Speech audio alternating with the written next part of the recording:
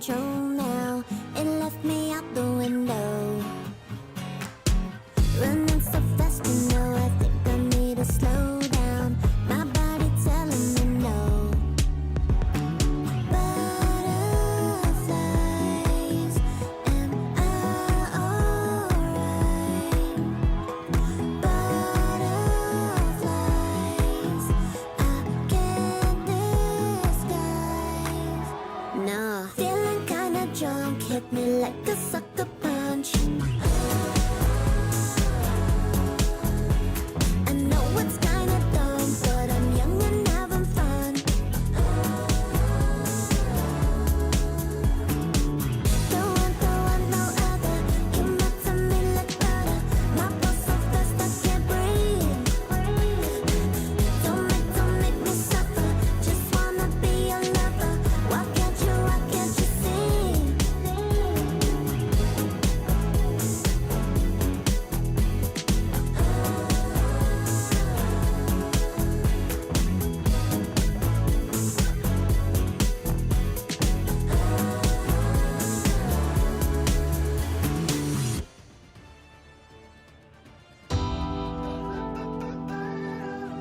Catch you sleeping. Where you at? Ain't you feeling it right? Listen. Ain't you feeling it right? High hand, straight aces, high tops, red laces, big style, good gracious. Go real, sunglasses, so fresh, it's so fashion. This drip, it's smashing. Here we go. And I feel it.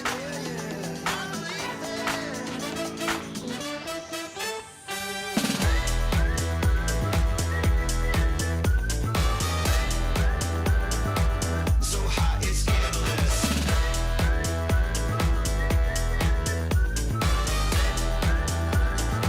So hot, it's scandalous. You can't handle this. My chips, I'll stack it. I'm on in and I'm laughing. Getting rich, who's asking? Solid gold, banks open, ice cold, still frozen. Oh child, I'm chosen. Oh no, yeah, yeah.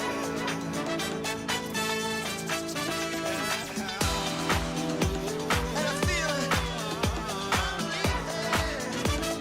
It always ends in fire.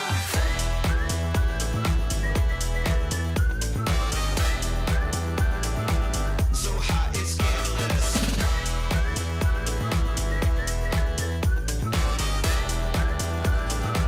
So hot, it's scandalous. So hot, it's scandalous.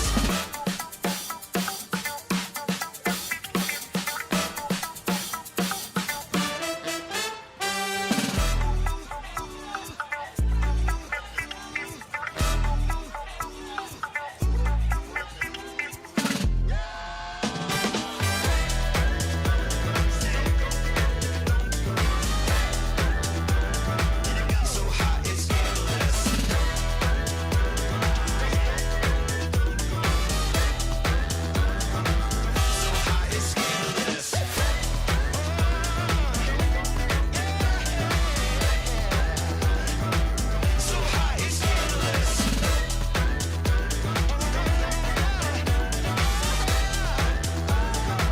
So hot, it's scandalous.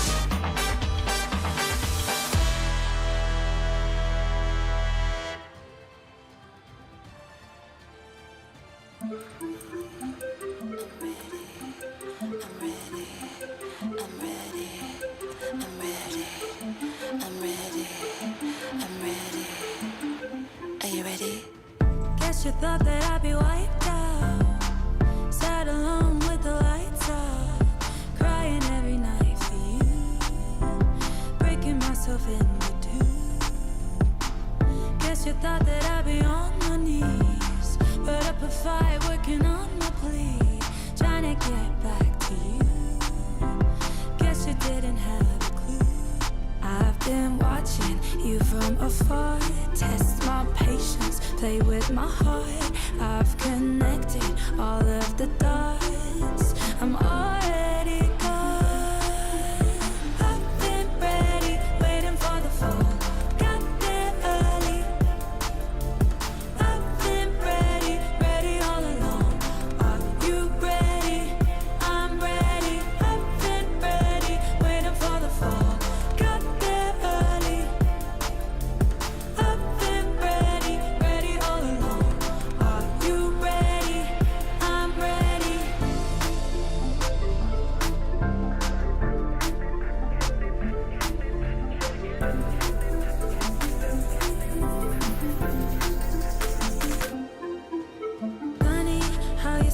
think of me?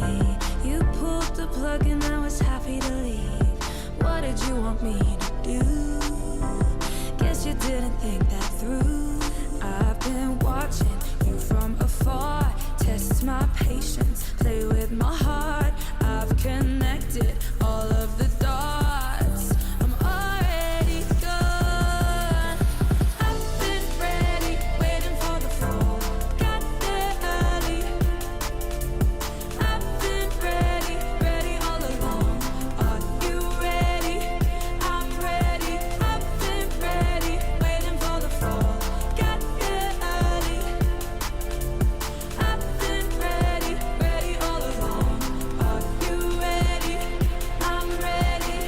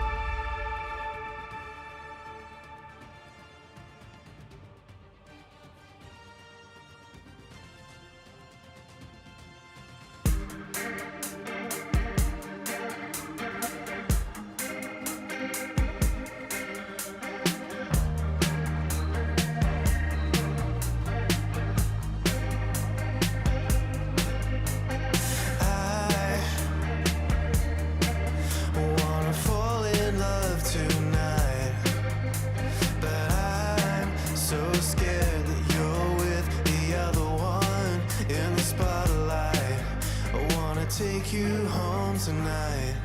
I can't look away. I can't make you stay.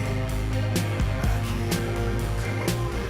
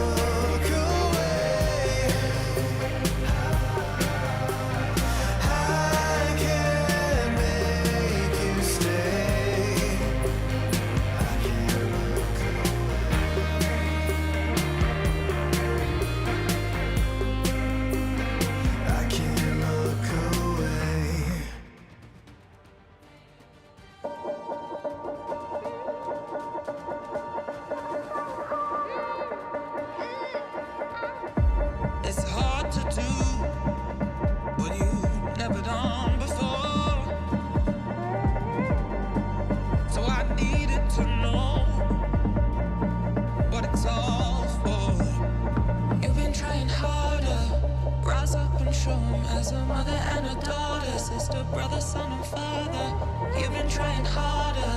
Rise up and show us a mother and a daughter, sister, brother, son, and father. You've been trying harder. You've been trying harder. You've been trying harder. You've been trying harder.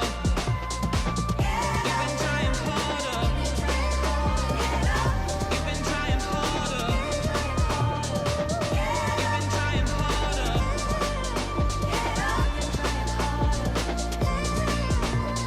You've been trying harder. Rise up and show us.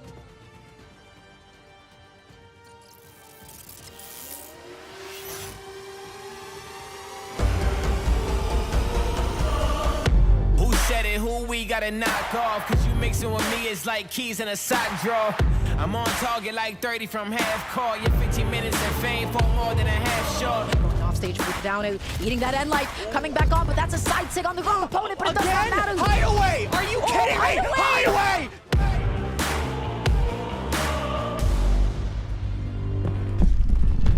Flex what I got till I break the mold. Weight on my shoulders, don't ever fold. We can't break even, no, I bet it all on me.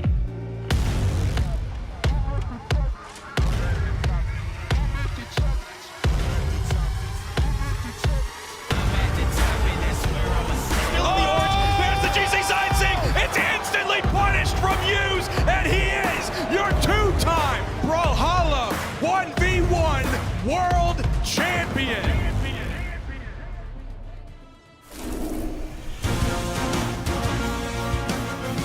The Summer Royale is starting here in just a little bit here in Atlanta, Georgia. We've got competitors from all over the world ready to compete here for a great prize pool, as well as the ability to lift up that trophy, and more importantly, I think the accolades of being crowned the Royale champion. There haven't been too many Royale champions, but of course we got a chance to get another one here. As you can see behind us, so many people excited and ready to go. It's going to be a good one. Yeah, the cool thing about Royale is it's always like an elite, different type of competition. Like there is no other part of Brawlhalla esports that is like the Royale. You have a very small group of people. They know exactly who they're going to be facing. Maybe not in the top 4 bracket at the end, but you're gonna have to go through that round robin. You are literally going to be facing every single person. You know exactly who it's going to be. You know the lineup. You know mostly, especially with this group of people, who they're going to be going in with the legend picks. Royale is incredible. I love this style of competition. I love seeing the way players react to it. Let's get that schedule up on screen to see who we're going to be watching here in just a few moments as these games get started. First off, we're going to start with Balloon Boy and MarkyMoo. Then we're going to move on to Lores and Mounir. Then Kyna and Balloon Boy. And then right after that, we're going to have Mounir and MarkyMoo. We mentioned that round robin earlier, so we got a lot of games today. We're going to be moving through this bracket. Unfortunately for you and I, there's no pre-show, but that means all the fans at home, we're going to get into that action a lot quicker than you might have expected. We're going to move one shortly as players start getting ready behind us. You can see some of them behind us. It's going to be Mounir. Wave to the camera, Mounir. Hey, man, what's up? Ooh, he can hear us. He can he's hear listening. us. He's paying attention. We also have a second mic here, or a third mic, I guess, in case they want to come hang out and maybe chat with y'all, or at least chat with us to y'all. Oh, is Mounir going to come sit down? But again, it's going to be a fun one. It's going to be is he ready? You going to come sit down, big dog? Do you not have a first match? We do have an odd number of people here. Unfortunately, Godly wasn't able to make it. So I think every single phase of the round robin, someone will be chilling. Is it Mounir for round one? Can you hear us, Mounir? Yes. How you doing? Do you need to change your volumes on anything? We got knobs here in case you need it. All right. How you feeling this morning? Why your volume's low? How's the energy level? It's okay. I'm still a bit tired, jet lag. But I'm gonna move this just a little bit. You can't see exactly where it is. I'm gonna move right there. Okay. is it better? Yeah. All right, Mounir. So I got to talk to you a little bit yesterday in your interview. You gave a fantastic interview. This guy likes to talk. He and I had That's why this is so surprising. Is because you said he talked for 30 minutes during your interview on 2 questions, and now he's here and he's like, we had 7 questions, maybe 8 questions yesterday that we were asking all the different players, and Mounir was just talking and talking and talking and talking. Me and him went on for 30, mostly him went on for 30 minutes. So maybe are you just keeping that energy reserved because today is competition day? You got to save it for competition. The energy from talking is immediate. My gameplay, Dude, I can barely hear Mounir. I don't even. I forgot which knob it is to turn it up. Is it this one? Is my mic not clear? Can you hear me now? I can hear. I can hear you a little bit They can better. hear you. That's all that matters. Yeah. So. Okay. Oh, okay. So it seems like the people I at guess home Mounir's mic might not isn't be able to. working. Okay, so you and I are gonna chat while we get this one figured out. Okay, so we talked about the round robin schedule that we have today. We talked about the first 4 sets we are going to see. Since we have, like, I guess, a few moments, not it'll be formal in any way, but we can get some predictions out here going. Yeah, maybe. I do think it's interesting. So we got to see the upcoming sets before Mounir graciously sat down, and unfortunately is now just a little trophy for us to look at.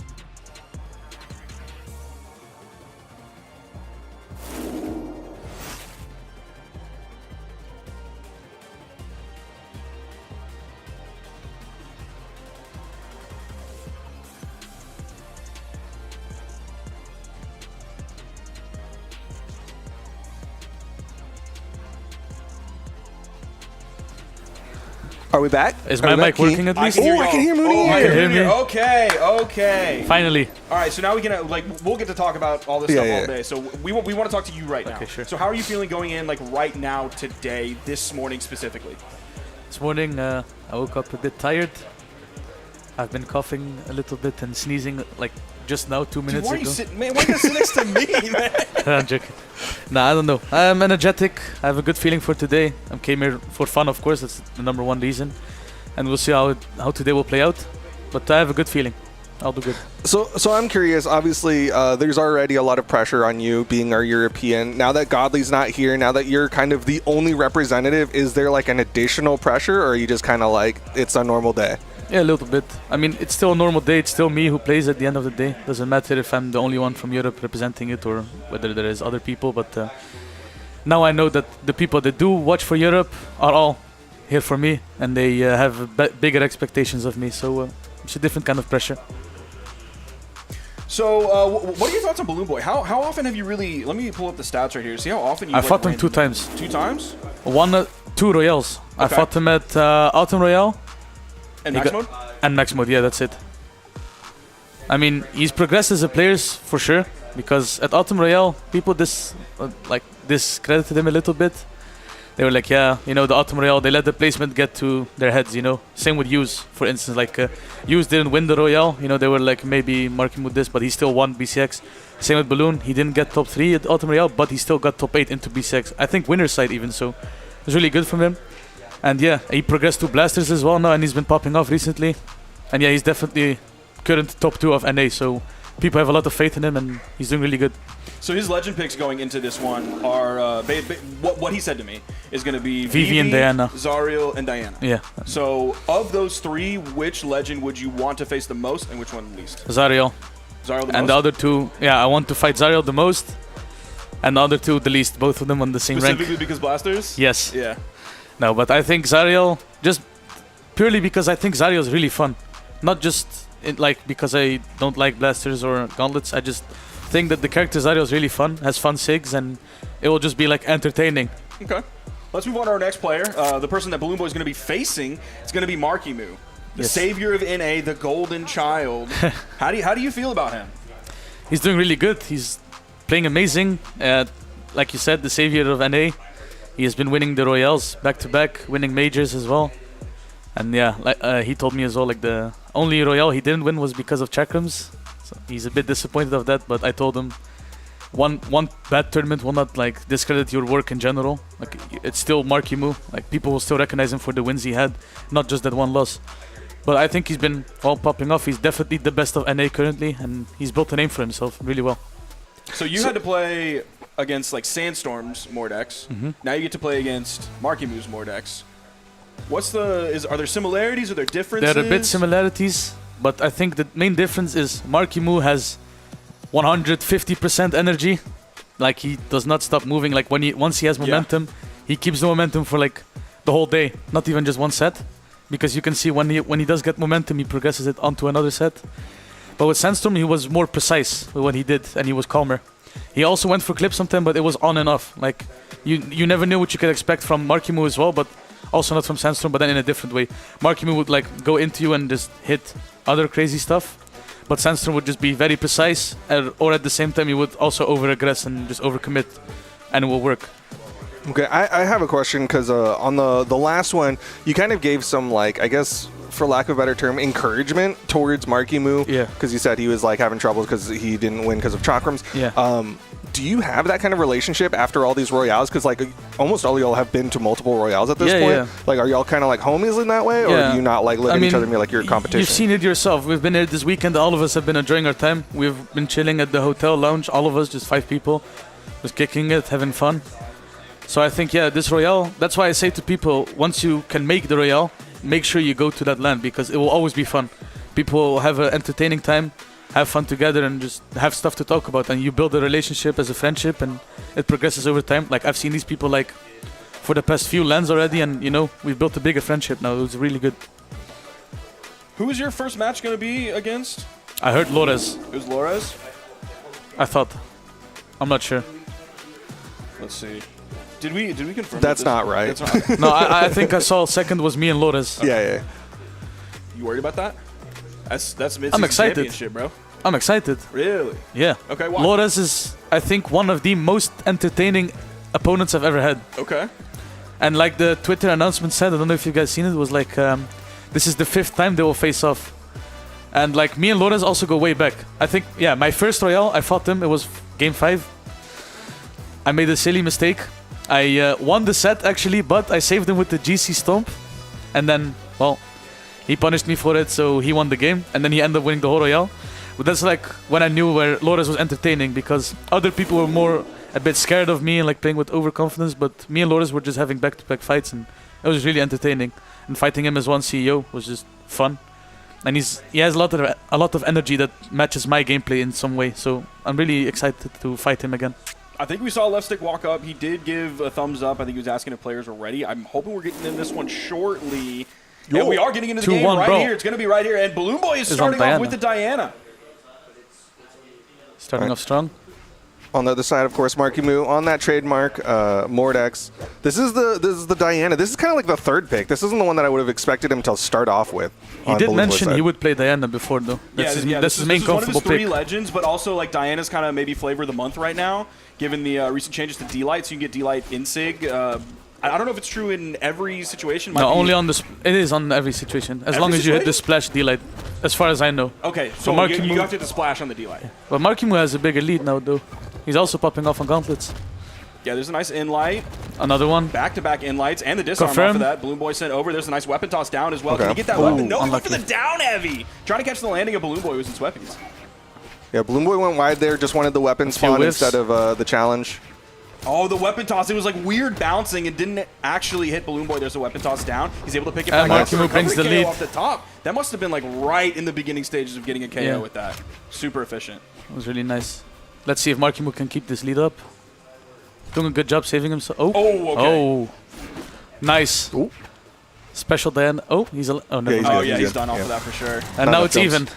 Will Balloon Boy weapon that's one of the scary things about Diana. It's not just the bow D-Sig edge guard that we saw Akno use really well. It's also the spiking neutral signature. So you can grab someone low with the D-Sig, grab someone high with the neutral Sig. Dude, the side sig also for the 50-50. Like, Diana Bow's signature kit is very strong. Went for a read there with that dash jump down air. Unanswered hits, finally, is the first one. Balloon Boy keeping this pressure up pretty well. Saving himself in situations, keeping his distance. Now, Balloon Boy was mentioning that, of course, the Zariel pick that he might bring out that he's played before. But, you know, it's tough playing blasters now that they took Sidelights Air away as that true combo. You still have Sidelight neutral air if you grab someone in the air with it on, like, the top side of the Sidelight. But, yeah, he was definitely sad about that. Yeah. It was really good. It was really strong. It was definitely one of the points that made blasters a really good weapon. But for Balloon Boy, it doesn't really matter much because he... Oh, MarkyMoo with the confirm. So where were we? Yeah. Oh, MarkyMoo's. Let's see if he can build up this lead. I do like that that ground pound MarkyMoo did. He just kind of walked off the stage and then hit the heavy button. Oh. Oh, That's a nice recovery dare. nerf. Could be a great setup. Oh, nice. He touches. Oh, Almost. man, just barely Another missed N-sig. that Will we see weapon another toss. N-sig? No. Oh, 3 exclamation marks. That was really close. Oh, MarkyMoo. Nice damage. Good sidelight edge guard. Ooh. Perfect punish. Balloon Boy's getting impatient. He needs to slow down. Well, you know he Yeah. wants the stock. He's halfway through the He stock. needs it. That is true. That's Oh, really scary. nice. Oh, Almost. the recovery probably would have KO'd there. Nice. The second side air does for sure. If it was Ekno there, he would have picked up Bo. Yeah. What's he going with here? I think Yeah, Bo is yeah, the Bo. best pick. You can trade hits without getting hit as much as blasters. He's already gotten hit twice. He needs to find some better than trades. Oh, nice. Okay, there's a nice two-piece. He needs to keep MarkyMoo up in the air with Nair. See, Yeah. another Yeah. one. The juggle. Oh, Oh, that's a N-sig. burn dodge. He Ooh. doesn't do more? I think the delay would have missed on the corner. Yeah, but even like chase dare or something. Like keep the pressure. Been too risky. Every hit can KO Balloon. Oh, Oh! oh, Could be a another huge one. start No, here. that was Oh, that was that another. That was a info. D-sig. Yeah. Oh, That's me so often on Vrax. I think he's gonna D-sig on the corner. Yeah. Nice. He's looking. He's looking. Balloon to pull Boy's the bringing Acno, his dude. back slowly. He could just One by maybe one. Take away Oh with no! inlights. Yeah, there was the He should have D-sig. sidelighted. He had Good the dodge confirm. though. Ekno would have hit that. Oh. Another 50-50. MarkyMoo is looking for it confirmed with the silent recovery. Will we see another one? Oh, that's a burn burn dodge. dodge. Oh. Ooh, close one. GP. Another burn dodge? No? Oh, Nair. Okay, or nice. neutral light. Ooh, that was off stage. Has the edge guard now? Or off screen. Excuse me. That might. The next one might be enough to do it. Balloon Boy swap also now, needs stick to. with Nice! Colin. Does that Oh, KO? That'll do it. Nice! Yeah. No, that No. doesn't do it. Almost. Keep the blasters. But MarkyMoo's disarmed. I don't think unarmed recovery will do it. No, Ooh. that was a recovery. Unlucky for Balloon Boy. I knew that was a misinput. Oh, it's a good game for MarkyMoo. Definitely came out strong in the first game. A lot of energy. That was a really strong comeback from Balloon Boy. Yeah. He was halfway through his final. I think he stock. should have kept the bow. Would have made it easier. Okay. Yeah, it's tough Because that on blasters delay with the recovery delay, didn't KO. exactly. I think that's the gambit that he made in that yeah. moment. Was like, if I pick up blasters, I pick up the delay recovery, and I win. 3, 2, 1, brawl. All right, going back into it. Game number 2, same map. MarkyMoo's going to be the first one to pick up a weapon again. Ooh, denying. Nice weapon starve. Oh, burn dodge. Infinite damage. Yeah, dude, that's a big star. That's a really good 50 string. plus right there. Balloon Boy needs to stop. Oh, Sidelight. oh. And the ground pound. No. Is he gonna get the Much straight more up overcommit? clean stock Down right there? now? No, okay. He touched. Yeah. Back to neutral for a sec. Ooh. Balloon Boy has a burn dodge. Nice. Balloon Boy needs to slow it down. A lot of missed moves. Yeah, Now he be has the good really counter. Careful. Grabbing Nice. the landing off of that great neutral light. Oh, good read. And a Nice. GC inlight, of course. Oh my god. He's bringing this one Dude, back. yeah, this is huge damage. And now it's equal again. Can he get the stock, though? recovery? No. Oh, that was too risky. Yeah. Unlucky. It's fine. He at least brought it back. As long as he can KO MarkyMoo before he takes too much damage, he will be fine. Yeah, he grabbed that neutral air, gave him space to grab the weapon. Recovery- Here comes the Ooh, bow. miss. Gives him a lot of KO potential. Okay. Oh, Ooh, nice. turn on I think Sarah. he got the ball. ball touch. Oh, no, he For didn't. sure. That was really good. Oh, Balloon Boy play. Oh, bow. Yeah, he's going back to the bow. Let's see. What is he gonna do different compared to last game? Oh, that's a good, Ooh, good okay. damage. Okay. Double say. I feel like he's playing that like Qatar Nair almost. No D-light over the corner, doesn't want to risk it. Spot dodge could come out. Balloon from Boy's MarkyMoo, playing all of a very sudden he's safe. punished. He's learning from last game. Yeah. The moment he went risky, he got punished for it. I think he's playing it really Oh, safe. nice wait from MarkyMoo. Oh, Last time he GP? hit the inlight, he went for a Oh. double inlight. Oh, No. this Okay, okay, miss. just barely missing the weapon toss, and even the you have dodge Diana right and Sig. after that from He should have MarkyMoo. optimized. Oh, Oh, I thought that was going to be a recovery yeah, me pickup. too. Nice unlight. Keep up the pressure. Oh, that's a Nice. punish. Oh, the Yeah. kills! Oh, they were so high. That was Wow. really good. Yeah, that's going to be a big lead. MarkyMoo plays the scythe. No weapon starve. Next for Balloon Boy's coming out the bow, so he could grab like a neutral signature spike. He could grab a Oh, DC. oh, Huge. That's a dodge. Oh, you may grab nothing, dude! No nair? He's, Okay. Yeah, he's there's a gone. turnaround He's there. gone. That's the stock. Holy cow. Well done. He feeling good after Yeah. that. Amazing. He's He locked popped for in. that.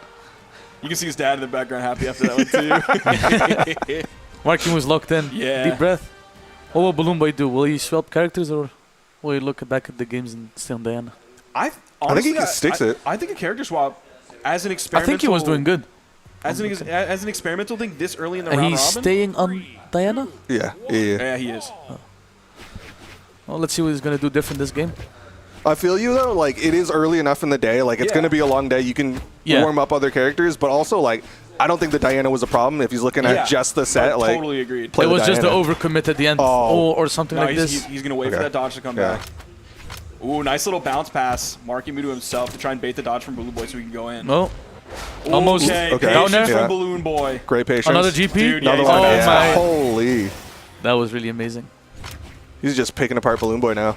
MarkyMoo has an amazing lead. Yeah, this is what I'm worried about. Yeah, Balloon Boy is getting impatient. Like MarkyMoo is playing off of it. You can see it. He's really confident. Oh, Balloon Boy is fighting pretty well. Man, those D-lights right over the corner. Every time he throws those out in MarkyMoo's aerial, I'm scared. Just the neutral air. Oh, that's and the side confirmed. air. Good damage. Okay, there's the dodge. Oh. If only we see the dodge coming. Balloon Boy needs to do something if he wants to keep this game going on. Ooh, He's on his nice. tournament life. Nice. Can you get this? Recovery? please. No. no. Oh, that okay. works. That's also good. Did what he needed to. He needs bow. Play it patient, Balloon. MarkyMoo doesn't give him the room for playing patient. Yeah, he's got to Forcing play him. so carefully. You just got to plink away when he can. No, that's burnt options. Oh Nice. my gosh, that barely Oh, Balloon missed. Boy overcommit with the Diana Sig or a GP. Nice. Okay. Nice. That's one. Can he finish it? Oh, should have been an okay. N Sig. I thought we were going to see another insig. Fine. Given how Yeah. high MarkyMoo was. He might be able to bring this back down the second stock. Most important stock. See? Nice. Good avoid. If only he would have GC'd that, that would have been so good. Oh, he was. What? Oh, just barely. nice, Okay. nice. GC side It's stick. almost Puts him equal off now. stage. Somewhat equal. One good down back sick. away. One down sick. I have the lead. Oh, that's Oh, that's a burnt dodge. Good reaction timing from MarkyMoo. Yeah, it's like Balloon Boy did the first step after the side light and then like didn't know what to do next, or maybe he was waiting on MarkyMoo, and that like little moment of hesitation that Nice. gave MarkyMoo the time he needed to hit the recovery, get the KO Recovery. off the top. See if he can finish this one up. Is he just Balloon okay? Boy, nice. Nice. I was He's wondering playing if it he was really just gonna patient. play, like, Very super well. safe, wait He for brought the the game D-light. back. That's really amazing. Stick with the bow. He's just gonna poke damage. Should work out.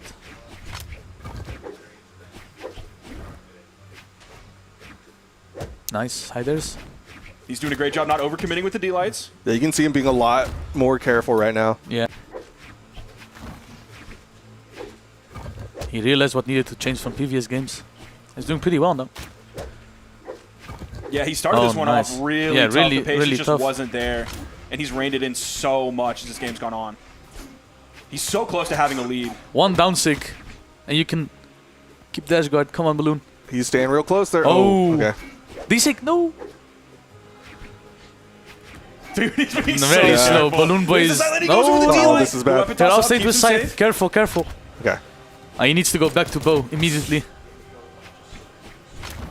Gauntlets again. He needs to stop burning dodges because that's really hard to survive it Yeah. as gauntlets. There, Yeah. no, No. he's Full just gonna disengage. disengage. Sideline. Oh, he went for the big instinct read. Oh, another recovery. Burn dodge. He still has no dodge. Can you turn it around? Oh, dude, if Balloon See Boy needs MarkyMoo bow float now. up there. Bow, pick up bow. he can just pick up a recovery. There's the spawn. Okay. Nice! Good job. Holy cow! Good down sick. He needed that. He needed that so bad. Obviously, it was. He MarkyMoo definitely up watched the 2-0. Acno sets from CEO. Really amazing. Shades of Acno. Man, dude, credit to him for the patience, though, because Yeah. like it was getting a little nerve-wracking at that final moment. Yeah, the lead MarkyMoo had as well in the first stock. That was really amazing. Yeah. I'm surprised Balloon Boy came back off of it. And he did pretty well with It's keeping it. really hard to steal momentum back from Exactly. MarkyMoo. Which is like, that's how Acno was able to beat him at Daytona, is he never let that momentum build. Yeah. Well, let's see what Balloon Boy does different compared to Acno. He's playing like normal Diana. He's playing real Diana. Not just Oh, DC. that's the recovery. Another Dodge in KO. time. Oh, Oh, wait, my nice, gosh. nice. Yeah, but MarkyMoo's still there. The mini Keeps game him is on the not over corner. yet. The mini game is not over. Oh, Yeah, he's he's Oh, not MarkyMoo around messed here. up. It's fine. Balloon Boy has the stage. All he needs to do is slow down and play neutral. Nice. Keep the distance. Balloon Boy is playing really safe. So MarkyMoo Yeah, to punish. the in-light sidelights are going to be Balloon GP? Boy's best Ooh. friend here, based on where MarkyMoo is playing. He's playing like just a little bit aerially, not super high, so he needs to look for nairs or anything like that. In-lights and sidelights are going to be Balloon Boy's friend, or this nair from the bow. Balloon Boy has been playing amazing on bow. I'm surprised Yeah. he hasn't just weapon thrown his blasters constantly like Acno used to do. I mean, we did see that like one massive string on the blasters earlier, Yeah. so always having that in your back pocket as a potential is just like amazing. scary. But I Also, feel like the KO secure that he has with down light recovery. Yeah. Yeah. Except he hasn't really been able to. He hit one to that use it. finished? Yeah, like he did hit one, but the rest of the time it really feels like it's been the bow. Yeah. Specifically But the bow Diana's has bow. kept the up bow's with the been his momentum. damage. Yeah, has won the damage most. See, this is where it can get scary. See, burn dodge. Ooh, it's scary, And MarkyMoo yeah. has the. Oh my gosh! I went for a Sair. Oh. Uh-oh. Oh. Okay. Nice one. And Sig maybe? Dodged the weapon. That was See, the... nice. Oh, yeah. Amazing. That's what I mean with the bow. The bow kit is just really amazing of keeping your edge guard and keeping your opponent away from you. And it supports slow play. Like Balloon can trade damages without being hit most. It's something MarkyMoo's always got to worry about. Anytime he wants to like push Yeah. right on top of him to grab. There is like, a lot that solid can inline. happen. Oh, okay. Good He has damage. to worry about that like wake up D-Sig. Balloon Boy needs to do what he did last game on the second stock. Nice. Start with the sider. That was a dodge. Ooh. MarkyMoo No almost reaction. had that. Can definitely see the pace changing up a bit. Ooh. Oh. Okay. A little greedy there from Balloon Boy. Oh. Completely. I left. He's without a weapon, so we need to do it. Okay, there's the GCD Sig. Balloon Okay. Boy bring it back. Down sick. Nice. Nice. I Nice like that spot gravity dodge. cancel on the wake up. That was Yeah. good. Down sick maybe? Balloon Boy's damaged. MarkyMoo's going to be looking for that recovery soon. That was a Yeah. down sick. I don't know if you saw that, but that would have been really amazing. Does it hit low enough? I don't play Diana Yeah. enough that It like. does, it does. Okay. Because MarkyMoo was in the animation of recovery. He's just one pixel away. Oh, nice damage build up. Balloon Boy needs to slow down for the delay recovery. Yeah, he's just. I feel like Because he's really the waiting more for he's that whiffing- D-light. It's the in-light. You don't need more damage at this point. Nice, Okay. that All right. KOs. Can you- Bow Nice. there? Yeah. He's not. Nice. Oh, nice. Yeah, That's yeah. a good confirm. Dude, Like, his come on, ability Balloon. to get back. Pick up the bow. Nice. Yep. No. Okay. You can see Balloon Boy trying to cover that weapon spawn. Oh, Nice. he in-light the wrong way. Someone's gonna put that on Twitter. It'd be like wrong cashier or whatever. It was a good nair. And again, it went from completely uneven to even. Ooh. MarkyMoo though, building up damage. No D-light this time. Nice. Oh, Okay. Wants him back on the ground. oh. MarkyMoo's hungry. So many nairs from MarkyMoo now. Oh, that was the perfect down sick opportunity. Need to corner camp more Balloon. Ooh. I think he will end sick. When you read MarkyMoo's dodges up, Yeah, I think he might. MarkyMoo's been Nice! saying aerial Oh, to the ground pound, and we're going to game 5 that off was of really that. good. Starting off the set with some fire. Game 5 and the first set already of the day. I hope Balloon Boy comes and sits down in this chair later today. He needs to. Because Yeah, that would be. I want to ask him about this set specifically. This set's really It would be very more, interesting way would to be more start the day. entertaining if he won, so you can ask him more questions. It's still game 5, nothing is done yet. Will we see a character swap or maybe a stage swap? All right, so we talked a lot about like Balloon Boy's adjustments, right? He's like slowing down with the bow. Yeah. What does MarkyMoo need to do now? Look, you can see it. He's picking Did the he spear. swap? Yeah, he playing swapped. Mirage. Oh. 1. For a good reason, because I think in general, Gauntlets have a worse matchup into Diana than Spear does.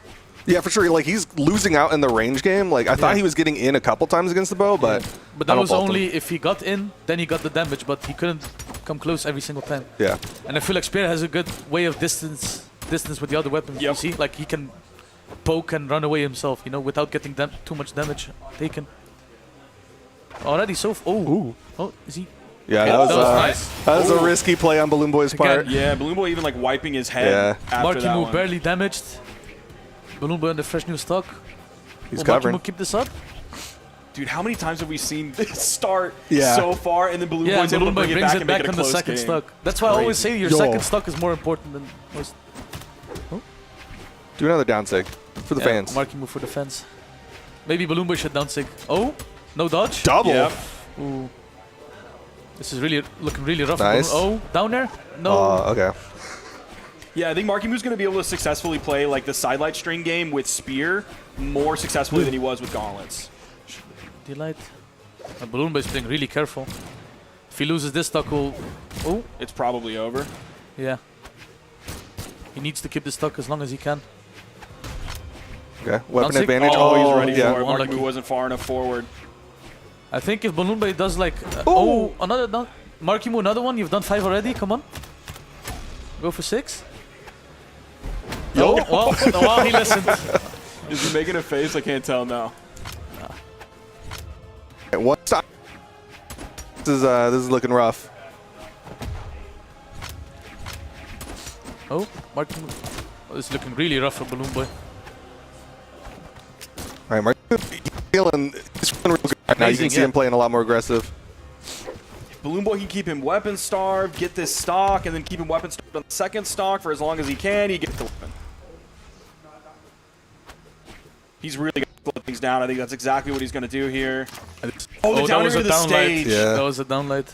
It's good that he only got hit by one move after Oh. that. Oh my goodness! Should have been a recovery. There's so many true combos off of downlight. He went for a Sair. Okay. Nair? This is looking... That KO'd? Dude, on this map, that's so much damage he had to do. He did Holy downlight cow. Nair to KO for the Yeah. first stock. Like, Fortress, man. That was probably a 200 plus, maybe?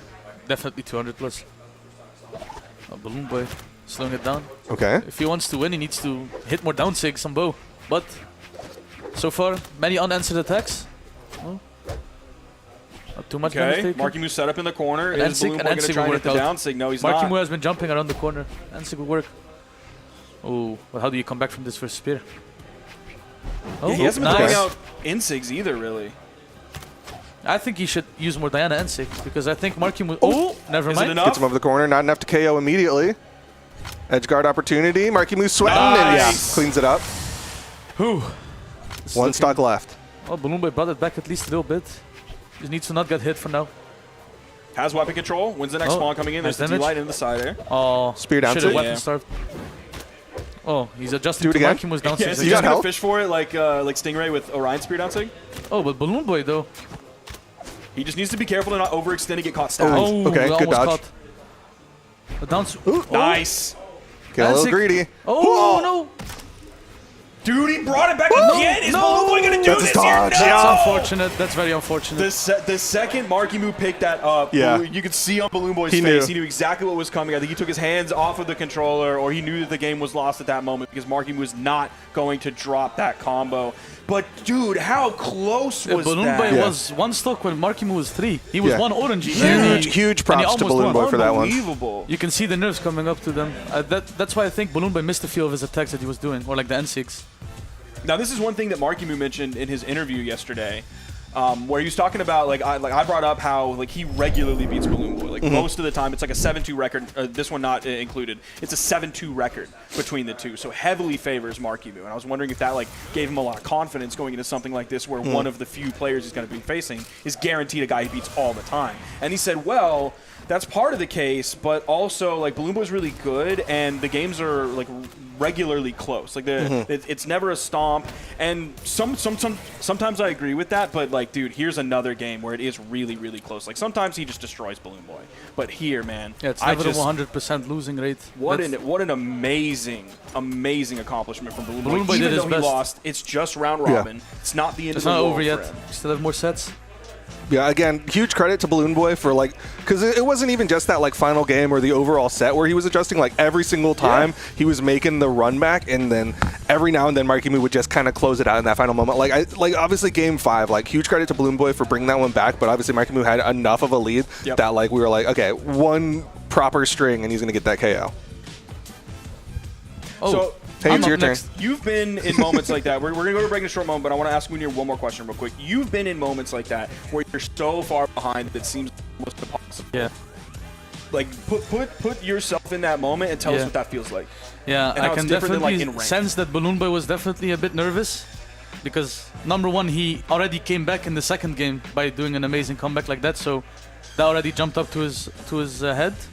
And then especially the last game, since it's game 5, that's what made it even more impossible because, well, nobody expected him to even bring MarkyMoo down to 1 stock, and as you can see, he almost won the game. So you can definitely feel Balloon Boy being really nervous, and I can sense a little bit of misinputs because in that situation, it's just you're so close to winning after you're basically destined to lose that game, and coming so close that just all kinds of emotions will run through your head. So I'm surprised Balloon Boy didn't misinput as much as he did. that means he had some of his nerves under control, so it was really good from him. But yeah, I would be stressed. Okay, well, we got to let Mounir get ready to play up against Lores. So we're going to take a short little break. When we come back, of course, we'll bring that set. Thank you again, Wish me Mounir, luck. You're welcome. for hanging out. You got it. You're welcome, guys. Mid-season champion ain't nothing. Wish me luck. Be careful when you put that down so you don't slam it on the table, make a bunch of noise. Don't listen to him. Do whatever you want. Thank you, Mounir. How careful he was with that. All right. What a gentleman. Dude, okay, honestly, didn't get to say it, but I am rooting for him. I think him being the only guy for EU, got to root for him. But we are going to take a short little break. When we come back, like we said, we'll be bringing you that Lores versus Mounir set. Stick around.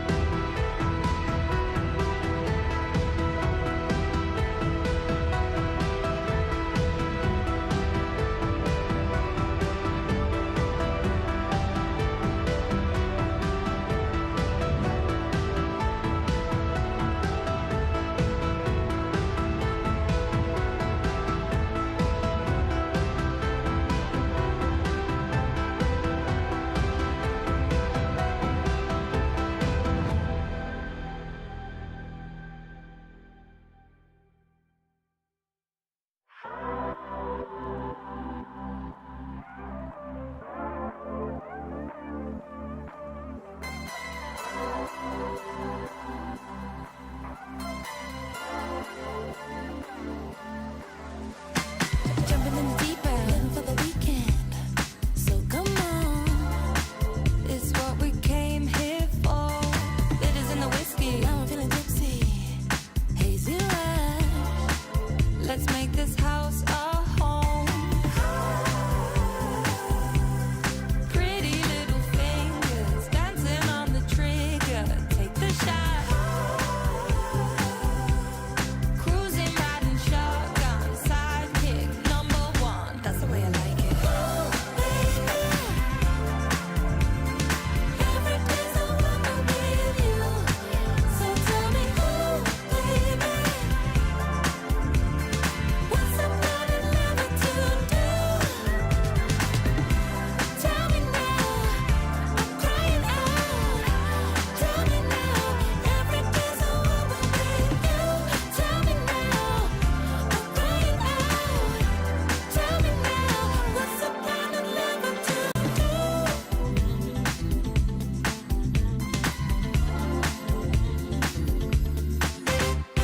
I'd like to find a moment in time to say to you.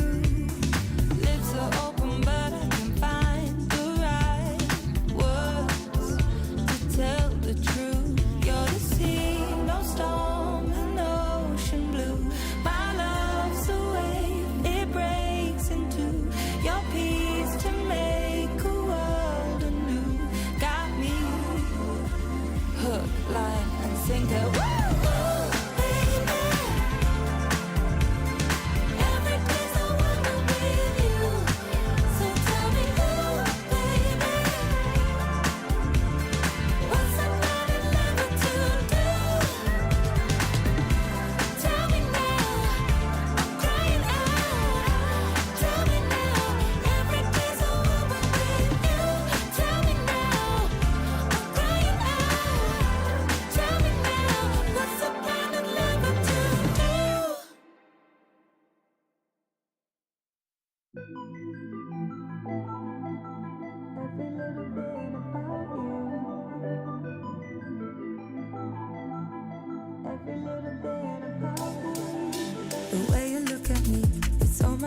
chemistry. There's something so unreal about it.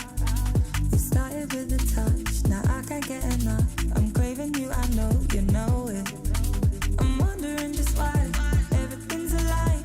Maybe it's my call to action. You make me wanna move, you get me in the mood. Now I wanna make it happen. It's every little thing, every little thing, every little thing about you. It's every little thing, every little thing, every little thing about you. It's every little thing, every little thing, every little thing about you. It's every little thing, every little thing, every little thing about you. The way you pull my heartstrings, you play along to all the melodies around it. The way you touch my mind, I'm dizzy all the time. I gotta have it now, I found it. I'm wondering just why everything's alive. Maybe it's my call to action. You make me wanna move, you get me in the mood. Now I wanna make it happen. It's every little thing, every little thing, every little thing about you. It's every little thing, every little thing, every little thing about you. It's every little thing, every little thing, every little thing about you.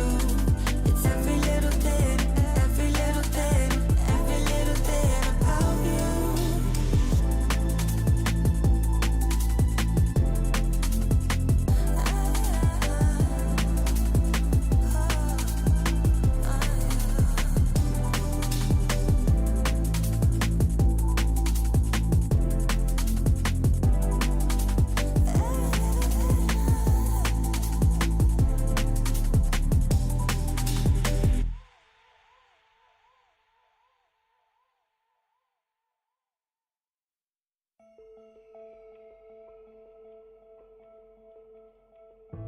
I've been quiet,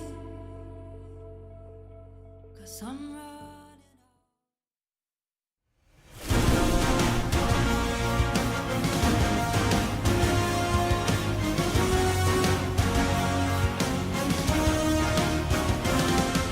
And welcome back, everybody, to the Summer Royale. We are here in Atlanta, Georgia, getting ready for our next match. Sitting down behind us, we have Mounir versus Lores. We just saw Balloon Boy and MarkyMoo face off, but shoot, here we go again. It's Mounir versus Lores. These players have faced each other so many different times.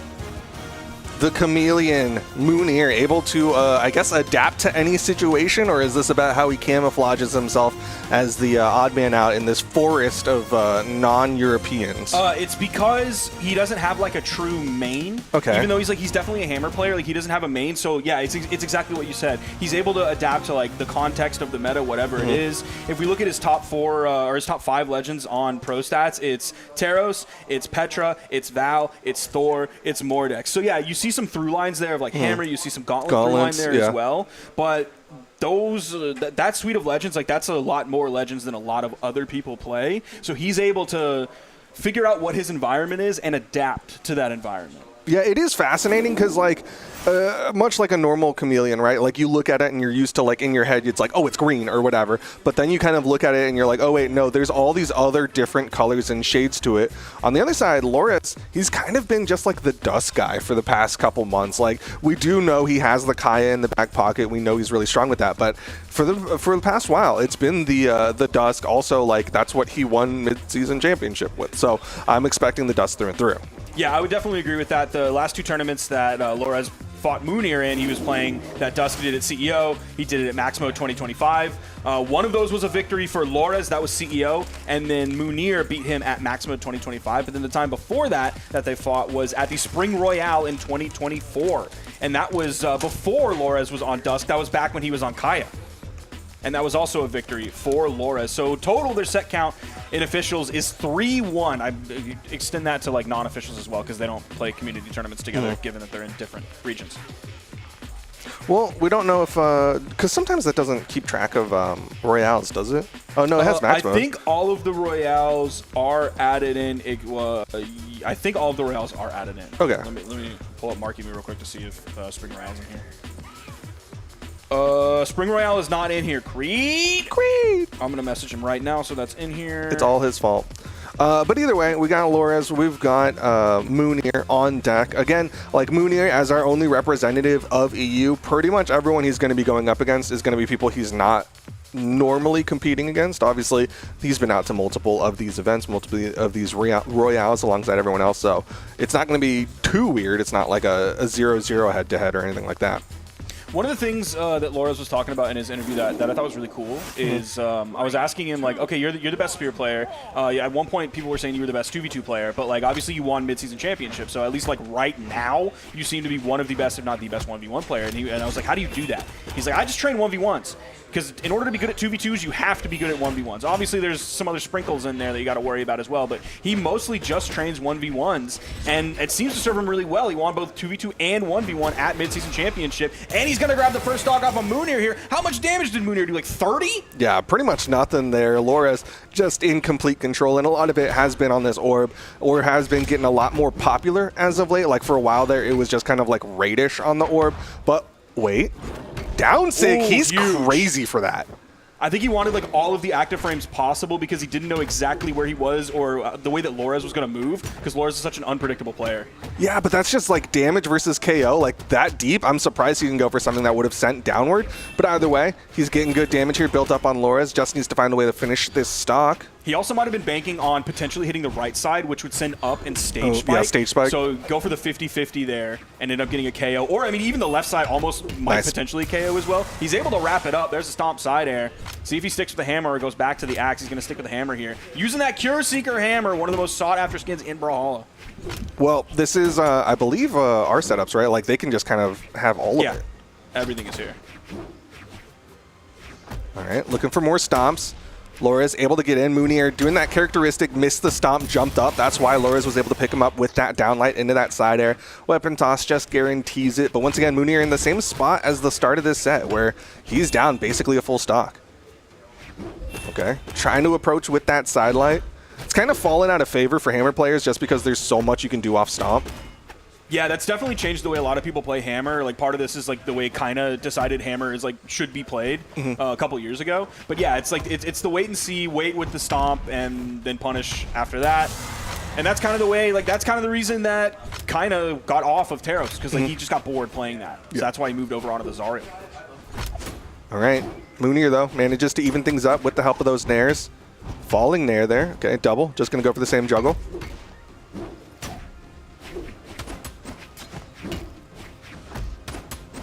Ooh, oh, went for the read there. Yeah, it's really like if the distance covered with the side light is going to get you like that single hit, then you go for the side light. Otherwise, it's like it's mostly D-light on punish. That's a burn dodge. Oh, nice! D-light recovery and the weapon toss to finish that one off. What a stock from Mounir. That is a huge way to start game one. Yeah, that was a great capitalization on the side of Mounir. Lores did that one burn dodge, gravity cancel, sidelight, I'm pretty sure, and then Mounir got so much off of it. Sidelight to put him off stage, then gravity cancel stomp into the recovery, and weapon toss to guarantee it. Really well done on Mounir's side. And that looked rough at the start, too. Yeah, like, Lores was like almost a full stock we were up. to see the character swap from him. But we may not see it from him, or at least it's not going to be right now. As you can see over his shoulder, still locking in that Taros, and on the other side, the Dusk from Lores. We're going to Fortress. Yeah, at this rate, I'm expecting if Mounir does swap, he's going to be swapping to something else with a hammer, just because that was pretty much all hammer for that last game. This time, we're starting to see some axe play. Just seeing one or two hits, haven't seen the side light and airs. Yeah, is he just biding his time for the next weapon spawn? Great string coming out from Lores.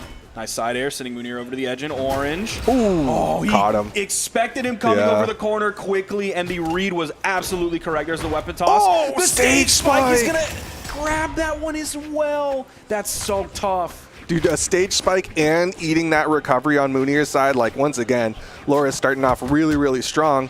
But here's that hammer from Mounir. Man, if Mounir would have just been a little bit more to the right, he would have gone straight up. That would have saved him, and everything would have been hunky-dory for him. Okay. One there. Went for a recovery there. Wanted to bounce. Ooh, was expecting Lores to immediately come back up. Yeah, he basically did the read to Lores that Lores did to him earlier, but Lores didn't immediately go over the corner like Mounir did. Downsig gonna whiff there. Ooh, okay. Oh, from the middle of the stage. Yeah. That one's going to do it. Yeah, had that double hit, builds up a lot of damage. Managed to work out for him. But man, I want to give credit to Lores because he's doing a really good job of like baiting an action from Mounir and then dashing right back in on him. So you see Mounir whiff a lot and then Lores goes in.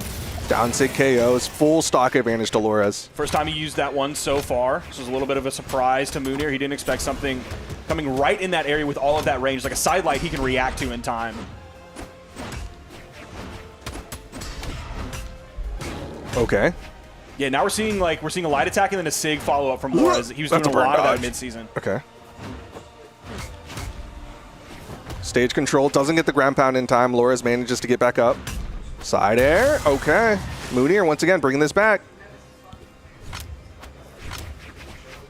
Mounir maybe a third of the way through this stock. Nice inlight, and then the backup from Lores. No signature attempt right after. Jumping with the nairs. He gets caught with a stomp into the inlight. Low damage. That's what Hammer players are going to go for. Well, especially because Lores, his head wasn't fully up, like his body wasn't through, so that was just a great option. Ensig puts him over the corner. What's the edge guard? Okay, just scoop up for damage. Nice little pivot dare. Another dare. Disarms this time. Goes for a recovery, expecting Lores to jump. He's in the middle of the stage, so the smart move is going to be stomp dare. You see him searching for the stomps. Nice.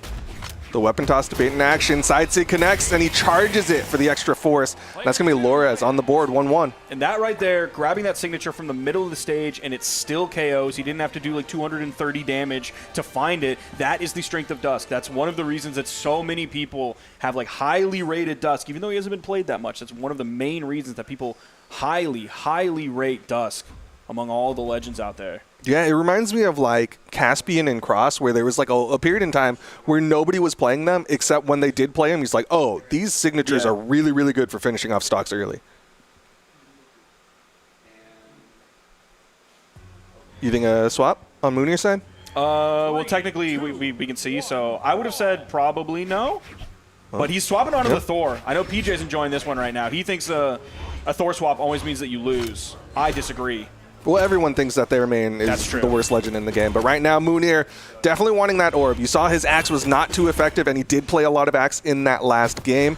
So now he's trying to play that orb game against Lores. Yeah, Lores is starting off with the orb. We saw so much spear from him, mostly dominated by spear. We've already seen him use the signature kit on the spear and the orb so far. See if the next weapon spawn comes in, if Lores moves over to grab that spear, or if he's just going to stick with the orb. He's done great with it so far. Has about a 50 damage lead. Stomp side air, though, is going to shrink that quite a bit. Stomp recovery, and Mounir going to get that first stock. This is the first lead in this set that Mounir had at the beginning of the game. All right, wants to stick with the orb. Off of the Thor pick, there's a GC sidelight. See if he can keep Lores away from this weapon, or if that's even a part of his game plan. He's playing around it. Starting to not throw out attacks. Whiffs the down air. This is a bad spot. Gravity cancel. Yep. Did he touch? Yes. He's good. Nice. Nice. Still has the GC insig. That's the stall. There's the dodge. From the stall. Dude, you can still do it. It's not as effective as it used to be, but you can still stall out with that orb. Ooh, doesn't hit the scoop. Down sig. Easy punish there on Lores' side. Despite the big lead Mounir made, wasn't able to get too much damage on Lores. Yeah, the timing on that signature with like how high it was, Lores is easily able to dash in right underneath it and then get the instant punish. Tying things up here on Fortress, so we're going to see some more juggles coming out. Mounir was looking for neutral airs. Pulled him out of the sky with that Ensig. Lores swapping weapons. Orb KO potential here, but Mounir is going to starve out. Oh, dude, that was like a max height D-light. Yeah, got him with the smoke cloud on that one. Mounir still weapon starving. Lores finding some hits here, but they are definitely going to be weaker hits than a hammer or an orb. Yeah, Alora's unarmed is Easy still punish. very scary. There's the stomp side air, though. Mounir still maintaining this lead. The unarmed from Lora is not quite enough. We saw Lores, I can't remember if it was Summer Championship or if it was Daytona, where we saw him just like completely demolish a stock of someone with just unarmed. It might have been Daytona. Oh, Mounir dodged down into that Ensig. Nice Lores punish. starting to throw out a lot of signatures. He wants this stock. There you go. Down light into the side air. It would have been nice if that sidelight was maybe a D-light just so we could get quite a bit more damage out of it, but the sidelight was still good, and he avoided the signature, which is the important part. Lora is adding up quite a bit of damage here, though, in this edge guard with the spear against Mounir. Great patience. Going to go out there. Lores not going to give him that extra downlight. even after the signature Mounir went over for the weapon, he valued that more than just like a single unarmed punish, even if he can maybe grab a D-like ground pound, but I doubt that. Oh, he went for the in-sig, Mounir. Are you crazy in the middle of the stage? Just trying to cover those dash jumps, but Laura's finding hit after hit. This is looking like a Laura's dub. Goes for the N-sig again. Nice! Dude, the recovery! Mounir. Oh my goodness. Laura's was bringing that one back, but Mounir finds the one hit he needs. Laura's definitely looking pressed after that one.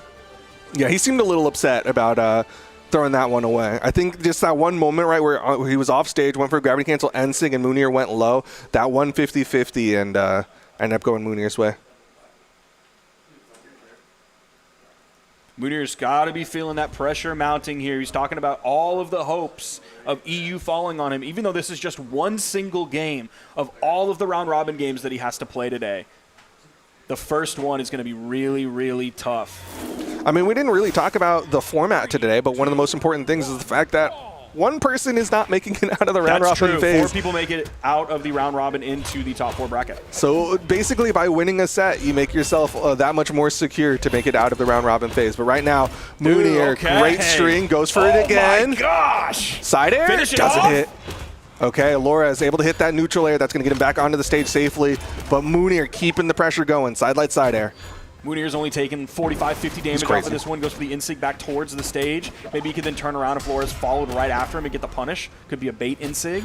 There's the down air. Nice. There's the side air bouncing off the wall. He didn't get the touch off of that. There's the down air to clean it up. Mounir with a massive lead here. Only about halfway through this first stock. And he is on Thor, a very tanky character. Yeah, Mounir with a fantastic start with that orb, showing why he made this swap over to the, Deal that the Thor. combo. Yeah. Okay, falling there, hits the Sair. Oh my dude, the momentum, all of the active Can he get frames it? of the D-Sig. Misses the Sair, Oh, hits and the he grabs recovery. the recovery. He gets priority. Dude, Mounir is on fire. He's already up 2-1. He has a 2-stock lead on the player who just won 1s and 2s at CEO Daytona like a couple months ago. Dude, look at these chase dodges around the corner. He feels so confident. His movement's so sick right now. Hasn't touched though. Gravity cancel side sig has the movement, but yeah, Flores stays below it, hits the gravity cancel, will deny the 3-stock, but again, Mounir's got so much momentum right now. See if he can keep this one reined in, even though he just got that stock loss. Don't let the mental take over here. Just, ride that flow, brother. He's so clean with it. Holy cow, man. Gravity cancel, stomp into recovery. He hit every single one of those. What a amazing game from Mounir there, especially at the end. That beautiful D-Sig all the way on the right side, all the active frames of that. That was huge. I mean, he did it with orb too. It wasn't just the hammer. It started off with the orb pressure. Yeah, the orb started off with those strings, and I love that he was willing to go out there. That's one of the things that he talked about when he was like here on the desk with us, is like he likes playing with Lores just because they're both willing to kind of go extra and have some fun with it, and huge props to him. Yeah, we mentioned that his nickname is the Chameleon for this, but Lores is the risk taker. Because Lores is willing to go off and do those crazy things like that. He's willing to risk a lot in those moments because he can also gain a lot. That's what he did at Daytona, and that's why I really like the pacing between these two players. Yeah, you have the slowdowns on the stage where they're both like last hit, but also look, their last hit here, and they were both fighting off stage, both like 2 jump heights up, chasing after each other. Look at the pressure here from Mounir. He's still keeping going. He just goes back and barely touches, and then he's back out. Here comes the onslaught. Here comes the pressure. Here comes the hits. And dude, look at how far deep he was when he did the stomp. He's definitely willing to go out there for that gravity cancel, stomp into the recovery, and he hit so many of those. You can see the damage distribution. Yeah, that makes sense. He had a really good orb start, and then stock 2, stock 3 was pretty much all hammer. The 172 is all the damage he did on the first stock. But dude, look at the graph, man. He spent let's look at the graph here because I want to tell you something about the graph. So each of those like vertical, like thin lines on the graph, those are each 30-second time intervals. Oh, I never knew that. So you can see that he lasted about a minute and 15 seconds, a little bit over that, so maybe a minute 20 on that first stock. You can also see how short the game just was, period. It was 30 seconds, 30 seconds, 30 seconds, and then like maybe half. So that's a minute and a half, a minute 45. And like a minute 20 of that was spent on Mounir's first stock. Yeah, that was a fast one. Really electric. Mounir playing incredible. Again, he has the pressure of being the European who's the only representative here, and obviously it's not bothering him too much. Yeah, we've had two really interesting starts already. It was Balloon Boy. He did lose, unfortunately, but he took to Game 5. Yep. MarkyMoo Last all stock, the way to Game last hit. 5. Came back against like seemingly like unbeatable odds.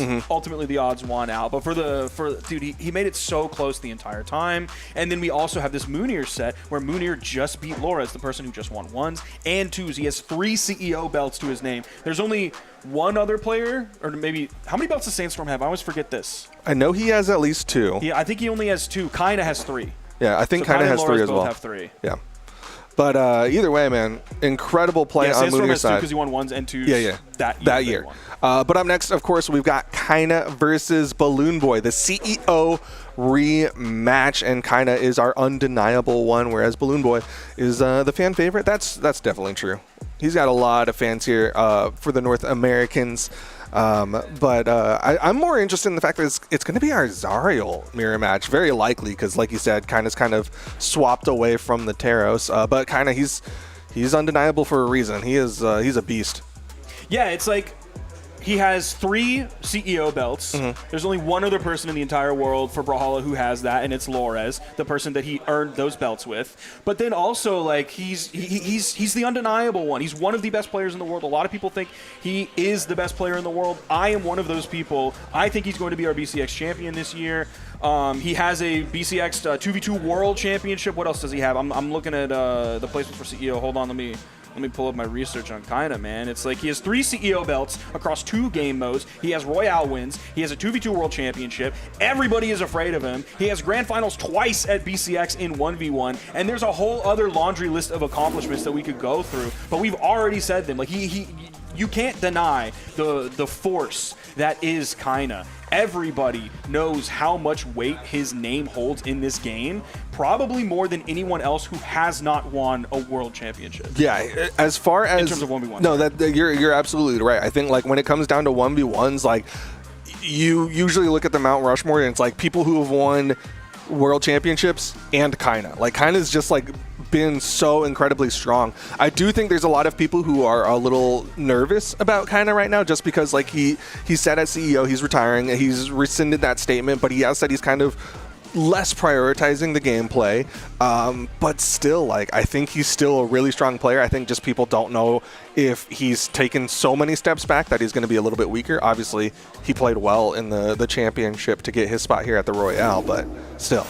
Yeah, I think it's one of those things where he is going to settle in on his slider of like Brawlhalla and life, and it's just he's figuring that out right now, because at CEO he was like, I'm retiring. That was like slider all the way to the left for life. And then we saw his Twitter longer come out where he was talking about like, oh, I read Daigo's book, and I don't want to look in the future, look back and be like, I don't have a family now. I don't have that much money now. All those kinds of things that you achieve throughout life just because I was focusing on being the best in the game. So that was him like adjusting that slider while still obviously wanting to play well, starting to train more after that break. That's him moving the slider over. He's going to figure out where the slider needs to land for him to be the exact type of competitor that he wants to be. Yeah, he's redefining how he wants to play the game, and that's totally valid. I think just a lot of the fans were so used to him having that slider pushed 110% towards Brawlhalla. But again, we have the potential. He's going to be going up against Balloon Boy. Balloon Boy, I don't know how he feels. He played incredible in that first set, but he also didn't win that first set, which I don't know if he's the type of player who's like, I only care about the result, or if he's like, you know what, I played really well, I can't be too mad at myself. Yeah, that's a reason I really want to talk to him, is like see how he feels after that, because there's so much context there that matters. Is the context of it being a round robin, the context of it being his first set of the day, the context of it being a player that he historically really struggles to beat, and then he got so close. Is the so close like, oh, maybe I can do this, or is the so close is like when you think you're gonna win a tournament and you get second place, and it's like, okay, well, I would almost rather get last place, because at least then I didn't get so close that I could touch it. Yep. Didn't see the finish line, so it doesn't hurt as much. But right now we're getting into it. Balloon Boy sticking with the Diana. That seems to be the pick of the day. A little bit of shades. We talked about they played against each other at CEO. Of course, that's that rematch. In that match at CEO, Balloon Boy played Vivi. This time it's Diana.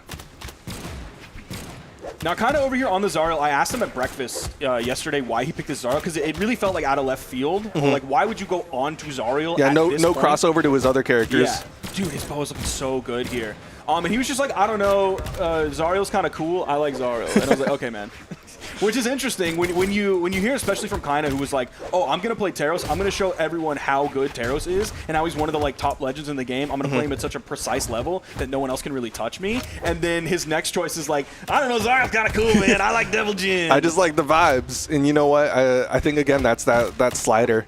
Nice 3-piece for the KO here on Demon Island. Juggles. Surprised he's okay. I was like, I'm surprised he's holding onto the gauntlets for so long, just because it seemed like the bow's been that big workhorse for him. It really is just like the perfect flow weapon in Brawlhalla. Like when your bow gameplay is on and you hit that flow state, it is one of the best feeling weapons in the entire game. You see, and he's starting to find connections again. Oop, nice. Gravity cancel gets through. Not enough just yet. Gonna juggle just to delay, but kind of gets up there. Yeah, he found priority with that neutral air. Give him a little bit more room to get back on the stage. Dude, he's keeping this going. That side signature while Balloon Boy was really high in the air. He had plenty of time to react after that, so he didn't get punished or anything. Balloon Boy without a weapon after he tossed that, and it didn't hit Kyna, so he couldn't grab. Yeah, I think it's really bothering Balloon Boy right now that side air did not KO, because you saw him. He was ready to prime the next weapon, but this one will. Downlight side air took a lot of damage, but this is not a unfamiliar spot for him. Now, that turnaround side signature that we saw Kyna do just twice, I don't know if both of those were meant to be exactly as they were, or if like maybe the first one was supposed to like go back into the wall where Balloon Boy might be recovering, and then the second one, he expected Balloon Boy to come over the corner, which is why it would be on stage. So I don't know if the first one was just like a slight misinput. Oh, dude, he's going to keep it going. Oh, no. He seems more dialed in with how to use the signatures and how to find KOs here than he did in the Summer Championship. Yeah, definitely seems like he's putting in a little bit more time onto the Zariel. It's been looking solid. Nice. Will slow down Balloon Boy. He did get that wall touch second time, and that's going to be Kyna taking game number 1. Because that was my biggest question, is when we saw him at Summer Championship, it didn't seem like his Zariel was like that great. No disrespect, of course. What did he end up getting at? I think it was third? Or sorry, second at Summer Championship. He lost to Lopez and Typh. But it didn't feel like his Zariel was as confident in terms of KO potential, which is like, that's kind of what you expect a little bit from bow and gauntlets, especially if you don't have a strong signature kit.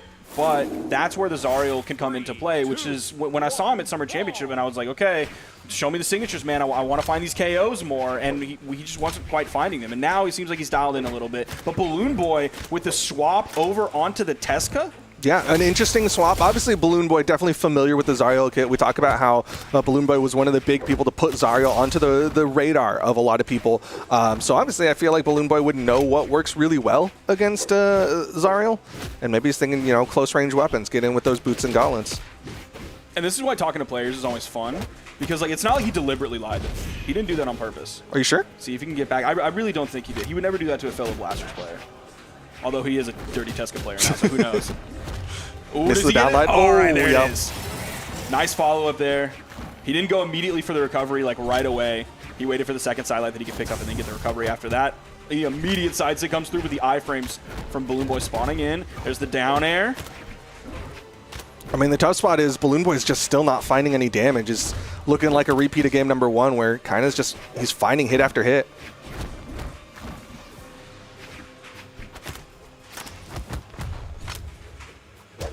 Okay. Sidelight. Yeah, I'm still just searching for where this Tesca pick came from. Like, what was Balloon Boy thinking when he did this to lead him this direction? I don't know. Yep, there's the nice 3-piece after he got the dodge. I feel like he just hasn't been able to get the Tesca running, right? Like, he hasn't been able to show why he did want to swap over to this Tesca. Manages to dodge through that side signature. Downlight, side air. That will KO. All right, evened up the stock count, but all right, he's got the boots. He's got it. He's going to have to get something big here with the boots. He does have a level 20 Tesca. Okay, he's putting in some time on it. A little bit of time. Of course, he has the gauntlets that we know from Zariel. No dodge, so Balloon Boy's going to back away. Ooh, just dash in, down signature. Kyna once again with that stock lead.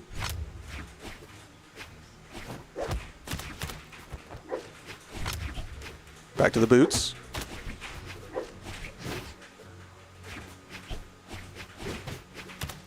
All right, jumps over the downlight. Got him with that down air. Got him with another one, but Kyna with the weapon toss secures his landing. Oh man, he burned his dodge on the way in. Man, it's just like he waits so long to find the perfect initiation, and then like he doesn't for a while, but then he'll grab one there. There's the down air. Is he able to find anything after that? He's floating. Okay. Most of his initiations Nice. have been aerial, whether it's like the down air or we just saw the falling side air there, grounded. Nice down air. See if Balloon Boy can do what he did against MarkyMoo and bring it back. Ooh, and he's going to stick with Gauntless this time. I thought it was all about the boots. That's what has been working, where he starts to find momentum, but maybe he's just a little bit more comfortable with the Gauntlets right now. Gonna have to play against the range game from this bow coming out from Kyna, the in-light. Dude, side lighting on gauntlets and whiffing, you're in perfect in-light territory from the bow. Like, you're just served up on a silver platter, steaming. Okay, gets in with that side air. Doesn't have to worry about any Diana down signatures, so he can play a little more aggressive in those corners.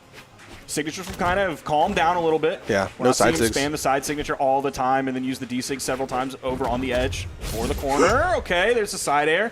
Again, Balloon Boy's got to be careful with these signatures. He's been punished for so many of them.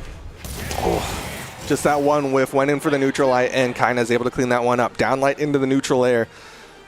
Surely we see a swap coming out from Balloon Boy Surely? here. Surely. I don't know what he would swap to, though, because the Diana just, like, did not really work. Yeah, maybe Vivi. Maybe?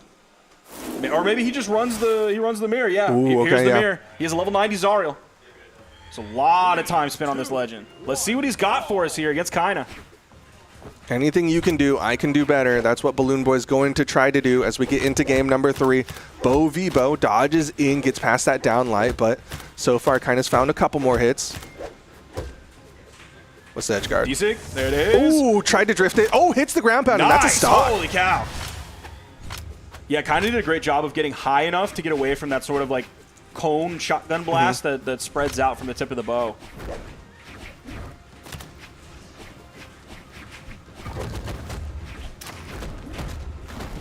Ooh, this gauntlet pressure's huge. Stays low enough to avoid the ground pound that kind of pulls out of. Yeah, really good fast fall down and then weapon toss up. Ooh, that side air actually connected onto Balloon Boy. One of the few times we've seen a Zariel Insig come out, and this time is, of course, from Balloon Boy. Ooh, missed the down air. Sidelight. Goes for the side sig charge, and it will connect. Kind of off just a stage. little bit low. There's a juicy Yeah. side light, potentially ending that edge guard, but he gets through. Kyna had stage control, but Balloon Boy's able to get back, grab the gauntlets. There's the side light and the backup from Kyna. Great delay there on Balloon Boy's part. Hits him with that recovery. Good chance he's going to get this game and get himself on the board. Yeah, man, what a lead for Balloon Boy here on the Demon Island. There's a neutral air. What has he got after that? Side light, neutral air. Weapon toss goes straight down. Kyna's a little bit too far. That was a dodge, but Balloon Boy not able to connect. Side light. Ooh, okay. Still manages to hit him with the tail end of that recovery. Will be enough to KO. Still more than a full stock lead for Balloon Boy here. He's down 0-2. So a strong victory here against Kyna will give him some momentum back in his favor. There's the D-sig. Kyna, again, a little bit too low. Balloon Boy can just safely throw that out given how high he was.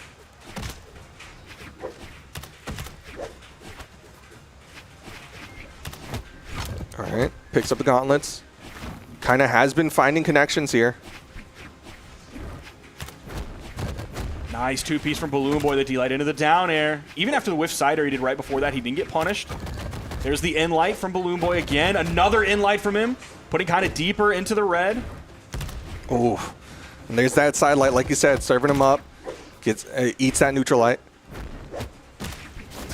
Ooh. A little bit of a risky play on Kyna's side, and it will Nice. not pay off. Wow. That's double recovery. Balloon Boy gets himself on the board. I thought we were at least going to see Balloon Boy lose that second stock, spawn in on his final, and then grab the bow, and then here comes like a side sig or something like that, D-light recovery, whatever.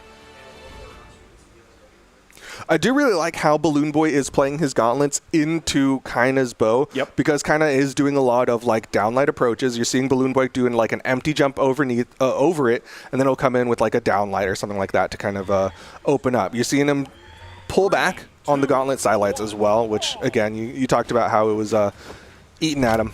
He's also not falling prey to like kind of doing a bow sidelight and then like backing up or pushing forward and then looking for the second sidelight after the dodge was burned so you get the full 3-piece. So he's like definitely limited the damage output that Kyna has on all of his weapons. Of course, we've still seen gauntlet strings, but they've been nothing like massive. Obviously, last game, Balloon Boy had such a lead, so there wasn't any huge big damage dumps or really early gimps that Kyna was able to get either. So yeah, the pacing that Balloon Boy has figured out here in this Zariel mirror is awesome. I'm really looking forward to how Kyna's going to respond after that. Okay, hits him with the downlight. Didn't hit him where he wanted it. He was a little too stacked up there, so opted for nothing after it. Getting good damage here onto Kyna's first stock. Man, he got around. I thought we were going to see potential further juggle either with a Nair or a turnaround neutral light or anything like that. But no, Balloon Boy was able to just land right behind Kyna, hit him with an in-light. Ooh, didn't hit that side light though. You know, he's looking for the setup for the KO. Hits a side light, but Kyna able to dodge away. Yeah, I'm not sure if that insig was a bait or if it was the attempt to catch. Or kind of thought he could recover in time and then grab the hit after Balloon Boy like creeps over the corner to try and punish him. But Balloon Boy finds first stock here. Just a little under a minute 15 into this game. So like not a long stock, but not a short stock by any means.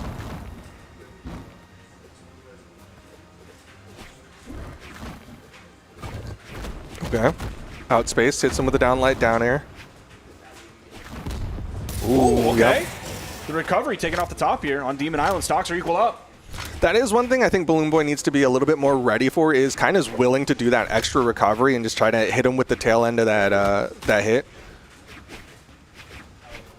Yeah, definitely like if you're playing against a Gauntlet player, you should expect many recoveries coming out, especially when you're in KO damage, whether it's like MarkyMoo playing Gauntlets or whether it's Kyna playing Gauntlets. Okay. Not able to hit him with the neutral air.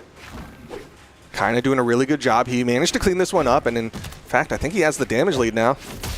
NC connects. This is a bad spot for Balloon Boy. DC coming out. No, he's just going to wait. Yep. Balloon Boy's going to creep over the corner. Here comes the side light from Kyna. There's the neutral sig from Kyna. He backs up to center stage. Dash forward in light. Another in light. Kind of playing a lot safer now as we get into this game number 4. You're seeing him not throw out too many signatures. Instead, really just playing that patience game, letting Balloon Boy come in and then punish him. Yeah, he's definitely playing more like he plays Taros almost here. Although because he's playing Zariel, you can throw out those signatures as like a bait or just more like candy than you can when you're Taros. Yeah, now that he's got the lead, you're seeing him start to throw out that candy.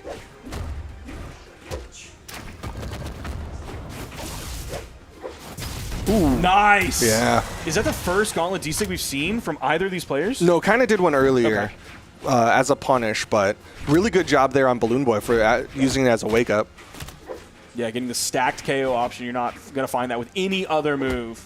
Although the bow D-Sig, but only if you hit it on the corner. Or you have 10 billion damage. Sidelight neutral air missing. There's a neutral air that does hit, but kind of immediately back on the stage with the side air.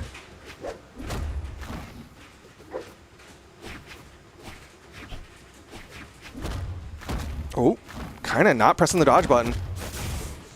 I think recognize he's not too damaged right now. I don't know if the people at home can hear, and I don't know exactly who it is, but dude, someone, someone be click-clacking back there. There.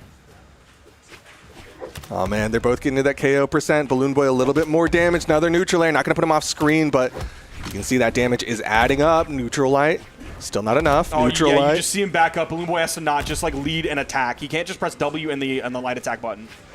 Dude, he's doing what he did with Taros Axe downlight. He's just control the ground, and eventually it works out. Downlight into the recovery, kind of going to take it 3-1. Yeah, and that's basically, it's very similar to the Taros playstyle. I wonder if he's going to eventually get bored of this, or if he'll be able to, because he's playing Zariel and he has those moments where like, oh, okay, I played really slow, I played really precise, waited for all of those punishes. Now I'm up a stock and a half or up 2 stocks. So I take time, baby. Yeah. Now I'm gonna have some fun. I did my work. Here's my reward. Yeah, it's all work and no play, but now he gets to have his play as well after he's done some of the work. I mean, he deserves a little treat, you know? Yeah. Kind of can have side a little sig treat, as a little side sig. He's looking into the side sig cookie jar like, ooh, yeah. Tough set for Balloon Boy. That's him losing 2 now. I wish, like, we need to be able to track players' mindset. I wish we could read. Can they make technology to read players' minds? Yeah, just put some like little dots on their head and get them brain signals. Because I want to know like every step of the way, like specifically Balloon Boy, just because we've seen him twice now, exactly how he's feeling after the really close set. We gave all the context of what that can mean for him, but now he's down 2 sets. And this one was a 3-1. And he went through several different legends. None of them were working against Kyna. So it seems like Kyna is a really difficult person for him to deal with right now, in addition to MarkyMoo. So he can't just like look at MarkyMoo and be like, that's the guy I got to worry about. He's like, okay, the 2 guys I've faced are really difficult, and I got to worry about both of them. Well, what's tough here with this round robin phase, again, we have 1 less competitor, which means they have 1 less set they do in the round robin phase, which means he's done 2 of his 4 sets. So if he doesn't win the next 2, he's pretty much guaranteed not making it out of the round robin phase. Obviously, he's going to need some time to reset, and so will we as we get ready to go into a short little break. When we come back, got to bring you some more round robin phase to find out who's going to get out of it. Stick around.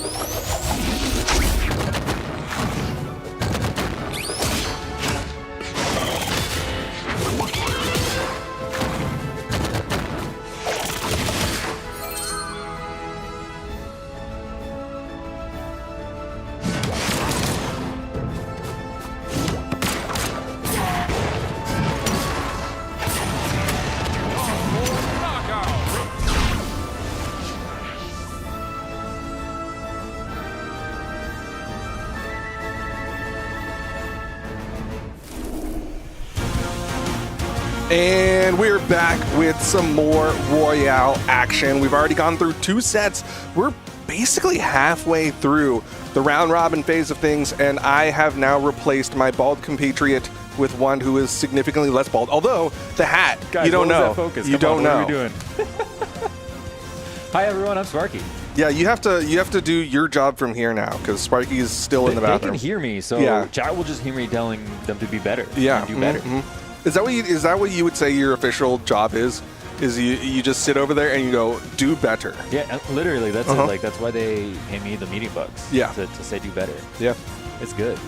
Well, Dude, how are you doing, man? I'm doing good. It's been fun. I do like this setup. Like, it's funny because it's like a little homey in some ways, right? Yeah, it's like fun, back isn't to it? the roots, but also like it's really, really enjoyable when we have stuff like this. Sparky's back. What's up, Sparky? Told me I had 4 minutes. That was did. more than 4 minutes. What? That was more than 4 minutes. No, it was not. Yeah, it was. Well, the timer was like 3 minutes, Yeah, the timer and then there lied, was like man. an ad. So It was not 4 minutes. Your microphone sounds crazy. Did you time in my yourself? ears. This is No. cool. you should have. You should have. That would have been cool. Yeah, no, when we walked in, we were like, this is going to be a cozy space, and it Yeah. really is a cozy space. Yeah, it's nice, chill. though. It's I like it. it's fun because I think it tears down some of the barriers of discomfort that you Yeah. have when you're in like a position like this. Because obviously, like literally, we had Mounir sit down before we started the broadcast. Literally, MarkyMoo came over, looked over my shoulder, and was like, "What are you doing right now?" And I'm like, "I'm just playing this other video game."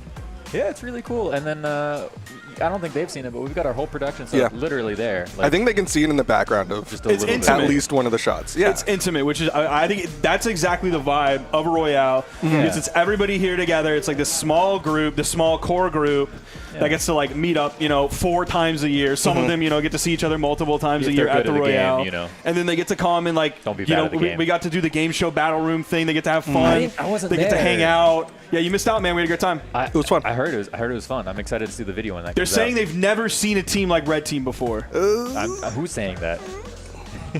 Well, of course, we are here for the Royale, so let's talk about what's going on. We've already seen a couple of sets happen today. Balloon Boy versus MarkyMoo, Lores versus Mounir, and Kyna versus Balloon Boy. Now, it's time to get into Mounir versus MarkyMoo. Once again, Mounir, our only representative of the European region. I know it says BRA down there, but he is EU. And there you see Godly. He's at home. He was not able to make it, unfortunately, was too sick to make his flight. Yeah, that was so funny. We were filming stuff yesterday. Yeah. And they were like, oh, we got it. We were taking pictures of like the players from their region. So I kind of was with Lores, Balloon Boy was with MarkyMoo. And then we just had like Mounir up there all by his lonesome and was like, just call Godly. Wait, whose idea was it? I'm just going to say it's mine. Okay. I don't remember. Because I'm gonna say, like, if it's Mounir's idea, then that's sweet. If it's your idea, then it's like, oh, that's work. Okay. That's my boy Godly, man. I just wanted him to be here, man. I miss him. We do miss him. Godly's I always miss such a him. treat at these Royales. It's, again, unfortunate he was not able to make it. But we're going to get into this next one. Again, he's swapping around characters. He's on fire right We now. saw him with that Thor. Both of these players we saw get a W already on stream, so one of them is going to have to take an L. We ran into each other in the bathroom. He seems to be in good spirits. Okay. He seems to be like locked in because I even went for a handshake after he just used the restroom, not thinking. And in the I moment, am giving you such a face right now. what? Because you both went to the restroom, you didn't wash your hands, and you tried to go for a handshake? No, he was coming out. He was exiting using the restroom. I was going in to use the restroom. Oh. And so he left the device, the toilet device, and I went like, yeah, man, what's up? And then he, in the moment, with the reaction times and knowing everything, he was able to, boom, rotate to this. And I was like, Okay. oh, yeah. Okay. I thought you both, like, went to urinals and then stepped away, and you're like, hey. Yeah, man. Just That's definitely what I did. That's a really weird interaction, but no. We got Mounir. I'm glad he's in high spirits. Yeah. We'll see if that continues here. He's going to be going up against MarkyMoo. What's his history against MarkyMoo? How often have they fought? I'm going to say 3 times. Ooh, not very often. Not very often. It was at Max Mode 2025. One time. They would have fought each other at CEO, but that was the tournament that MarkyMoo had like a little bit of a rough placement for him and ended up coming out in 7th place compared to Mounir's 5th. So they were like close in the bracket, but they didn't quite get to the point where we would expect both of them to normally get to run into each other. Mounir starting off with the Thor here against MarkyMoo's Mordex. Yeah, I mean, the Thor looked really good. Definitely was a little bit more warm than the Taros was in his previous set. Okay, goes for an interesting option there. He hit the stomp, but I don't think he jumped up for that side air. Yeah, one thing that could be a little bit scary for Mounir is if he keeps pressing things the way that he did against Lores, and MarkyMoo can chill out just a little bit, he's going to be ready, and he's going to find those punishes off of those gravity cancels. Like, yeah, Mounir cannot telegraph an unarmed ground pound like that and not expect to get hit by MarkyMoo. His recovery does get stuffed there, but I think he still had the touch, so we'll be able to get back up safely. Is eating a lot of damage here. MarkyMoo's having to put out a lot of damage to take the stock. Part of that is because he's playing high defense Thor. Yeah. And then also, like, MarkyMoo, like, so he has to build up that damage, but he's not taking a lot of damage in the process. So, like, at that point, the context, like, doesn't... The context is the important part, not that he's maybe having to do, like, 200 damage per stock. I mean, either way, MarkyMoo managed to get that damage and that KO.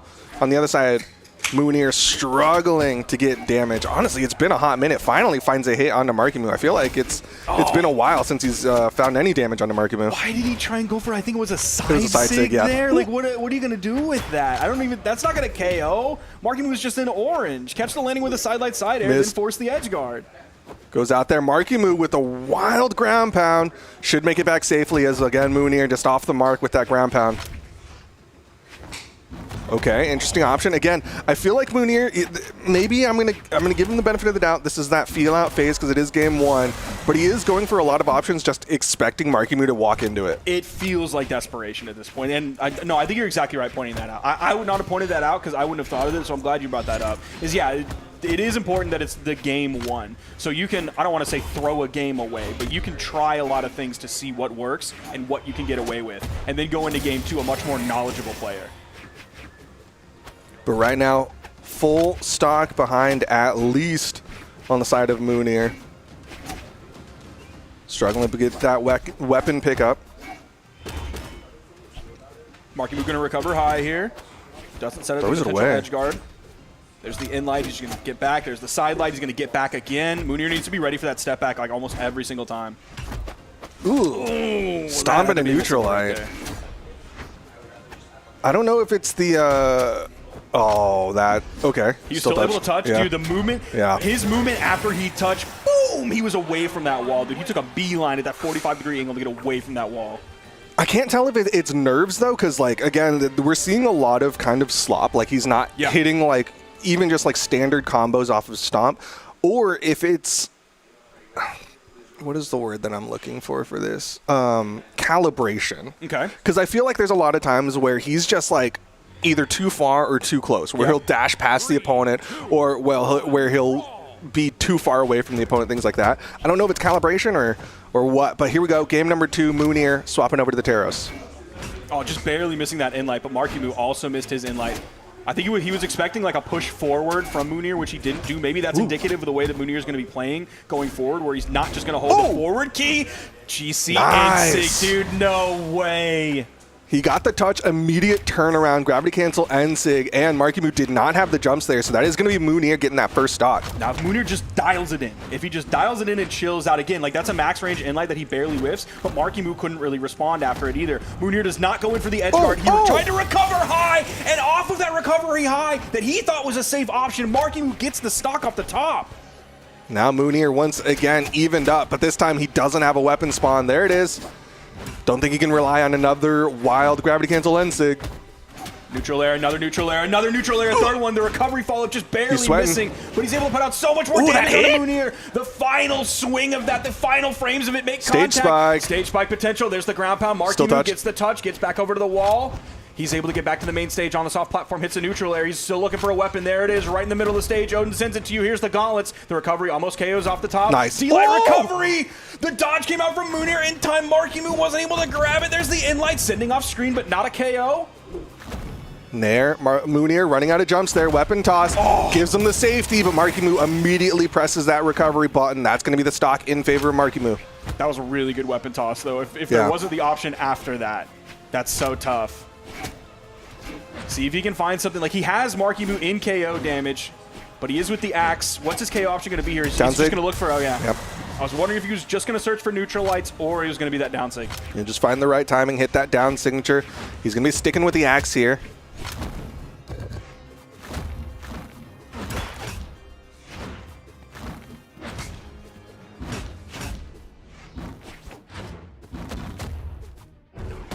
far to the right. Mounir went too deep. Is he going to Oh! lose the stock for this? Yes, he is. He loses the stock and the game. Man, just that slight misplay. Mounir got a little aggressive there, went for the gravity cancel off stage, and you saw MarkyMoo complete control, takes that one away. That's tough for Mounir. That's going to hurt the mental a lot. That's something he's talked about quite a bit, is like when he loses games, it's usually because the mental slips away and just like gets out of his hands. Dude, it's tough. We don't talk about it enough. Like, the fact that you have to stay locked in, especially like in this round robin phase, like you have to stay locked in against some high caliber players for a very long time. That's why Royale's different, baby. You can't just like get off the stage and then like wait for your next set, or like morning pools are over. Yeah. I'm done for the rest of the day. Everything's good. Maybe I have to show up at like 5 o'clock. Yeah, I just got to come back tomorrow for Championship Sunday. To go back to all your friends. Like no, your friends here. Yes, they're your friends, but also like they're your hardest competition. 3, 2. And we're seeing the swap over to the Bryn. Okay, yeah, it was predominantly Axe for that last game. That's what got him that initial stock, although like you don't have gravity cancel Lensig. Yeah, he doesn't have any like super cheeky signatures on this legend. Like maybe the axe down sig, you get like, you know, the goofy scoop. And then you have like the big spear down signature that we know like Stingray likes to use so much. One of the reasons that he ever plays this character. He loves the big spear down sig. Another one, I didn't think he had the range on that. Down and there's sig. the GCD sig. Still all has the movement. active frames of it, all of the hit boxes that it covers. Wow. Nice. Really solid start. And it's clean, too. Like, it wasn't like a cheeky, like he hit that one gravity cancel down sig and MarkyMoo just didn't have the jumps. No, that was Mounir really picking apart MarkyMoo in that offstage. Yeah, it was a systematic start and just like normal gameplay on the main stage, some neutral, some not neutral, and then the extended offstage, and then the stock. And you're kind of seeing why he's called the chameleon, right? Like that ability to swap up legends and really find what is the thing that he needs. This time it's that spear. And sometimes that's a liability for Mounir, because when the mental gets off the rails, then he's just like, I'm just searching for, I'm throwing anything at the wall that'll stick. But here we can see the way this Bryn is playing, dude, getting away from all of these sidelight options from MarkyMoo. He's not able to get the read on where Mounir's going. All right, MarkyMoo got past that gravity cancel, though. Recovery's still going to hit. Higher ceiling here compared to the horizontal. On the soft platform, too. He definitely still seems dialed. Even if this game was like absolutely even right now, or the top side of the screen was completely like it just glitched away, you would still see, based on Mounir's movement, that he feels very much in control at this moment. You see him backing away. Yep. Didn't want to challenge MarkyMoo in that position. Ground pound is all he needs. Full stock advantage. Yeah, he seems dialed here. Even in that moment with the ground pound, like he went back to the middle of the stage. He didn't want to overextend. He waited for MarkyMoo to overextend just a little bit so that when he was aerial, he could hit the ground pound and get the KO. All right, comes up, hits him with that side air. Not able to hit the down line. MarkyMoo looking for more nairs and sairs. Oh, just a little bit too low on that side sig. That could have been it. Nice, The GC D-Light off stage to get back on stage, and another one just barely missing the neutral signature off the top. There's a D-Light side air. Weapon toss goes high. It's a big lob. Watch Pogo. Goes with the D-Sig. Oh, Mounir Yes. gets away from it as well. Almost the exact same movement. It wasn't off the wall, but it really felt like the exact same movement when he got off the wall with Thor that we previously pointed out. Holy cow, Mounir. You are on a run today, brother. That timing mini game that just happened there, where Mounir went for the gravity cancel down signature. MarkyMoo had to go all the way around, tried to hit the ground pound, but was a little too late. Mounir was able to get out in time and turn that one around, and that gives Mounir one on the board. He is coming back. I'm feeling some momentum on his side here based on the way he was playing, based on his movement. Obviously, the big lead he had, the destruction that came out from his Bryn on that game. We're locked in for the Bryn on game 2. MarkyMoo not going to swap over to the Mirage or anything like that. Not yet. Any other side legend or anything like that. We're going back with the Mordex. Same map, same picks. MarkyMoo knows he could do this one better, and we're going to go into it for game number 4. Mounir, starting weapon. It's the axe, not really what he wanted. Seems like the spear has been that big weapon for him. I don't know if my Lyft driver is watching. Sorry, Marcus, that we started late today. I know I told you 11 a.m. Sunday. Oh, potential here. But his son is a Mordex player, so hopefully he's watching as well, because this is the best Mordex player in the world. This is MarkyMoo right here, our representative from North America. He's up 2-1. He's pushing the offstage. He hits the ground pound. He goes in for another one. He has that little pause on the wall. Mounir's able to get away. These neutral airs on the axe, zoning MarkyMoo out. Mounir able to dodge away in time. MarkyMoo, though, finding these hits on top of a Mounir. Gets disarmed, doesn't get the weapon pick up, and it's going to be MarkyMoo with the recovery.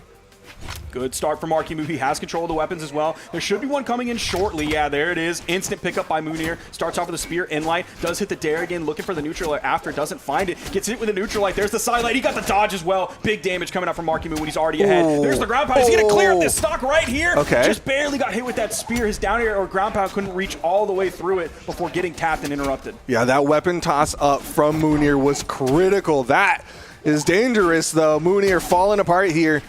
MarkyMoo already up 2 games. Downlight into the recovery, not going to KO. Trying to utilize that soft platform. Another recovery, not going to do it. Oh, he gets disarmed. MarkyMoo. Nice. Oh, okay. Yeah. Nice. I respect the attempt with the GC side heavy. Yeah. It feels quick enough that like MarkyMoo wasn't ready to respond to it in time despite having like amazing reaction. Well, that was all enough to almost tie things up in stock count, but MarkyMoo with that recovery immediately, again, builds that lead. Yeah, this is looking a little bit scary for Mounir here. He's down a full stock. He's down a full game as well. It's 2-1 in favor of MarkyMoo. A victory here for MarkyMoo. We'll give him the set over Mounir. But this Axe gameplay, dude, these in-lights, these down airs, it's just chunks every single time. There is a weapon spawn on the field, so either player can make a move to it. There's the bounce pass to yourself into the GC in-light. That KO off the top, it does! He caught him overextending! What a reaction on Mounir's side. The gravity cancel neutral signature. That might be what he needed right now. Where's the weapon spawn? It's in favor of MarkyMoo. Yeah, if Mounir was able to grab that weapon, that would have been huge. He's able to zone away with the in-light, Nice. hit MarkyMoo, grab the weapon, but he throws it away and it misses, so it falls off the stage. Not able to re-grab it. Here's the Axe. This is what he wanted. Dodge. You can see Mounir trying to play this a little safer. MarkyMoo gets in. The dodge down on Mounir's side. Oh, he misses the side light. Oh, he's backing away. He's giving so much stage to MarkyMoo. Look at how long it's been since MarkyMoo threw out an attack. He knows how scary this situation can be, and he's able to clutch it out with a 3-1 victory over Mounir. So that's now MarkyMoo with 2 victories so far. He has one over Balloon Boy. He has one over Mounir. Mounir has 1 victory that he got over Kyna. Loris. Yep, that is MarkyMoo with a 3-1 victory. I almost want to say that basically secures his spot in the top 4 of things.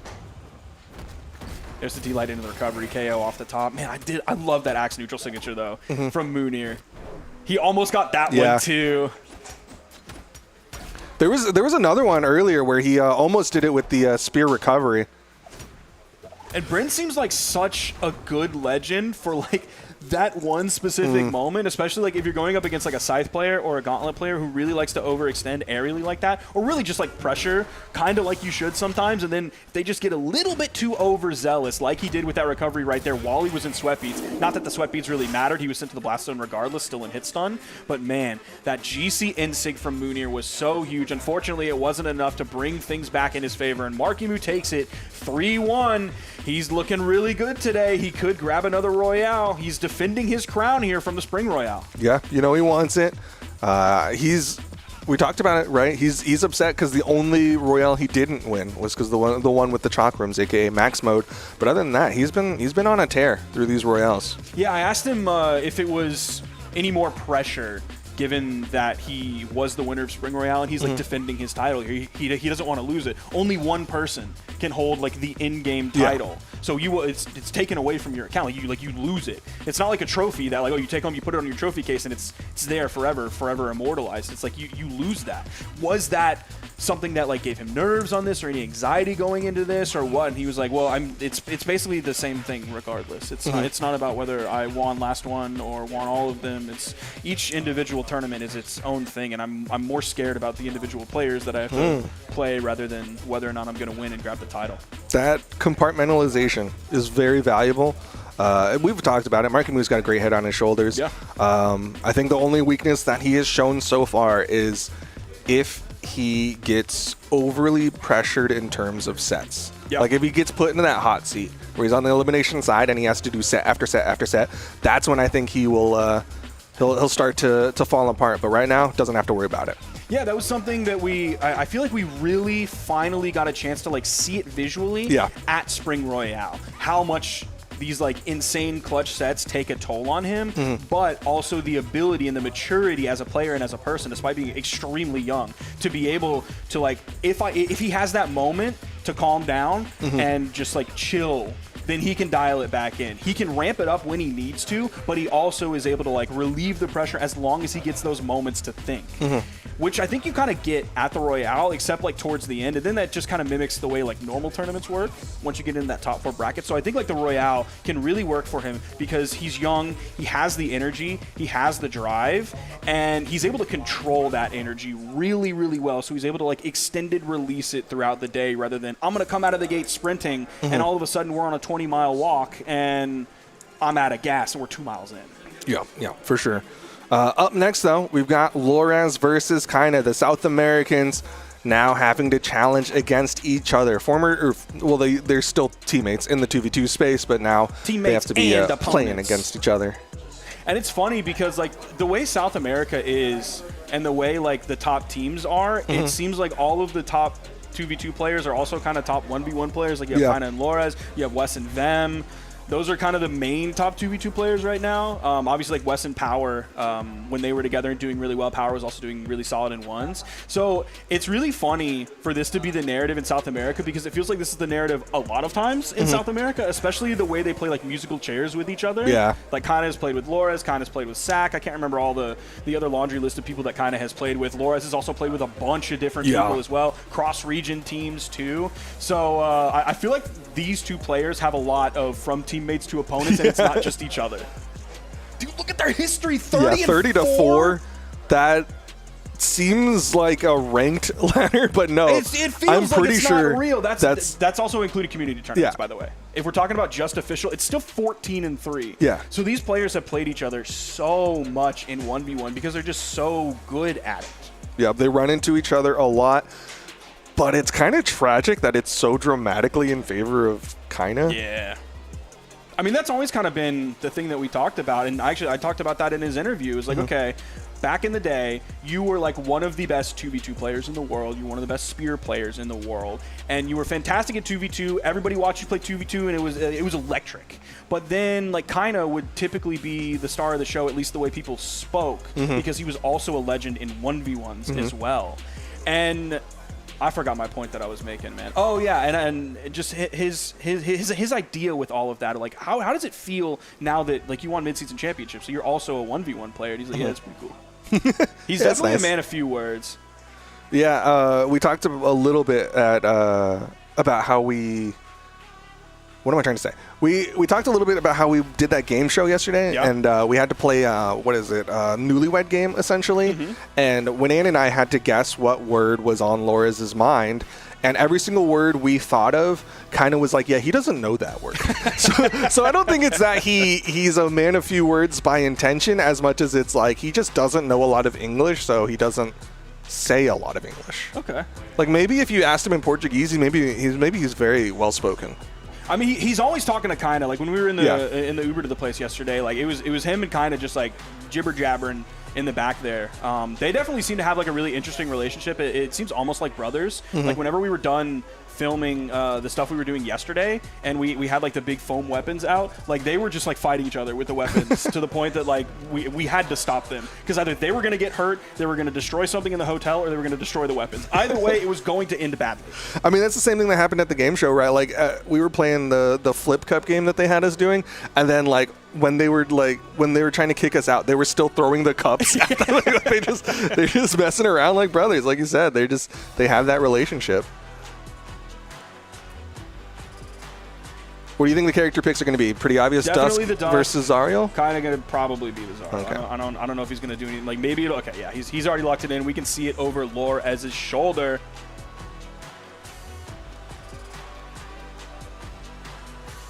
Here it is. Lores versus Kyna.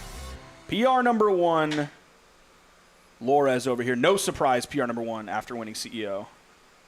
I'm assuming Kyna's number 2 only. Yeah. He's 2. I didn't know if Typh maybe edged it out after Typh's been doing really well in the championships. Tournaments. I think it's just he hasn't won enough in the online. And also kind of goes to land, so he has like and does really well on land, so he gets those like big boosts. But here we go, game number 1. This could be really important on the side of Lores just because he's already taken an L today. Taking another one would again put him tied with Balloon Boy and make him in that position where it's like, it might come down to games if they can't win a set. Okay, 2-piece.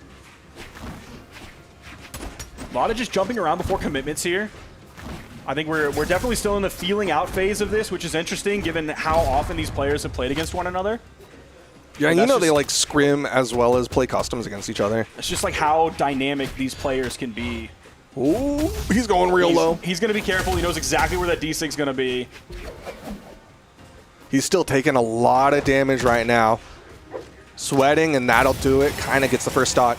Yeah, it feels like he kind of went on a tour of Demon Island. Like, Yeah. Kyna was mostly controlling the stage. He was like, oh, you're going to hit him, send him all the way to the left side. Now he's going to get back on stage and send him all the way to the right side. Like, every time he wanted to get back towards the middle, towards the safe part of the stage, like, kind of just, like, grabbed him and threw him away.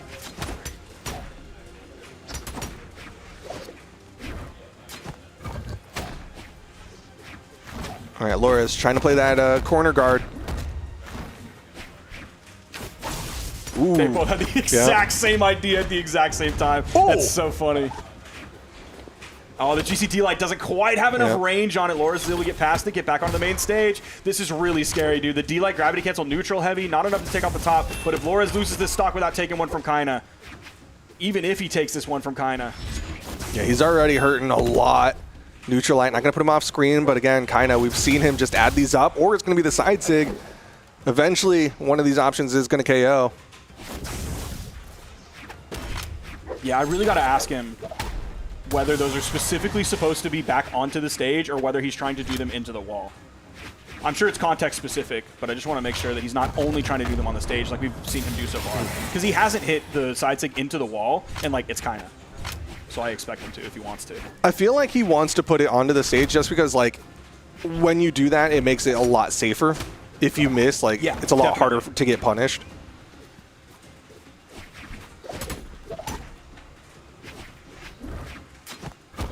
Neutral light. Yeah, a lot of jumping around from these two players. There's the side light, D-light Yep. into the side air.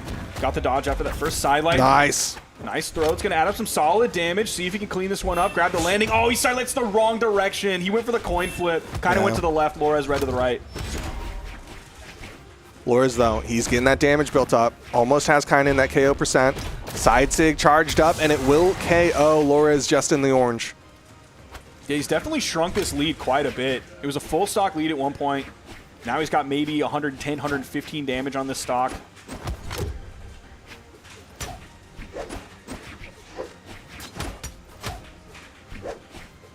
Ooh. Ooh. Yeah, that was a bold side sig to do. Is that just what he's going to hunt for here? Or is he just going to maybe go for the side light, D-light, or side light into the side light, D-light side air? Side light, D-light recovery. Maybe just a neutral light. That's what got the second stock. Nair. There's the Nair. No bounce pass to himself after that. He couldn't find the hit. It was an interruption from Lores. There's the in light. He just had to wait for it. Player 2 wins. I am starting to think that one of the things that makes Kyna so scary in the KO percent, when you are deep red, it's that Kyna can choose to either go for the really, really safe option of just like neutral light, something that just like will eventually KO if you get into 300 damage, or he'll just go for something crazy like a side sig. Like he just kind of coin flips and you don't know which one you have to respect more in that moment. It's like when they were trying to find Pablo Escobar and they said that like, oh, he has to get lucky every single time. And we just got to get lucky and once. get a million hits, but like I only have to get lucky once. I have to find that one singular hit, and he can, you know, maybe he'll get one, maybe he'll hit a spear Nair here, but like my abilities means he's not going to find anything huge, and all I need is my one singular hit. Was he the guy who put a bunch of hippos on? Yes. Okay. Side light, down light, neutral light, gets the 3-piece, is taking a little bit more damage than Lores, and Lores has him in that KO percent. Ooh, The nice harpoon harpoon. toss. GC Needs to side finish sig? it? Oh, it Ooh. was just a dodge up, Okay, actually. yeah. I think the side sig, like Lores also would have got that. Yeah. He went with the with like the jump ground pound, so he could get high enough up. So if the side sig came in, he was going to be right down on top of it rather than getting hit by it. There's another pickup where it kind of did like the turnaround with it. He did it with the bow last time with the pickup into the turnaround side air.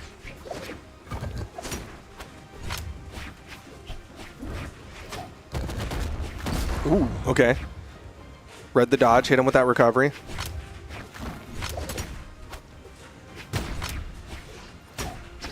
Laura's being very careful. There's the sidelight. Just barely. I don't think he had line of sight to get hit by that D-Sig. It was so close. Like the curvature of the wings. If they were just a little bit bigger, they might have got him.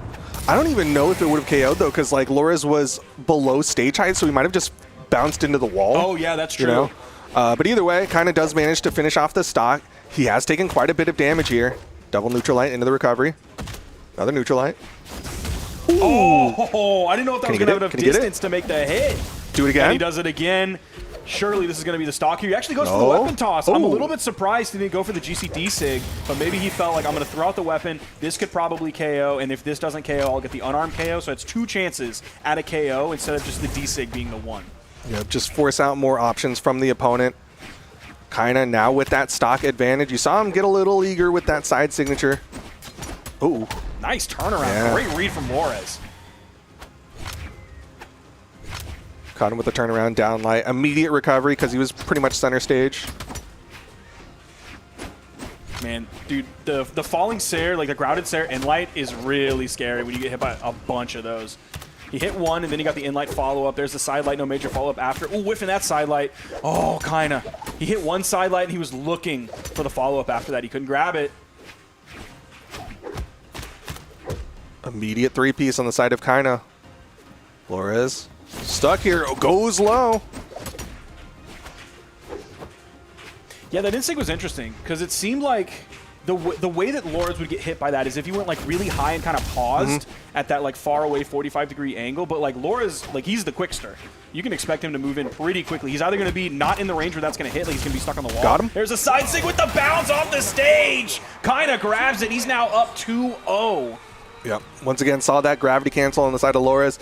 Immediately runs in, hits him with that side signature, catches him out of the air. The side sig hits high enough. Good option over like the bow downlight, which would not have connected. No legend swaps whatsoever. We're not going to see Lores go over to the Kaya. He hasn't played Kaya in a while. At least not in 1v1s.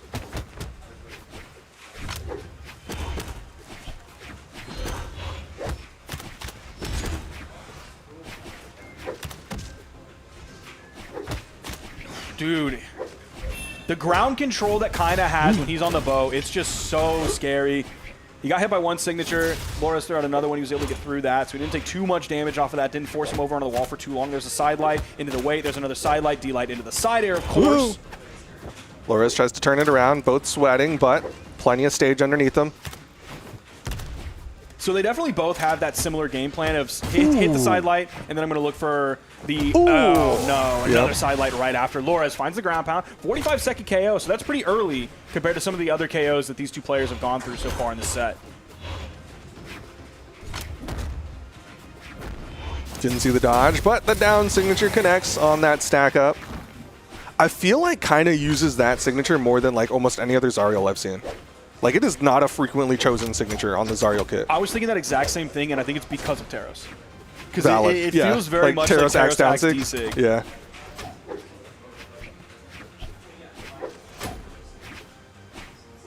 I think, like, in the beginning, Zariels loved that one. Like, they would just toss it out all the time.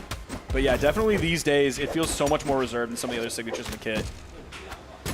Ooh, okay. You saw Kyna actually trying to connect with the neutral light through that weapon toss, but Lores ended up getting that hit and the gravity cancel afterwards. Both of them in the red. Oh. Went for the recovery. He actually moved off stage and went with the recovery back to catch Kyna. Nice lead here for Lores. Yeah, it seemed like Kyna didn't know what to do against that whiffed recovery on Lores' side because he kind of stood there for a second, wasn't sure if he wanted to nair or neutral light. Yeah, this game is definitely much quicker than the other ones. It was already like 2 stocks down, maybe a minute 30 into this one. This is the side signature, neutral light. Double? Goes for the double. Another, oh, he was hunting for the side light. He wanted that one there. Just gonna go unarmed. Now grab back over to the orb. There's the side air. Dude, he has destroyed this final stock from Kyna. Yeah, Laura's just doing a really good job finding hit after hit. Kyna trying to get past it, goes over to the gauntlets, needs to set up for the recovery, but he misses the neutral light. God, it feels like he put out like maybe 2.25 times the amount of damage that Kyna's gone, been able yeah. to put out. He's going to clean it up just Yeah. like that, bring himself back in this by putting it up on the board. It's 1-2 now, still in favor of Kyna, but Lores has some momentum back on his side after that 2-stock. Yeah, you saw the way that Kyna was starting to struggle there with the gauntlets, with the bow, just was not finding connections against Lores. Not overly surprised to see him stick with the Zariel just because like it doesn't seem like he has other picks, but I don't know if it's going to work again. 3, 2, 1. Well, if it doesn't work here, we still have the Game 5 as an option to see if he's going to swap off of that, or he just adapts to Lores. He's able to come back in this game and take it 3-1. Ooh, Starting it off, we're already seeing the signatures come out. Goes in with the ground pound, got too. him. Even got the side Yup. air. There's the down air. Oh, couldn't get the second hit. Man, almost getting a stock in orange like that. It's so crazy this early in the game. He did it with so many hits, too. It wasn't just like one singular gimmick hit. Yeah, that would have been huge value for Kyna. Surprisingly, no like ground pounds or down 6 thrown out in that situation. Uh-oh. Okay. I was worried that was going to Yeah. get a goofy wall interaction. It was going to be over for Kyna. If Lores had fallen a little bit more, you could have seen that wall bounce or even potentially a stage spike. Oh, good dodge on Lores' side. That means it's still down, though, so Kyna will get that recovery. Quite a bit of damage added up on Kyna here, so it's not going to take too much to KO, especially not on Dusk. Just like Lores has to find the right thing. Oh, Nice. the Weapon toss. too. Oh, but Lores' weapon toss works a little bit better. Eats Kyna's recovery, and that is going to tie things up. I do love the timing on like the weapon toss into the GC sidelight. So you end up kicking them all the way to the right side if they dodge through the weapon toss. That gets them like really far away, so that they have to go burn so many in-air options. If they don't have like full kit of movement options, like they're probably going to lose that stock if you play it right.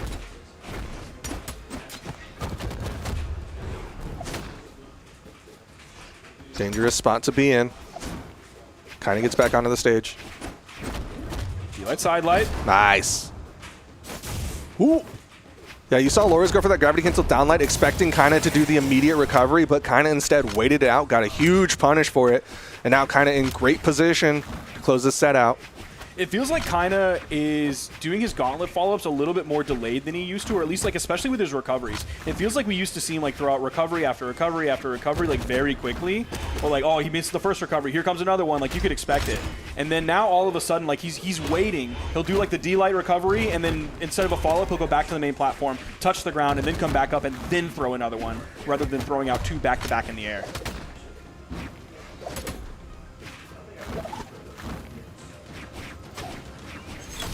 Okay, good spacing there on Kyna's side. Got in, hit the downlight, couldn't get more. Yeah, he was going, I guess, for the low. Got Okay, him. is this going to be the stock? No, not quite yet. What's a sig? Oh, went off stage for the nair instead. Okay, recovery on Lores' side. Final stocks here, game number 4. Lores needs to get this stock off Kyna. This is exactly what we were talking about. Kyna is coming in fresh. He is on final stock. Lores was able to take away stock Gone. 2. He just has to hit the 1. Okay, now he just has to hit the 1. Meanwhile, Lores is looking at a fully, beautifully crisp white t-shirt that Kyna is wearing right now in terms of damage. Fresh out the laundry. Not a single pet hair on that shirt. Downlight neutral air, and that is going to be Kyna taking the set 3-1. That is a big victory for Kyna, who wasn't able to win it out at CEO. He wasn't able to beat Lores. Good start there for Kyna. That's a 3-1 against the CEO mid-season championship, or mid-season champion in both 1s and 2s. Yeah, that's some fantastic adjustments on the side of Kyna. I feel like Definitely. he started to lean a little bit more into the gauntlets and started to find that rhythm against Lores. He had such a great start to that game, too, with that edge guard that put out like 120 damage very, very quickly. Didn't get the orange KO or anything like that, but still, that amount of damage that quickly without taking too much, it was solid. That was a great ground pound that came out from Lores, though. That gave him the first stock of the game. There was that weapon toss in the GC sidelight that, unfortunately, because of that fantastic weapon toss from Lores, that bonked kind of on the head.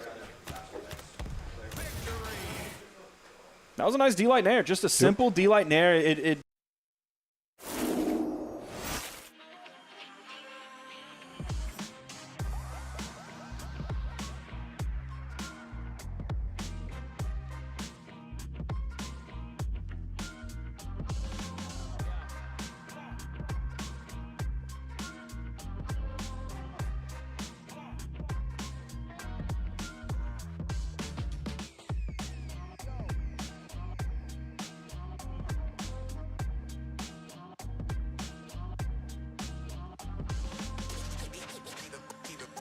moving.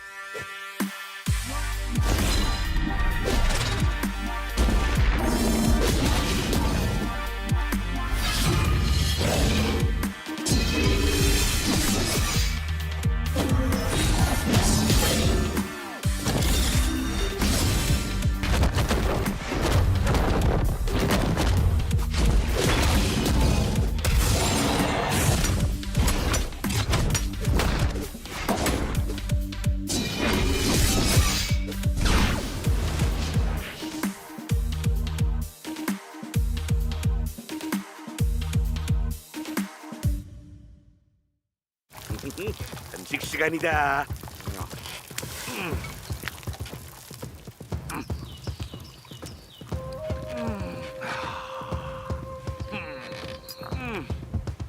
너 좀 먹을래? 아팠어.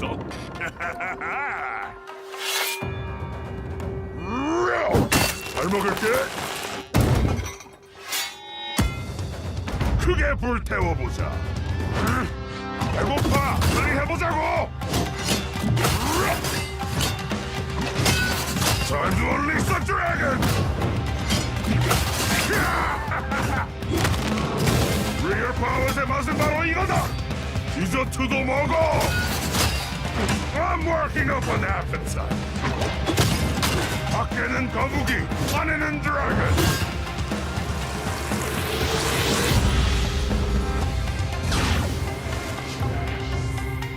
이기는 건 디저트만큼 달콤한 거야. 뭐 거의. Welcome to Brawlhalla.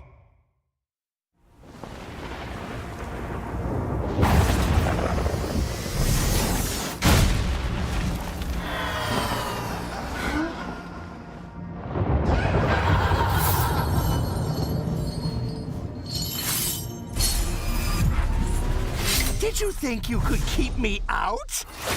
I can't tell if you're sweating or crying. You're stronger than I thought.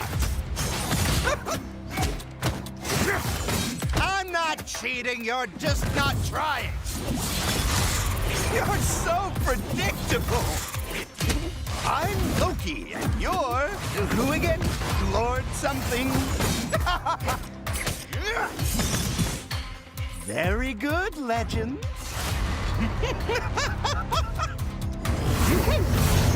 I think he likes you.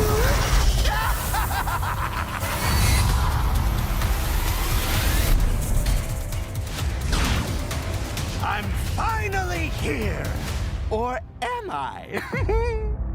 Welcome to Brawlhalla. 期待を裏切られた仲間よ。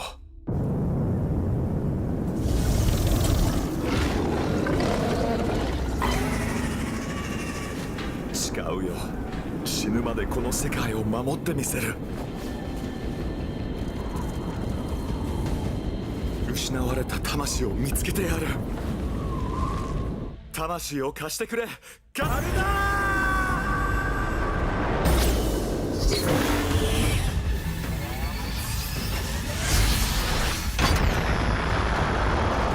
仲間が倒れたが俺は負けない。手を貸そうか。かなわない相手なんていない。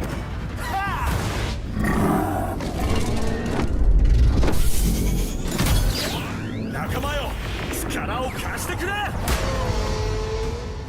多勢に無勢だが俺にはかなわないぞ。ラプターフォースの真の力を見せつけろ。お前の攻撃は強いが俺の意志にかなわない。まだまだ仲間のために戦う。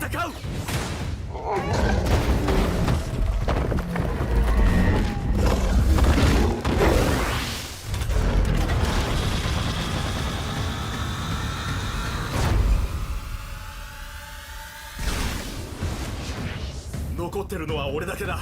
最後の防衛。ブラルハラへようこそ。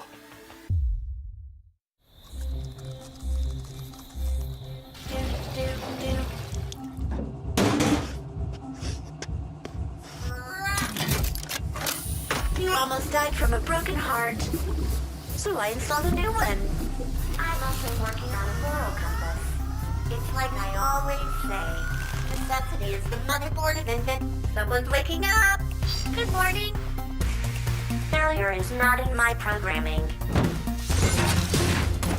When life gives you lemons, build a robot to throw them back. I never break a sweat, literally. You may be fast, but I'm overclocked. Your moves could use some debugging. I don't let power go to my head. I use it everywhere.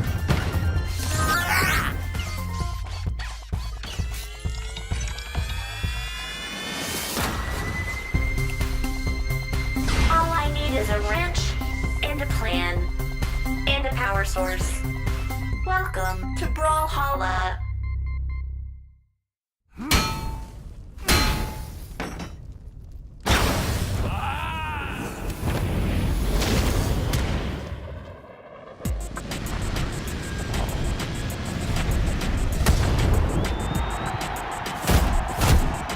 ¡Esto es mi cuadrilátero! ¡El jaguar pone las reglas! ¿Quién sigue? ¿Te faltan pantalones?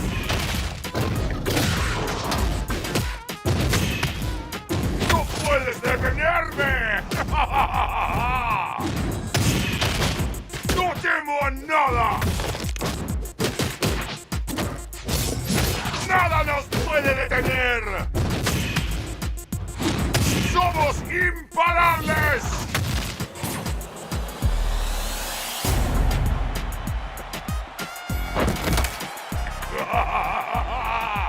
¡Bienvenidos a Brawlhalla!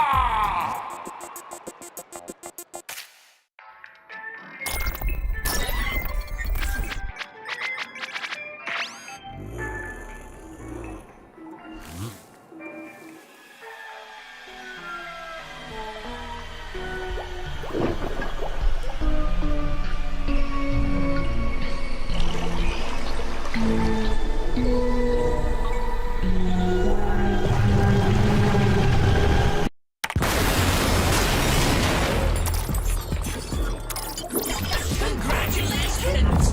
You've been infected! No spam filter can stop me! You bring fists, I bring corruption!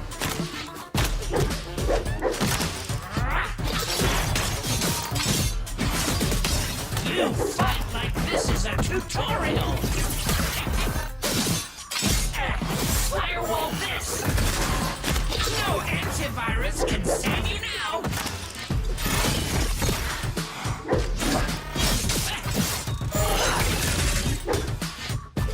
Shots fired!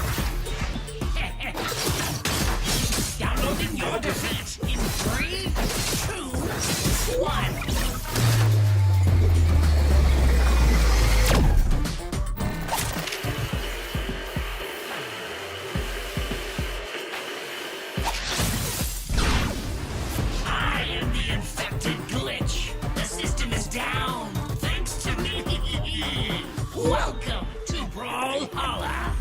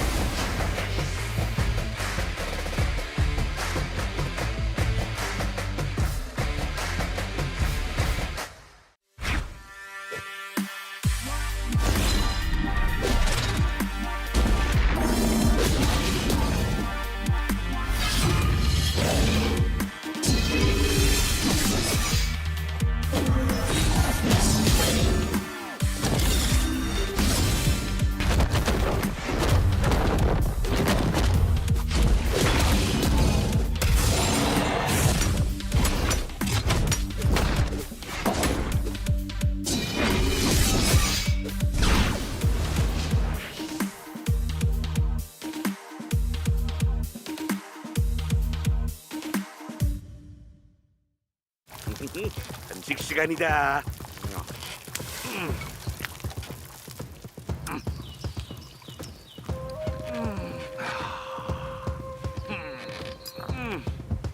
문어 좀 먹을래? 나 불써.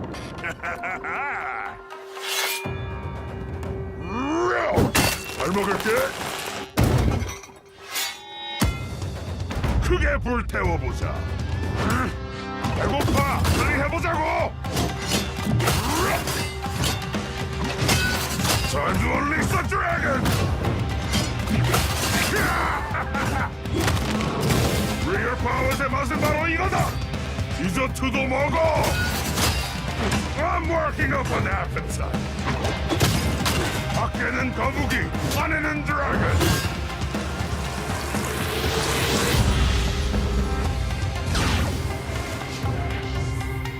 이기는 건 디저트만큼 달콤한 거야. 뭐 거의. Welcome to Brawlhalla.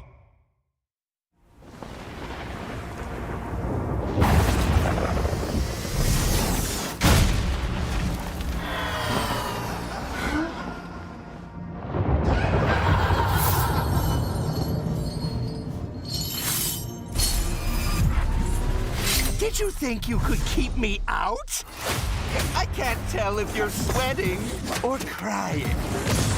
You're stronger than I thought. I'm not cheating, you're just not trying. You're so predictable. I'm Loki, and you're who again? Lord something. Very good, legend.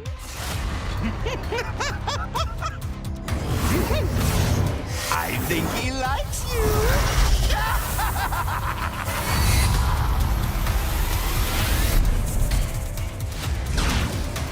I'm finally here. Or am I? Welcome to Brawlhalla. 期待を裏切られた仲間よ。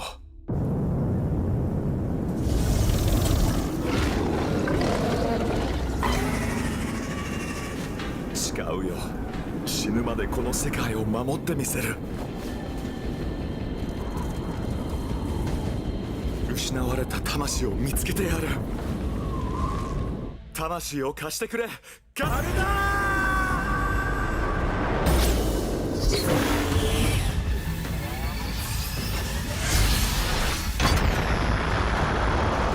仲間が倒れたが俺は負けない。手を貸そうか。かなわない相手なんていない。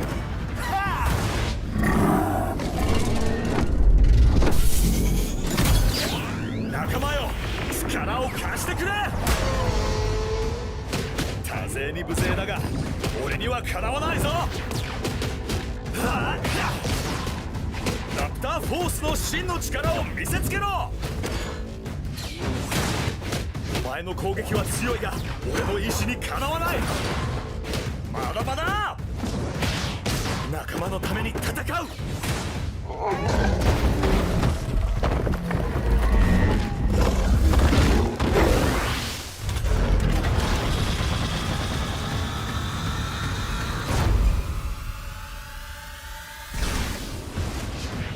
残ってるのは俺だけだ。最後の防衛。ブラルハラへようこそ。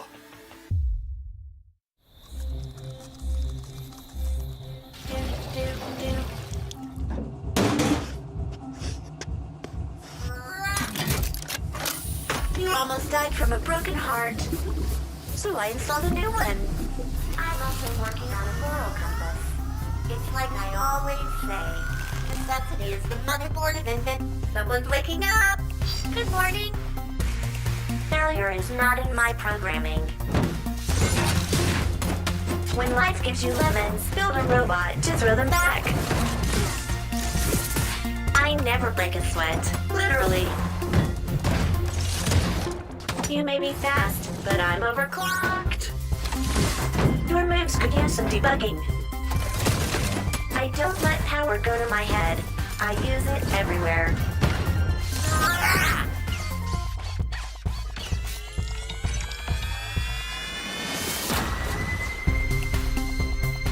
All I need is a wrench, and a plan, and a power source. Welcome to Brawlhalla.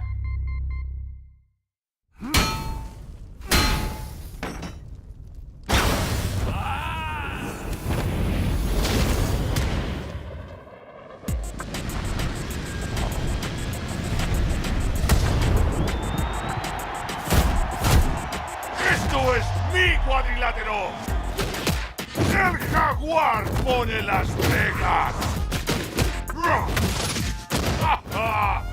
¿Quién sigue? ¿Te faltan pantalones?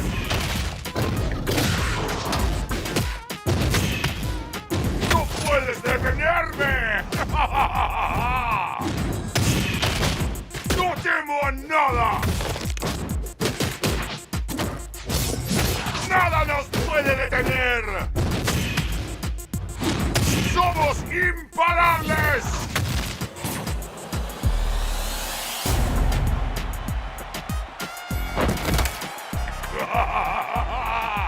¡Bienvenidos a Brawlhalla!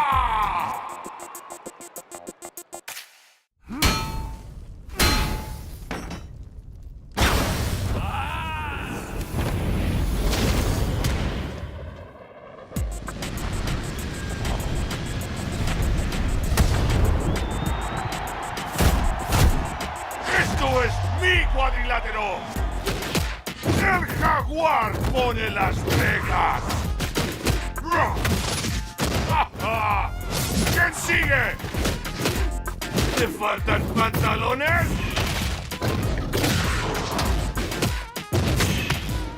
¡No puedes detenerme! ¡No temo a nada! ¡Nada nos puede detener!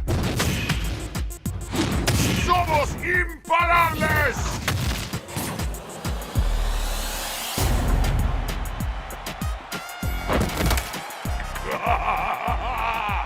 ¡Bienvenidos a Brawlhalla!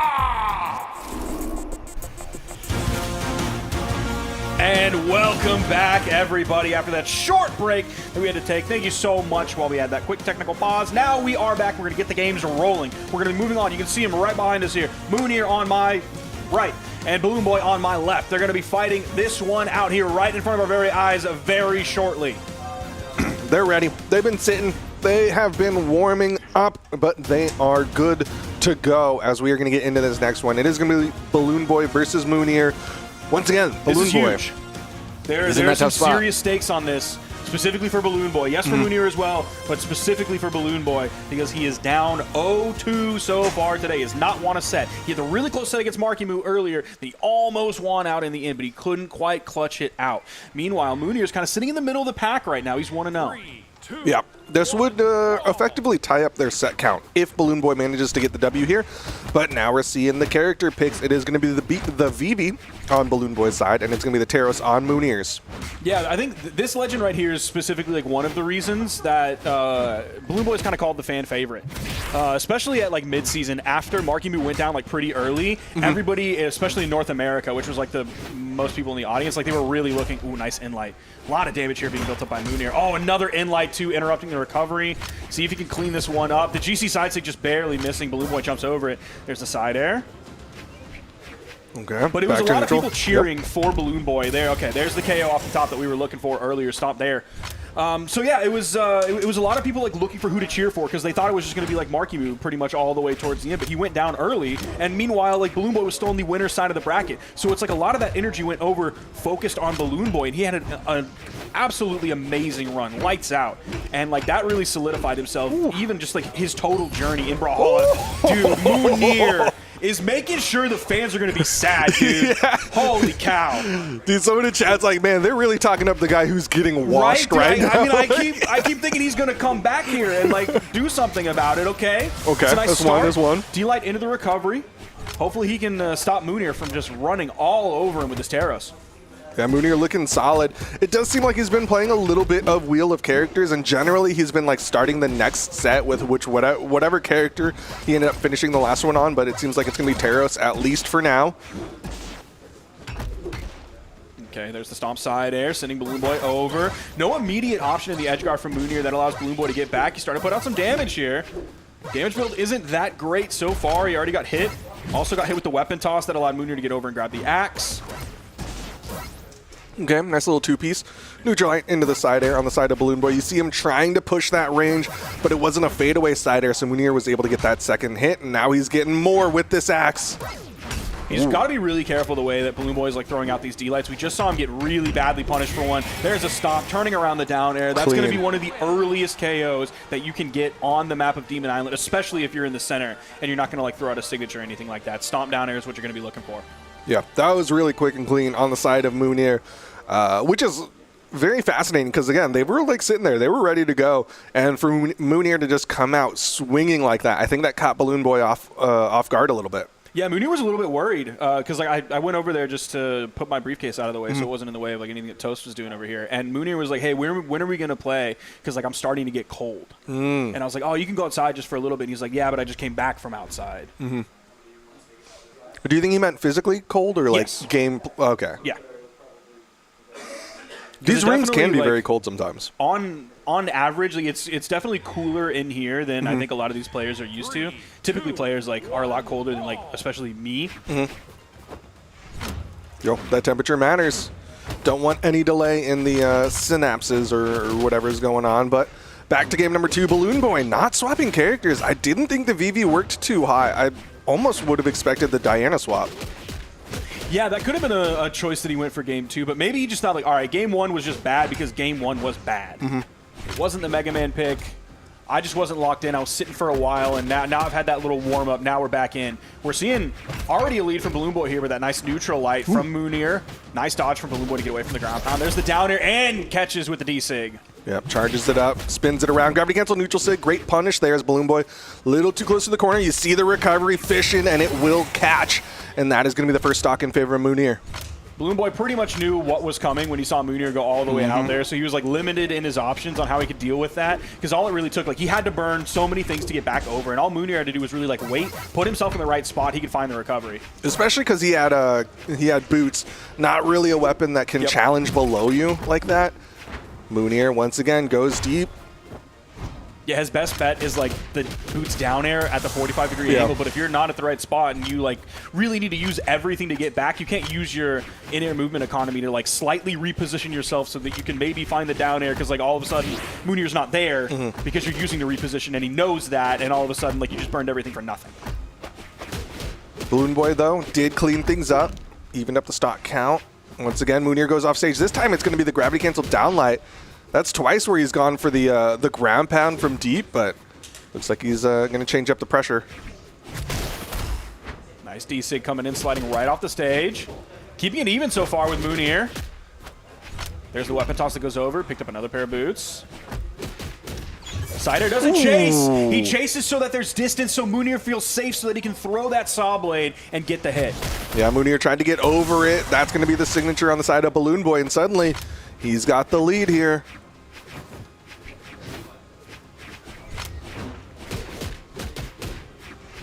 It's been almost completely boots-based. Have we seen any blasters damage? Am I crazy? Maybe a little. Oh, okay. He's just going to throw that stock away. That's tough. I think he even made a little bit of a face after that one. A little bit of stank. That was an unfortunate stock loss, especially because it wasn't forced on the side of Mounir. That was just Balloon Boy not keeping track of the movement there. Oh, still hits. Oh, bold move from Balloon Boy, going deep with that one. It almost worked, too. You saw Mounir was sweating as he came up to that wall, and that is a very short wall, so a little bit more damage on Mounir, and that could have been a W. Yeah, I think Mounir definitely did not know what to do in that moment after that very unorthodox decision that Balloon Boy threw out. Okay. Can he get the stock off of this? Disarms. Can he clean up the edge guard? That's going to do it right there. Mounir with that signature, and Balloon Boy takes the stock and he takes the game. And you're seeing why Balloon Boy decided to stick with the Mega Man. It was predominantly Boots gameplay, and that's what worked out for him. Now does Mounir swap? I think he definitely swaps. To what? I'm going to say Bryn, but it could, honestly, it could be against Mounir. It could be anything. Yeah. Core would be crazy. Oh, he's sticking with the Taros. Yeah, but it is going to be the Taros. The axe wasn't too bad. Still with that hammer, though. He played Cord, Summer Champs. He's a Gauntlet player. He's a Hammer player. It feels like it all fits. Okay, two-piece from Mounir. Another stomp side air. Edge guard opportunity. Balloon Boy is unarmed, but he still manages to get back up. Ooh. Goes for the sidelight D-light. Balloon Boy still without a weapon. This is really scary going up against a hammer. Yo, but Any move you make, you miss. Oh! It's going to be a huge punish. There's the weapon toss. Goes a little bit too low, but it takes so much, and Mounir is able to go really high with that ground pound. It didn't matter that it was telegraphed because Balloon Boy had to use everything. Yeah, great pickup on Mounir's side. Was able to react in time, got that recovery into the gravity cancel stomp side air, and then went out there as, like you said, Balloon Boy burning a lot of economy to get to that wall, and Mounir saw him stick to it for that ground pound to hit. Here come the blasters. Let's see what they can do against Mounir, because the boots weren't working that well through first stock. He's already put up quite a bit of damage here, despite shortly picking up the blasters just a few moments ago. Ooh, back end of that axe down air. You see Mounir going really high. Balloon Boy able to get the pickup, downlight into the recovery. Going to even things up. I think Mounir is going to be a little bit more wary of those signatures. Balloon Boy's been able to catch him at that like half jump height. Yeah, I'd love to see Balloon Boy find some good damage on the boots, then swap over onto the blasters, get the D-light recovery. That's going to be like one of the earliest things that will KO on this map. How does he finish it, though? Ooh, okay. Gravity cancel sidelight. Mounir was not ready for it. Balloon Boy finding more hits. This time backs away in time. Doesn't eat that neutral sig. Weapon toss goes down. Oh, Mounir goes actually back in with a down heavy. That's going to give Balloon Boy stage control, but Balloon Boy goes in with the tornado. That gives Mounir stage control. It also gave him a weapon back. Yo, but the spacing, Balloon Boy outspaces, and he hits him with the saw blade. Balloon Boy with the lead. Yeah, Mounir's got to be ready for that. Either after an in-light or after a side light that he doesn't chase after, get ready for the saw blade. I think you could probably safely jump after that, because like once you recognize with the active input that he's not chasing after you, you can probably just jump safely. And if he's coming in, like, you'll see him. I don't think he has any like instant options. I don't think the insig, depending on how much damage you have, I don't think the insig is going to be something that he can like, oh, I've conditioned you to now go high. I'm going to get you with my neutral signature move. Yeah, unfortunately, Rush a little too obvious in that one. Spacing.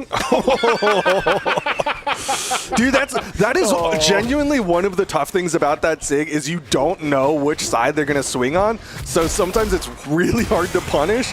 I can't fault Mounir too much for that one, but it is just unfortunate. I don't know, man. I'm going to fault Mounir a little bit for that one, dude. He just sat there and looked at it and he went with the D-light. I'm sorry, Mounir. I'm being mean right now. You don't deserve I that, almost man. wish maybe he's just not familiar with that SIG, because he could have spaced it, charged up a side SIG, and then either way caught him in the recovery. Right, but either way, Balloon Boy up 2-1.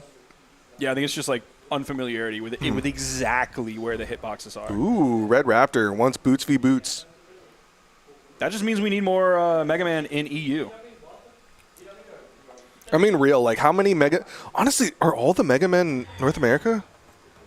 I mean, I'm sure there's one out there that's like, yeah. All right, here we go. Game number 4. Balloon Boy, potential here to get himself into this and get him a better position to make it out of the round robin phase. Oof, these tornadoes, man. So this could be, with this Red Raptor pick from Mounir, this could be him going into like, going into some of his boots experience or some of his orb experience, but this also could be looking at Summer Championship, where Balloon Boy lost to the most famous Red Raptor in the entire game. He lost to Radish. Yeah, but I don't know if you can play Red Raptor the way that Radish plays Red Raptor. Okay, double nair.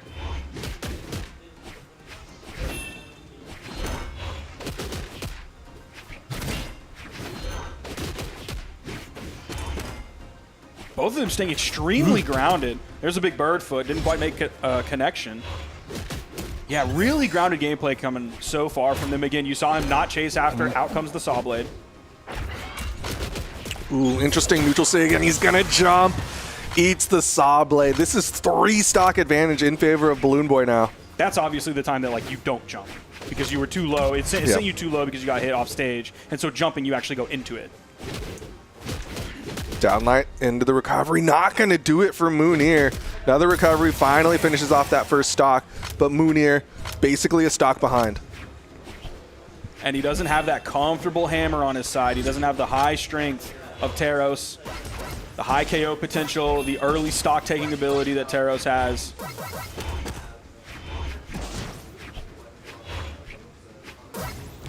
Oof. Man, these side signatures after Balloon Boy gets a hit, whether it's boots, whether it's blasters, and he's just going to get hit with that ground pound. And that's going to be Balloon Boy putting one on the board from him as he takes that 3-1 set against Mounir. That is huge. Balloon Boy definitely needed that W. Otherwise, he was staring on the barrel of an 0-3 coming out of the round robin phase. And so now he's in an okay spot. There's a real potential of him making it out. But that was definitely a critical dub for Balloon Boy. Yeah, Mounir, Balloon Boy, and especially Lores, now that he hasn't taken any sets so far today, they are all in the hot seat, and that is not where you want to be. After some solid Teros gameplay, it was tough. He just wasn't. It wasn't enough there. He didn't know how to deal with the Mega Man. That's something he's going to have to look at. He's going to have to study up because it seems like he doesn't quite have enough matchup experience with that to know like everything that the Mega Man is going to bring to the table, or that specifically Balloon Boy does with Mega Man. Yeah, it definitely felt like a matchup knowledge at certain points, especially because like those side signatures that were hitting after a neutral light or a side light or anything else. I think just Mounir was not ready for it, and like trying to learn in that set, like yeah, it's a best of 5, but still he was getting caught more than a handful of times against those. And this is tough because, like, if it's definitely like a preparation thing, like Mounir has been very openly communicating about this, that like he was on vacation, not that long before this tournament. So he came back, he had like a couple days, he had and like then he 2 had to days hop on a flight again. So he's definitely coming into this one like less prepared than he would normally be if he didn't have that like end of holiday summer vacation. Yeah, a little unfortunate timing for Mounir, but it's the Summer Royale. Summer Royale, the summer vacation, That's man. the way she goes. All right. So we have we've laid out our scores. Kyna and MarkyMoo in the top. They are 2-0. Then we have Balloon Boy and Mounir. They are 1-0. And then we have Lores, man. We're seeing MarkyMoo sit down at the station over my right shoulder. Who do we got next for us? It's going to be the Battle of Kings. It's going to be MarkyMoo, the savior of North America, versus Lores, the risk taker. And he's taking some risks today. Yeah, I mean, he's definitely in a risky spot, to say the very least, because he is currently, like we said, down 0-2. He might be our midseason champion. He might be a Royale champion. But right now, MarkyMoo is our current spring Royale victor, and he's apparently got a 2-0 history over Lores. Yeah, it's going to be one of them was at Max Mode 2025, Okay. and then one was at CEO 2024, not 2025. So with MarkyMoo, one of the narratives that we've been talking about, beyond just like the savior of NA, is specifically midseason championship, and how, excuse me, I got to clear my throat. And how that was a performance that he was definitely not expecting. It was a disappointing performance from him coming in 7th place, especially the way he lost. He lost to Acno with the very cheesy Diana gameplay, just baiting over the corner, hit the DC, get the KO, and then it's over. So it was definitely a disappointing performance, and the story on everybody's mind is like, how is MarkyMoo going to bounce back from this? Well, there's like a multi-step plan. The first step is obviously Summer Championship. That's the first step that you can show, like, all right, I'm gonna rebound from this one. I will bounce back. What did he do? He won. What did that then lead to? The next step. The next step is right here at the Summer Royale. That's the very next in-person competition. It's not an open in-person competition, but it's still an in-person competition. So he's doing great right now. He's tied so far in the lead with Kyna. So at this moment, he's in a really good spot to keep this train moving towards victory. Then let's look a little bit more into the future. Okay. Then of course, like, yeah, we have Autumn Championship. We have Autumn Royale. The sights are really going to be set on BCX. Like, that's the ultimate destination. And then you have the little stops in between of community tournaments here and there, and then like Autumn Championship is obviously like a bigger stop. You're going to spend a little bit more time on the layover there before you then go to the Autumn Royale, where of course you're going to spend some more time there. But really, we're on like step 2 of essentially like a 3-step plan to MarkyMoo's like ascent to championship hood. Okay, he's trying to walk up those stairs and get back into the hot seat, or not the hot seat, back into the championship seat, the throne. Yeah, the throne. And that was something he talked about. Like, I wondered how specifically he looked into the future and how far he looked into the future. And he said, I don't really look that far into the future, like really mostly to the next event, because who knows like what's going to change between now and then. Like you can plan all the things in the world, and all of a sudden like a patch drops and Blaster Sidelight Sayer isn't true anymore. And that might change things for some people. It changed some things, at least initially, for a player like Balloon Boy. It may not for MarkyMoo, but like it did for Balloon Boy. So who knows if that next change that comes between now and the end of the season, which is both close and far away, that's going to change things for MarkyMoo. Yeah, but on the other side, Lores also weathering the storm of patches, of course, hot off the victory at the mid-season championship. He is kind of our current LAN victor, and he's going to hold that title all the way into BCX just because that is our only other open LAN event. But he's been looking strong in everything except for today. And I'm thinking this could be based on not a lot of training and preparation. Obviously, we talked about how Kyna mentioned that Lores was a little bit lazy before the Summer Championship. He didn't practice that much, and really the only reason he's here is because Typh couldn't get a visa. And then also after that, the 3rd place person, Lopez, couldn't get a visa. So yeah, like if you look at his practice on the ladder as well, like he's 7th on the SA ladder right now with 132 games. That's not a lot of games, especially for South America, who like they really push those numbers. But if we remember like the last time where he was at an event that he technically didn't qualify for, the Mid-Season Invitation 2022. Okay. That's what put him on a lot of people's radars. Now, is that really the last time he was at an event he didn't qualify for? But I don't know, maybe not. Okay, I was gonna say, like, that's just the one I remember. That's kind of insane, but yeah, okay. That's like the big one that we remember. Continue the narrative. But like the reason he was on everybody's radar is because like he came out of the gate and did really well in the crew battle tournament. Yeah. And out of the gate today, he's not doing so hot. No. So I don't know if that's an omen for things to come, or if that's just building the narrative on this like pseudo underdog story, because it's underdog, but it's not underdog because he's the midseason champion. But like he didn't practice that much, so I don't really know. Does that make you an underdog? He's just a dog. He's just a dog. Can you force an underdog narrative? Like if LeBron James is like, oh yeah, I didn't play basketball for a month, do you think people are going to be like, that's Bron, that's GOAT. That's okay. I can't compare anybody to GOAT. If Dwayne Wade didn't play basketball and then showed up, would people just be like, oh yeah, that's an underdog? Or they'd be like, no, that's still like a professional player? Nah, they'd be like Dwayne Wade the underdog. KG the underdog. I don't know. My basketball information, like most of it comes from Uncut Gems. So I know who Kevin Garnett is, and I know who LeBron James is, and I know who Delonte West is because he played with LeBron James on the Cleveland Cavaliers. Is his name Akimbe Mutombo? I think it's Dikembe. Is he a basketball player? Dikembe Mutombo. He was a basketball center. Yeah. All right. So yeah, man, we got Lores versus MarkyMoo. They fought, but haven't really fought too much recently, despite being at the same events as one another.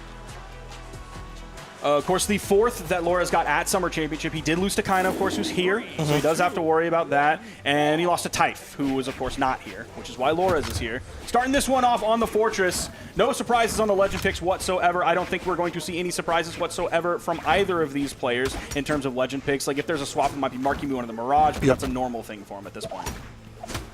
Yeah, it's going to be all about those in-game adaptations, how they're playing this matchup right now. Lores looking for how MarkyMoo reacts off those sidelights, because once Lores starts to get a read on it, you're going to see those neutral sigs come out more and more often.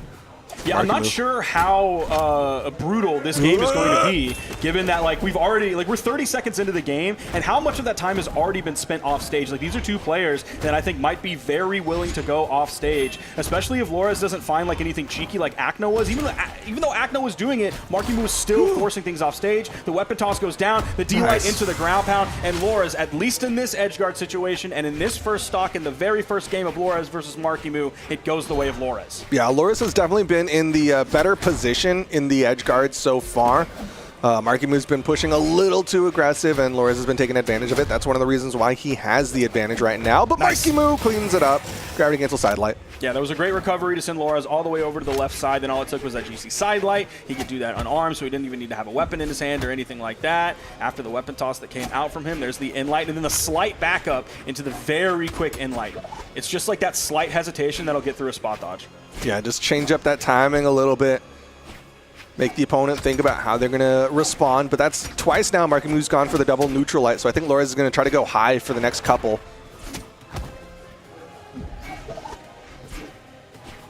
Once again, MarkyMoo goes a little too low, hits the gravity cancel sidelight into the recovery, and the weapon toss! That was fantastic. That's going to KO, too.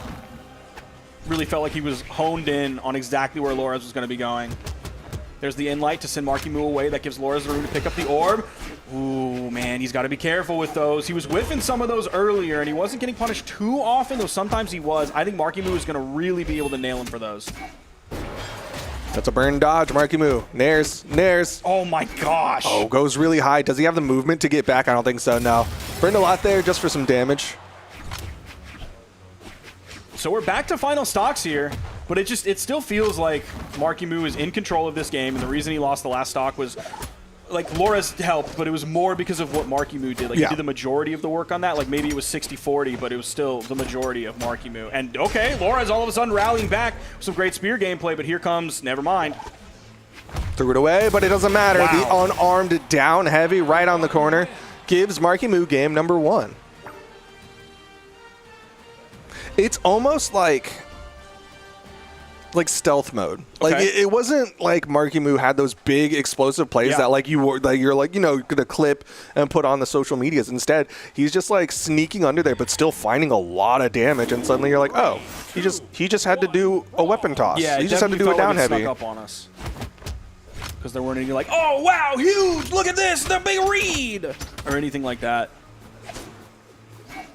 It was just like, it was like a scary silent average. Silent but deadly, they call it. I wish I watched Weapons and I could make some sort of like horror movie reference, but I got nothing. This is the kids running or whatever, and that weird guy. I don't know. There's the recovery. Ooh. GC sidelight. That was a burn dot. Dude, MarkyMoo was throwing out so many attacks over here. He's feeling really good on these offstage engagements now. Lores is above. Goes down, but now MarkyMoo's above, and Lores doesn't have the jumps. That's going to be MarkyMoo with the first stock. MarkyMoo did take quite a bit of damage throughout all of that. So he might lose the stock soon. There is a weapon spawn. It seemed like Lores, in case MarkyMoo wanted to make a move forward to chase after him, he was going to be ready with the unarmed down heavy or maybe a D-light into the gravity cancel neutral heavy or after that. But then he saw that MarkyMoo wasn't going to push forward. Now he's pushing forward. Foot's on the gas. Is he going to get the KO off of this? Like, no, Lores is going to be able to get back. He can down air all the way, but that was a lot of damage so quickly.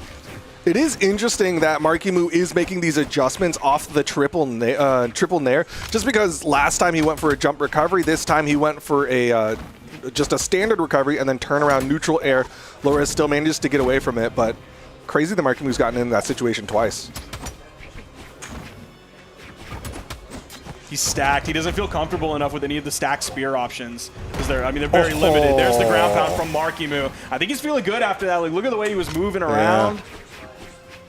Almost got a full stock up on Lores at this point.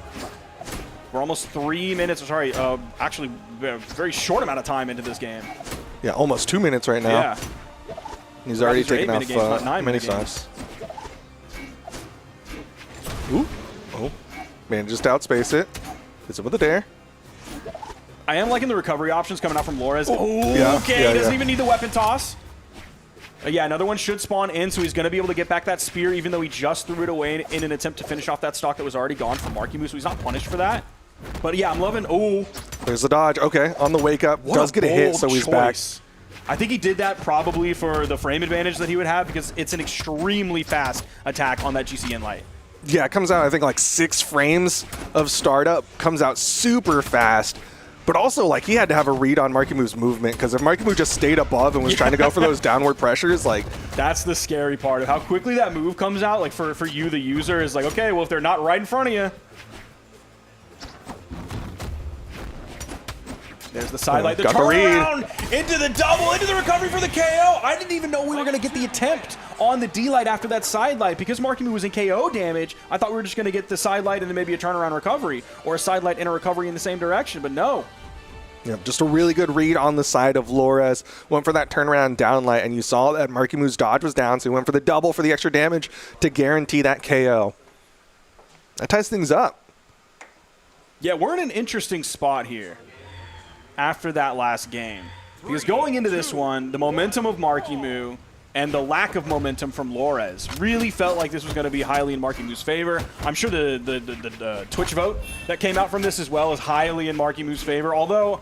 Actually, because of recent... Oh, there's a big ground pound. The weapon toss in the down air. Holy cow. What an edge guard from MarkyMoo. And you see him again, that stutter step. That's the confidence coming through. He did that once last game as well. Basically a 0 to hero on the side of MarkyMoo. I think he took like 1 hit of damage there. But either way, a massive start in favor of MarkyMoo. We'll see if he can keep this going, though, because he does like to go off stage and sometimes might go a little too hard off stage. Lores wanting to play that game. Oh, the weapon starving coming out from MarkyMoo. Oh my gosh! Now he goes back over to the second scythe again, stealing the weapon away from Lores. Again, stealing the weapon away from Lores. Now they're both disarmed. And again, stealing the weapon away from Lores. And Lores was able to do so well unarmed at CEO, but he's not able to do it here. Yeah, I mean, Lores has basically spent like a minute without a weapon in hands, and he's going to lose this one as well as MarkyMoo, top of the map, gets the gravity cancel sidelight into the recovery. 3 stocks to MarkyMoo. He could really get a 3 stock here. MarkyMoo came through with the sidelight there. He didn't fully focus on stealing that weapon away in terms of like throwing his weapon so he could pick it up right away. Have the jumps? Dude, if this brings it, if this is the start of bringing it back, he has to dodge after that, and he still loses his stock after the ground pound from Lores. That is enough to take a stock off of MarkyMoo. Lores didn't take too much damage to get there. Sidelight. Ooh.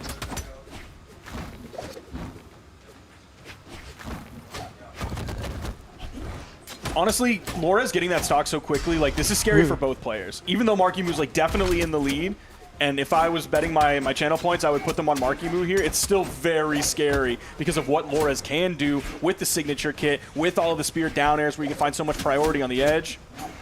I think in terms of vibes, like it felt like a little bit of a halt to the momentum that MarkyMoo was building there.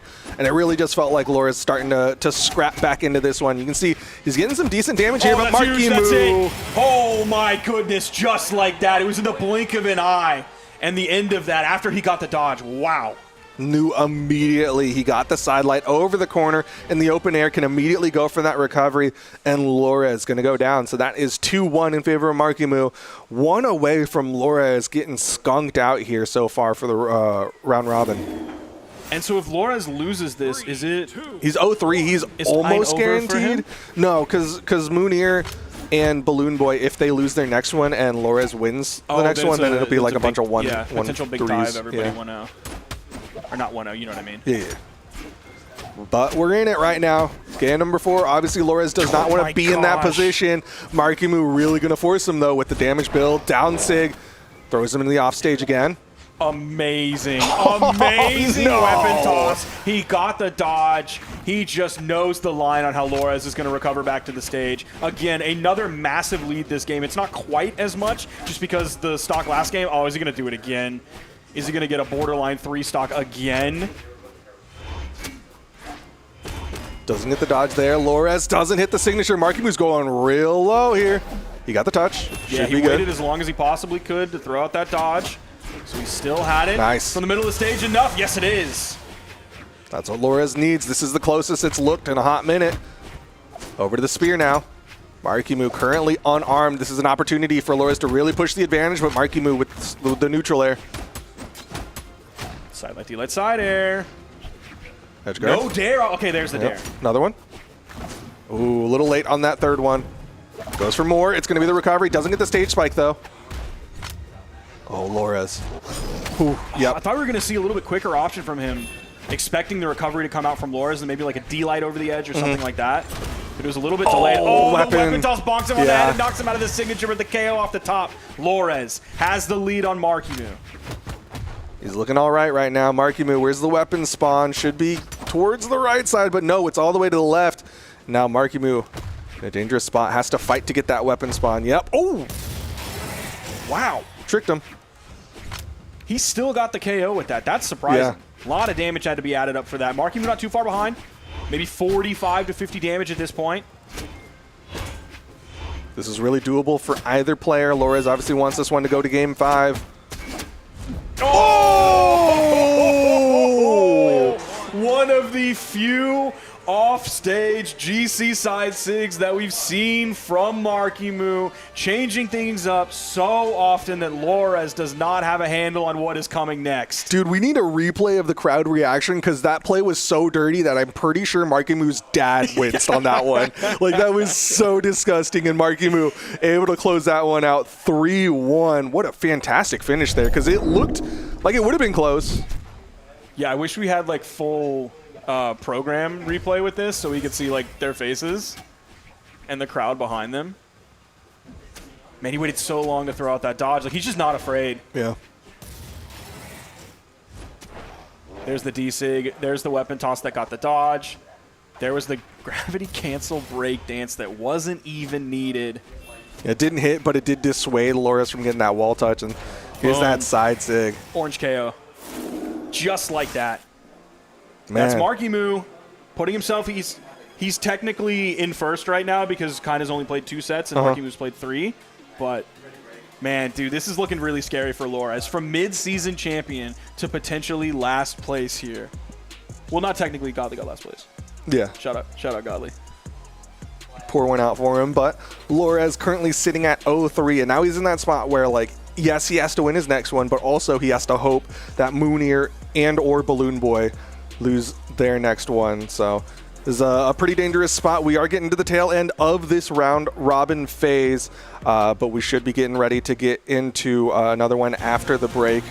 Sparky, any final words? Yeah, it's a really scary spot for Lores where he not only has to worry about his own gameplay, but he also has to worry about other people's gameplays in other sets that don't even involve him at all. We're going to be moving on with the rest of the Summer Royale in just a few moments.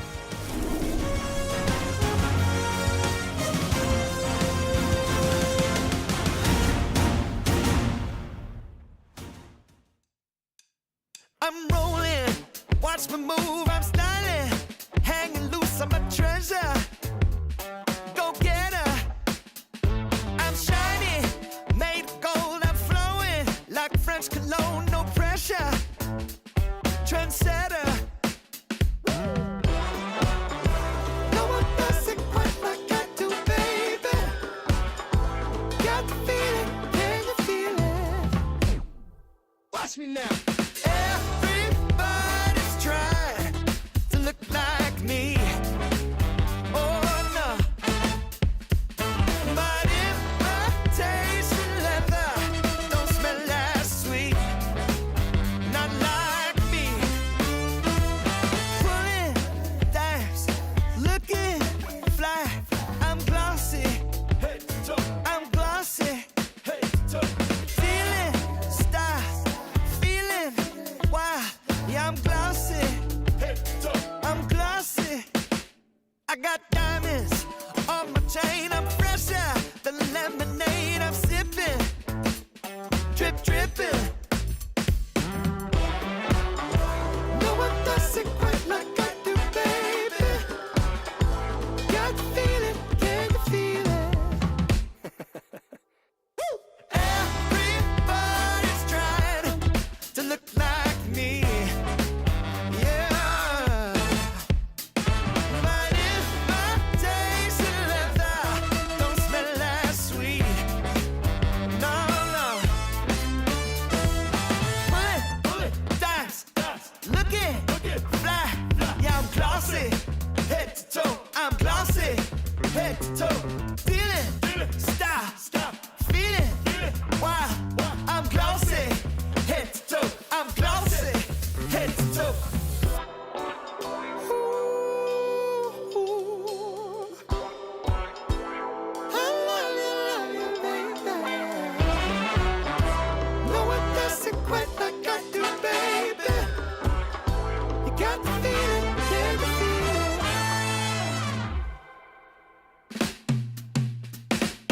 Everybody's trying to look like me.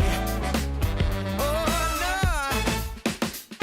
But if I taste the leather, don't smell as sweet. No, no. Everybody's trying to look like me. Oh, yeah, yeah. But if I taste the leather, don't smell.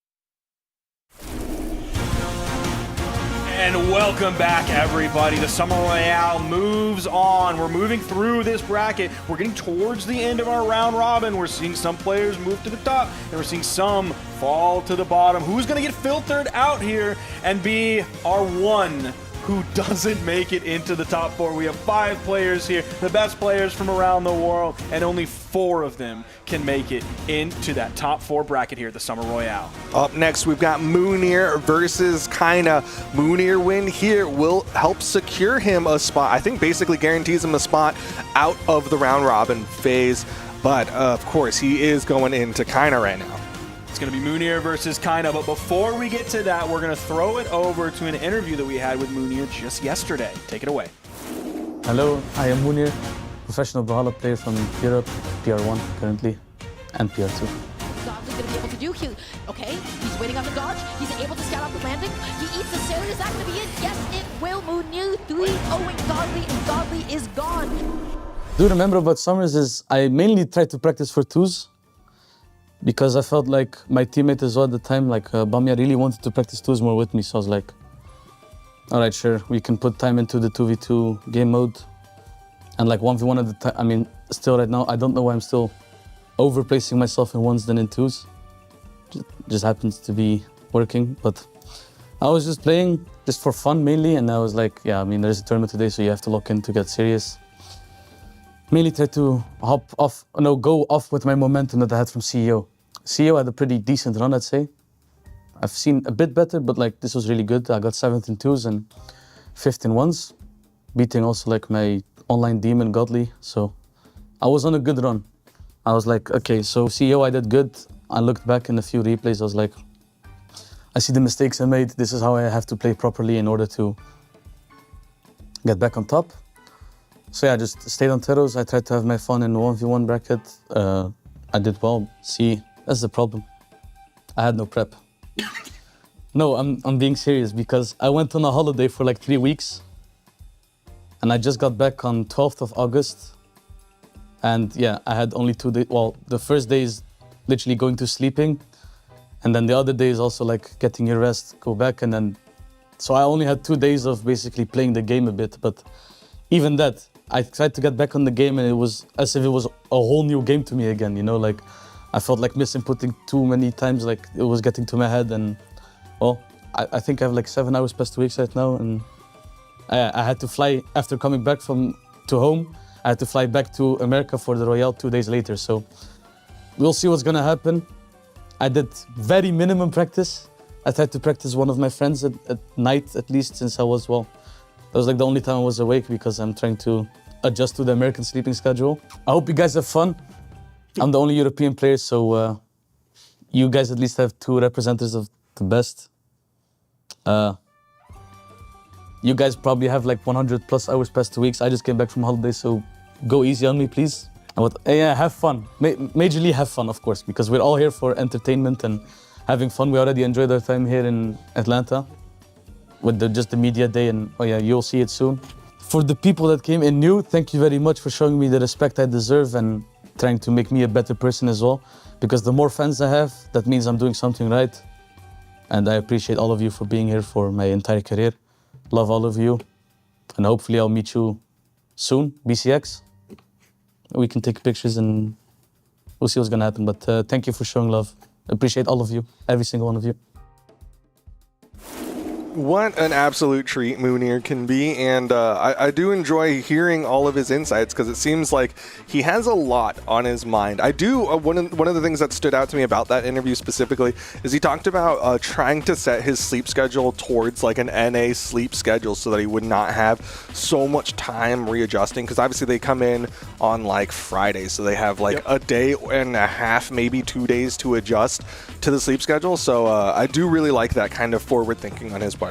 Yeah, I don't know how much players are doing that now, because there was a time in Brawlhalla esports history where like EU players would come to America early. Yeah, like a week early. Yeah, to to not only like adjust to sleep schedule and deal with jet lag, but also to like boot camp and practice against North American players. Yeah, because that was the only time that they ever got to do that, all the way back then. So I don't know how like many players are doing specifically like this in terms of like trying to set the sleep schedule beyond just, you know, showing up here and being like, well, I'm gonna try and go to bed when it's dark outside and then wake up when it's light outside. Hey man, some people can handle that, some people can't. Either way, Mounir's got to get through it, and right now he's currently sitting at 1-2 for the day. And if he can get this W here, it'll put him at 2-2, which will basically guarantee him a spot in our top 4. But that means he has to beat Kyna, which is a pretty tall task. Yeah, it's going to be really tough for him here. I wonder who he's going to start out with. Is that live? Because like the narrative here is escaping the labyrinth. This is 2 Teros players coming up against one another, and both of them are potentially going to be off of Teros. I mean, Kyna, I believe, is going to be off of Teros, but we don't know if Mounir's going to lead with the Teros like he has been doing a few times. Dude, that is live. If he's going to be coming in with like the Thor or some of the other legends that he's played. Why is it that every single time we need it's like a LAN? Oh, I thought this was pre-recorded. No, that's what I'm saying. It's like, wait, no, that's straight up live. Like, somebody had to go and get him. He's got a bag in his hand like he's come back from the grocery store. Like, he might have been outside on a walk, man. We're getting toast to sit down here. What's the lowdown, brother? Let's see if we can. Let's see if his mic gets unmuted. Yeah, so he went to buy a hoodie. He left the building. Where? He went to Kohl's. Because he was cold. Because he was cold. He was cold, so he. You know what? Ubered to Coles. I don't know. I've He never, had a Coles bag. I mean, like, it might be close, and I'm just, like, Yeah, not sponsorship? observant, but I've never seen a Coles Yeah. around here. Me neither. I don't know. It's definitely not within walking distance as far as I'm aware. He said there was traffic, so he got in an Uber. He left the building. Oh, You know okay, what? he Ubered. All right. That's that huge respect to him, because some people would tank it.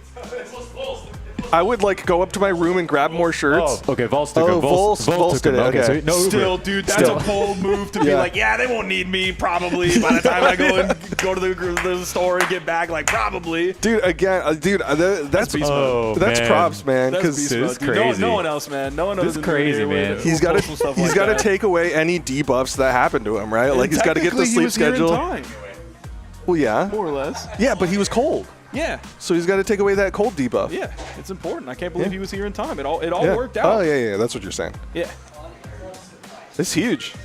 Shout out to Volst also. He's here, I think, as a guardian for someone. No, he's just here because he lives here. Oh. Yeah, he's like three. Is he 3 hours or 3 minutes? I think it's 3 minutes. Oh yeah, he 3 is. miles. He is at university, right? Yeah, there's some. That's It was right. some 3M, and I'm not talking about my bank account. Yeah, it was 3. He lives like 3 miles away, which I was really I was so surprised to see him because he was here the night when I came in, hanging out in the lounge with everybody, and I thought he was Voltex, who used to be Kyna's guardian, because I don't remember what Voltex. I don't remember what Voltex looks like, but he would be like someone that I would talk to like every time that Kyna would travel to a LAN, because like Voltex was also like he operated like a translator for Kyna too, so his English was great. So I'd be able to talk to him not only just like Kyna through him, but also Voltex himself. So yeah, I thought it was Voltex because it's been so many years since I've seen Voltex, and also he popped up on my Twitter timeline, but no, it was Volst, who also pops up on my Twitter timeline. Huge props to him.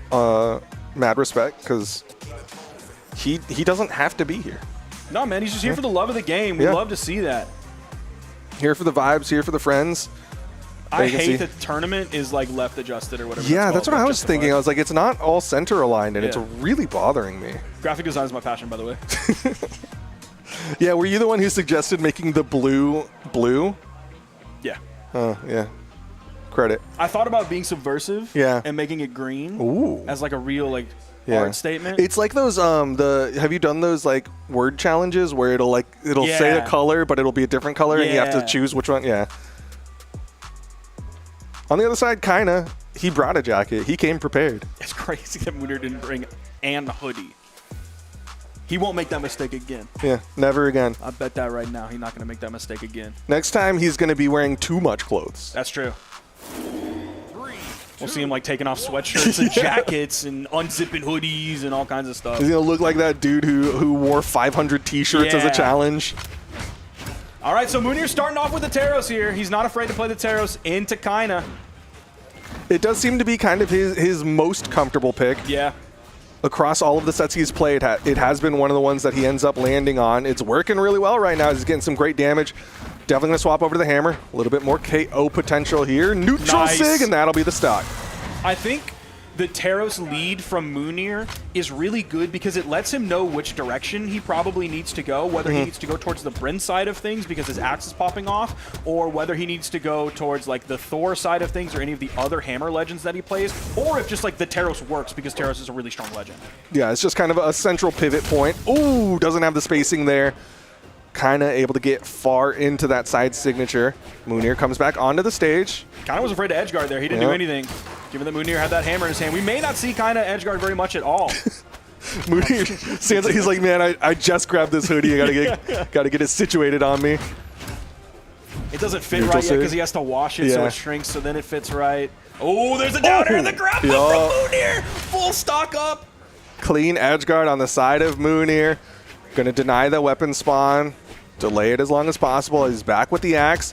Not able to hit those neutralites though. Kind of doing a really good job. Dash jumping away. Oh, the in-light into the ground pound, turning the ground pound around too. Don't typically see that. We might see the ground pound as someone is like falling back to the ground rather than going from the ground to the air to hit the ground pound. Hits that side air as well. Kind of can't just throw out those neutral signatures like Candy. Just waiting Nice for wait. Mounir, but Mounir able to dodge past. Does he have the jumps? Can he get the height? No! That's going to be Kyna with that down air. Final stocks here. He almost had enough to get the hit. Like, you saw him figuring out what he was going to do, whether it was going to be like a side air, which was really what he was going to go for, so that he could get the hit on Kyna. Nice. Oh my gosh. Not enough to KO even with the celebratory signature, but he cleans it up with the X, or the hammer side air, to finish that one off. Huge win for Mounir over Kyna. Great decision making from Mounir in that moment to go for the double downlight, because the first one hit just like the head of Kyna, so he would have had to just kind of go for a grounded option like a side air or a side light or a neutral light. So instead went for the double downlight, which actually put him in the right position for that side air to work out, and then ended up finishing it off. So really good decision making from Mounir in that moment. All right, Mounir's got earbuds in, so we got to ask him what he's listening to. I saw him just messing with his phone, so I think he was doing something with music. We got to figure out what he's listening to.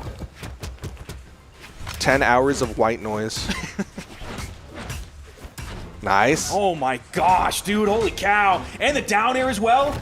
Can he keep the pressure up and find this stock here before Kyna adds up a bunch of damage on him? He's already brought him into the yellow. There's the ground pound in the orange. Another ground pound in the orange. Is there a weapon toss down? There's the D-light into the ground pound, but it bounces on the stage. Keeps Mounir alive. The in-light is not enough to KO, not yet, but it disarms. The weapon toss, or sorry, the side air doesn't have the range that he needs, but there's the stomp side air, and Mounir brings it back in his favor just a little over 30 seconds into this game, but Kyna's pressure, oh my gosh, the amount of damage he was able to put out while Mounir was hunting for the KO. Yeah, that almost slipped away from Mounir there. He had such a great start, built up a lot of damage, but then kind of came down swinging, and suddenly Mounir basically even.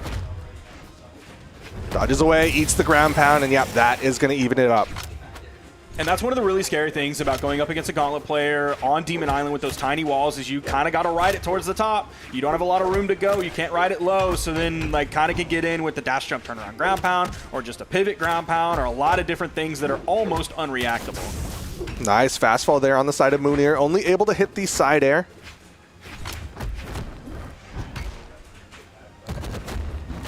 Ooh, turnaround side air from Kyna. Tried to go for the read, maybe a jump or a dodge up after that with the neutral signature. Kyna didn't grab it. Mounir almost got the neutral air after. Oh my gosh! The GCD light all the way over there. I would not have seen that coming. With a great reaction on Mounir's side. You saw him actually try to go for a down signature, but Kyna with that weapon toss down made sure that it wouldn't come out, and that is Kyna with the stock advantage now. Mounir threw at that axe ground pound, but it landed, or ended up landing around the wall, so he didn't get like the full 360 over like I think he wanted to do. I don't know if he still would have gotten priority in time before the Gauntlet recovery came out with a hitbox to KO him. So yeah, I would have to look at the replay for that to see if that ground pound, if inputted properly where he wanted it to be, if it would have gotten exactly what he wanted. Oh, okay, goes in. Kyna gets more. Oh my gosh! That's gonna KO! What a Gauntlet string! I thought it was gonna end at some point, but it seemed like it never did until the final hit. He got the dodge off of Mounir, so he went for the second sidelight into the recovery, but I thought that was gonna be just enough to get a reset opportunity, but instead that was a KO, and that's gonna tie things up. No swap. No. From Mounir here. Not yet. I thought we might get it. You can see, we were just looking over Kyna's shoulder. We can see that his setup is he has his name on and his opponent's name off. Which is gotta keep track of yourself. Oh, goes he just low. like ran off the stage with that ground pound. Does he have enough? Nice. There's the D-light. He went for the D-light down here. Okay. He couldn't deny the wall touch, so I think he was in that position just trying to fake out the opponent a little bit, maybe. The ground pound's like definitely not going to KO Yeah. there. I don't even know if it would. Oh my gosh! Can he get the KO? Okay, yep. That down heavy enough to dissuade Kyna from getting that wall touch, and so Mounir with a big lead right now. I love when Hammer players are able to use the stage like a teammate, and they're just able to bounce the opponent off the stage. They started on the stage, then they go up, send him back down. There's the bounce pass. There's a sidelight though from Kyna. Another sidelight coming out. It's the top side of the sidelight from Mounir. The juggle game. Nice. Oh my gosh! Neutral airs, D-lights coming out everywhere. And he did it safely, didn't throw out the recovery, didn't go for a jump ground pound. He was just going for the safe nairs and downlights. Really good options from Mounir. Kyna now with that edge guard opportunity. Another neutral light will be a KO. No major commitments off stage. We saw that D-light come out, and that's when Mounir thought he could get over in time, or maybe he just rode that wall a little bit too high. Then he got caught right after that with the move that came out. Let's see. Falling side airs from Kyna. Mounir struggling to find a hit onto Kyna right now. Once again, whiffing. Kyna finding hit after hit. He's evening things up. Recovery. Oh, dude, Mounir. He's now behind. He's sweat beating. Oh, that's what I'm talking about, man. That's why this swap over to Zariel, swap onto Bo at this point is, it just like blew my mind when I saw this coming out from Kyna. It can really take a long time to KO, especially with the recovery. Like, we're on Demon Island. The 45-degree angle is like so hard to KO from sometimes. We're not seeing a lot of the signatures coming out. It seems like those have taken a back seat. Yeah, hasn't thrown out too many side signatures. Goes in for the Nair, and that's going to KO. Had enough damage on that one. Both of them were deep red. Nice. Yep. All right. Clean stocks, both sides. Mounir with the slightest weapon advantage, but it doesn't even matter. Immediate spawn in favor of Kyna. Yeah, I thought he was going to get weapon control off of that. The read, getting him back in with the D-Sig on stage. But yeah, that weapon spawn came directly to Kyna on the right side, right as he spawned back in. Nair, recovery.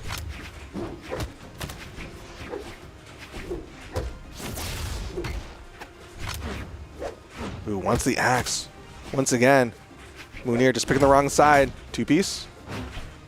Man, that's what's so scary is the punish game from Kyna has been really good so far, and then Mounir hits sidelight neutral air. See that recovery didn't even send off screen.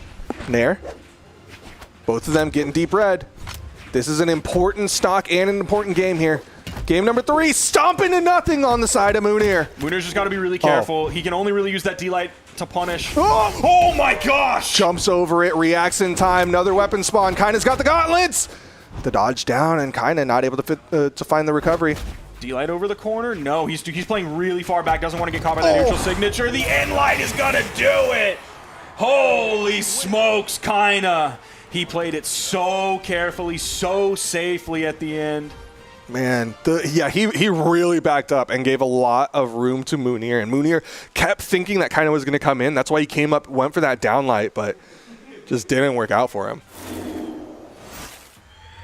Still going back to the Demon Island. No swaps coming out from Mounir. This really is escaping the labyrinth, but I think Kyna's going to do it. I think he's going to escape Mounir's labyrinth. Can he get away from the Minotaur? Did he get the rope to find his path through the maze? Oh my goodness. Just Nice. absolutely destructive axe blows. Okay. Another down air, another neutral air, and a JC D-Sig takes him off the top here.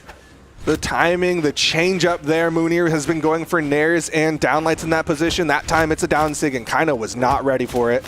That was a great catch with that second sidelight. Oh. Huge damage. Is he going to finish this one up? Stays low. He wasn't high enough for his hurt box to go over the corner, so Kyna can pick up with a side signature. Gets up, goes for the neutral light. Kyna's behind him. Kyna with another neutral light. Sticking with the axe here. Mounir thought he was going to jump, went for that neutral air. Nice. Just chunking away.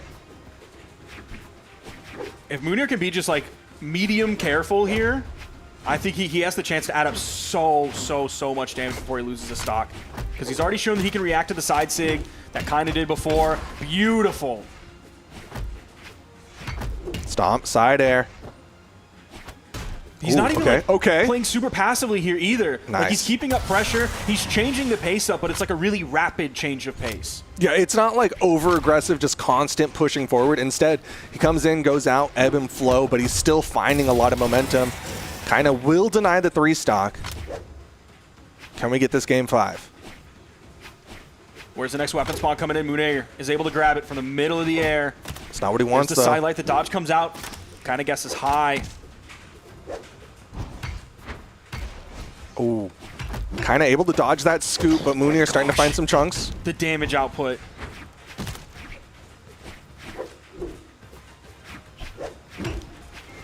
And see, that was the pacing. Then we had like 10 seconds where Mounir didn't throw a move out. Nice, jumps up the side light. Is he going to guarantee himself the game 5 here? The arcing weapon does it again! Mounir! Miss 100% of the SIGs you don't throw out, and so he throws 2, and it's the second one that connects. Mounir going to get us a game number 5. Oh my goodness. Dude, that was so cool. Off the weapon toss kind of just made him think, you know, it's just like a little quick pause buffer. The timing on it wasn't like perfect for the first side signature to hit, but he was ready for the second one. Once he saw it like still floating in the air and arcing, he was like, yeah, I'm going to go for this again. All right. Game number 5. Kyna already sitting on 2 wins, guaranteeing a position outside of the round robin.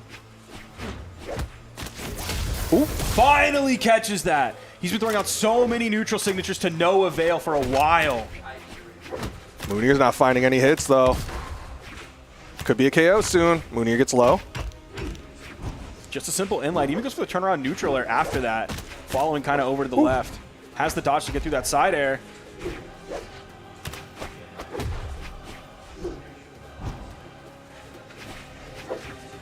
Yeah, I feel like Kyna's really going to slow things down. Really play on the punish game. Really play his Teros, but on Desario. Yep, he's going to be there ready for the punishes. And you can see Mounir kind of recognizing that. You saw him playing pretty far away, just expecting those, downlight approaches on the side of Kyna. But you can only do it for so long, especially when you are behind in the damage department. Okay, that will disarm. Opportunity here from Mounir to get a little more aggressive, but he eats 2 recoveries. Yeah. Nice, okay. He brings this one back. Both players on 2 stocks. Mounir maybe like 45, 50 damage behind, so definitely not a terrible spot. It's not going to take too much. He's Teros. All of a sudden, they're even. 3-piece. Mounir manages to get underneath. Neutral sig puts him off stage. Another one? Gonna back away, yeah. Okay, I'm glad he didn't do another one. Just respect to Kyna. Still behind in that damage department. Needs to keep that ground control. Goes high, though. Ooh, if Mounir can play this game that he's playing right now, be very careful. Got greedy there. Like, he has so much damage on Kyna right now that I don't know if you need to risk the D-Sig unless it's guaranteed. You can just play the in-light game. I can tell you, if Mounir is like your standard Teros player, he does not want to do that. He just wants to hit the heavy button. He wants to go for the KO tool, and he's likely waiting for that weapon spawn so he can go for stomp side air. Yep, there's the swap over. There's the stomp side air. The weapon toss gets the dodge. Kyna's already high, though. Ooh, okay, yeah. Mounir expected a swing, and you saw him touch down, dash away, come back up as Kyna was in those recovery frames. Kyna, though, wants to clean this up. You see him immediately coming in. Wants to go for like a downlight recovery. Oh, side sig catches. Dude, both players, final stocks, fresh in the white. Stocks equal, damage equal, score equal. It's 2-2 in Game 5 of Mounir versus Kyna. A victory here for Mounir would not only be big just because he's beating Kyna, but it would be huge for his stat line in this round robin. Ooh. Went wild with that end sig. Has some help to play with, so he can afford it, but Kyna, he's still finding hits. Ooh. Going for some wake-ups here. Yeah, dude, Kyna's being definitely careful. After these sidelights come out, he does not want to overextend. Mounir just a little bit more damage than Kyna. That's the recovery. Still doesn't send off screen. You saw that dodge come out. There's the neutral air. That starts to send off screen. I don't know if a neutral air grounded will do it. This is the neutral eye. Dodges past. Doesn't hit the down air. Neutral eye. That'll disarm Kyna. Great opportunity here for Mounir, but another weapon spawn. Dude, he's got to be so careful about landing on top of Kyna.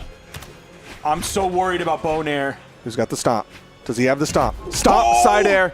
Could this be the setup? Side air! Oh my gosh, Mounir! He clutches it out and wins it 3-2, guarantees a spot in the top 4 of things. Oh my goodness, Mounir just getting back from the Coles trip into a Game 5 victory against Kyna.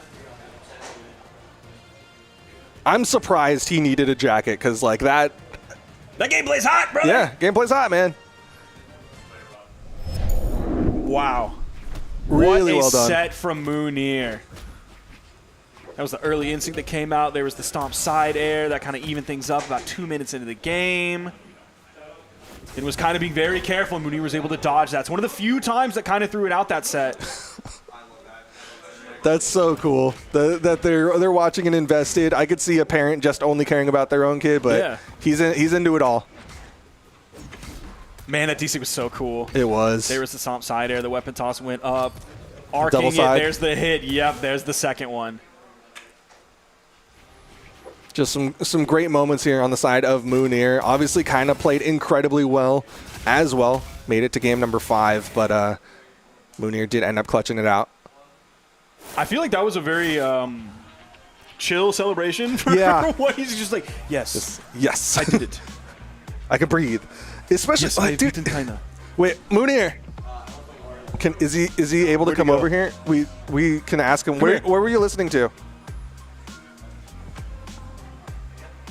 Yeah, you can put on the headset.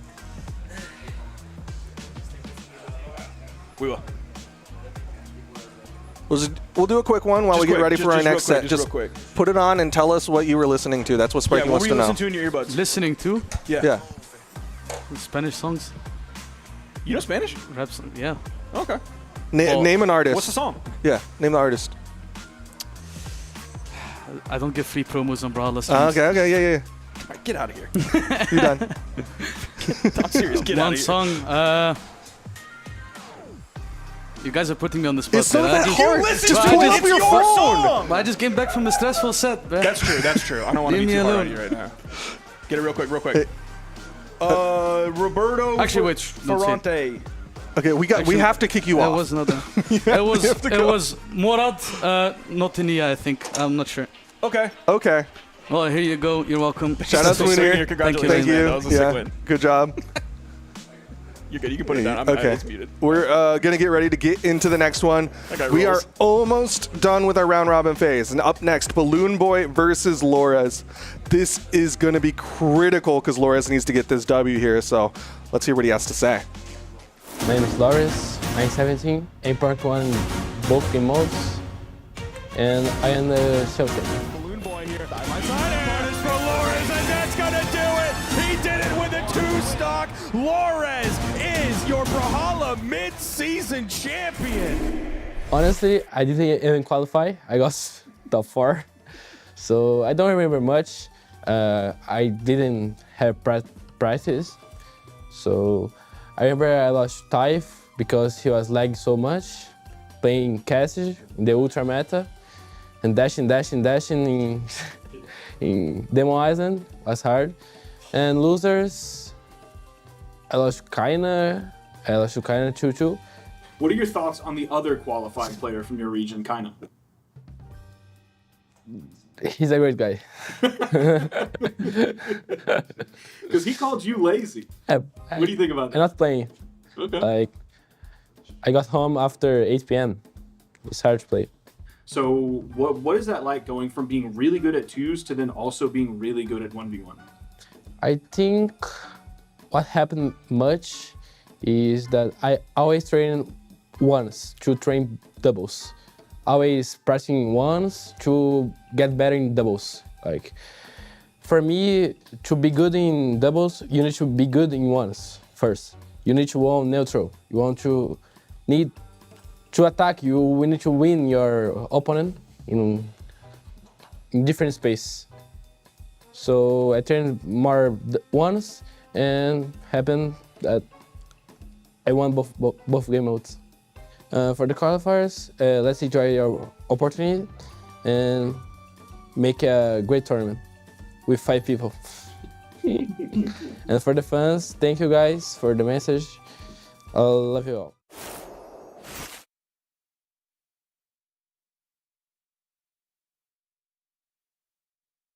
Where he's currently sitting down 0-3. Right before the interview, had to point out the fact that basically he needs to win this, and that would tie things up set count-wise against him and Balloon Boy, putting them both at 1-3, and then I think it'll come down to game count, or I think actually who won the head-to-head. So if Lores wants to make it out, he 100% has to win this. Yeah, this is definitely do or get knocked out at this point for Lores. We're getting into our final 2 sets of the round robin. We have Balloon Boy versus Lores, and then after that we have Kyna versus MarkyMoo. So yeah, this is Kyna versus MarkyMoo to see who is on top, and then we have Balloon Boy versus Lores to see who's on bottom. Although I think MarkyMoo is going to be on top regardless, potentially Mounir. Well, right now, Kyna. Yeah, if Kyna wins against MarkyMoo, then that puts them both at 3-1, and then I think top. No, I'm sorry. Mounir's 2-2. Yeah, I was looking at the 4. Yeah. So Kyna would be 3-1 with MarkyMoo, and he would have won the head-to-head. So it would be either way. I think they both would be Okay. Yeah, I was just like figuring who's technically the top of the round robin. Top 2, it really doesn't matter. You're in winner's side of the top 4 bracket regardless. Well, all of them are on winner's side of the bracket. Yeah, that's what true. they just said. That's true. Well, like we said, it's a battle to see who makes it out here between Lores and Balloon Boy. One of them has disappeared. That's why you can see the. That's the main menu. That's the main menu. Do you think he went to get a jacket too? No, he was wearing a hoodie. I mean, he could have gone to his hotel room to grab something. I don't know. Like that is the beauty of where we are right now. Is like we're in the hotel room. Yeah, it's like they're upstairs. Staying, so you can literally just go upstairs. We're zooming in. Like, what are we zooming in on? We're zooming in on a blurry MarkyMoo. There. Oh, look at that. That's a cameraman right there. That's a cameraman. Big old smile. This is this going to be his trademark sweater? This is what he wore at Springs. Is it? Is what he wore at Springs? I mean, he has the full, like, Ron John fit, I think. I think he had the sweatpants. He might. Do you think, like baseball players have their, like, lucky thing, right? Like, they're very into, what is it, the superstitions? Yeah. Do you think any of our top players are like that? Do you think MarkyMoo's got, like, think so. his lucky sweater? Anytime we've ever asked them if they have, like, any sort of pre-tourney ritual or, like, what is their get-ready type beat, it's always like, no, it's just, like, normal. A lot of them are just like, oh, yeah, if it's an online tournament, I, like, wake up 15 minutes before and then log on my computer and then Dude, they're doing it wrong. Play. They got to do the brawny, like, chalk throw in the air or Triple H just spit water in the air before every single set. Yeah, I don't know. It feels like no one has ever come across with an answer to that question that isn't just like, yeah, I just like wake up and then sometimes have breakfast, sometimes don't eat.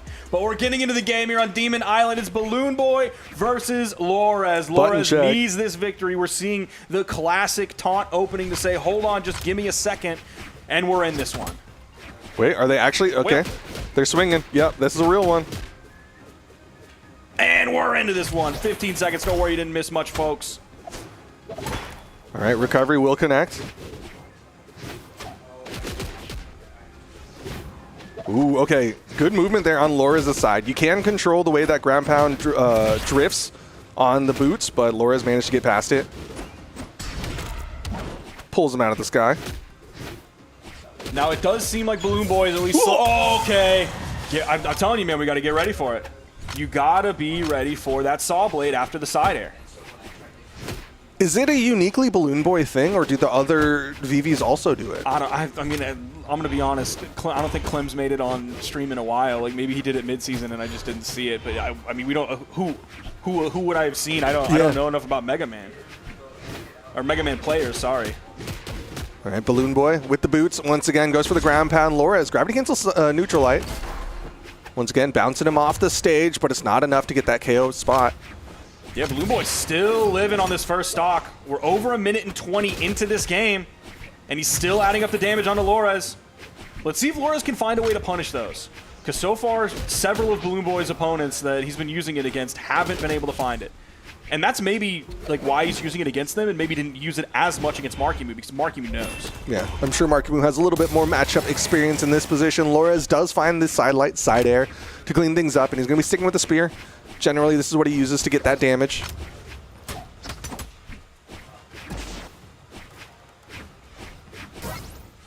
Oh, man, what a side air. Yeah. On the fadeaway with the dash jump, and Lores just wasn't expecting it. Balloon Boy really does make fadeaway blaster side air feel like it's so easy. And, like, I'm not very good at it. Like, he can just do it so well in the blink of an eye. Like, the input, he just nails it. Great side air there as well, sending him flying. Wants the boots. I mean, that's a testament to him as a player, right? He makes everything look easy and good. Downlight, side air, keeps it close, goes in for the neutral light as well. Nice flame sword. The second one doesn't get punished. Lores dodged in to get away from it. He was stacked right on top, so he doesn't have any options. What you got? Ooh. Ground pound, but the dodge comes through. Another down air coming through. Yep, there it is. Looking for the side air since Balloon Boy went so wide. Nice. He dares away, but he didn't really have any options. Yeah. He dared over to the left side. He's going to get grabbed by that spear. It was a catch-22. Either you eat the spear or you fall off the stage and chose the second option. Volition. Yeah.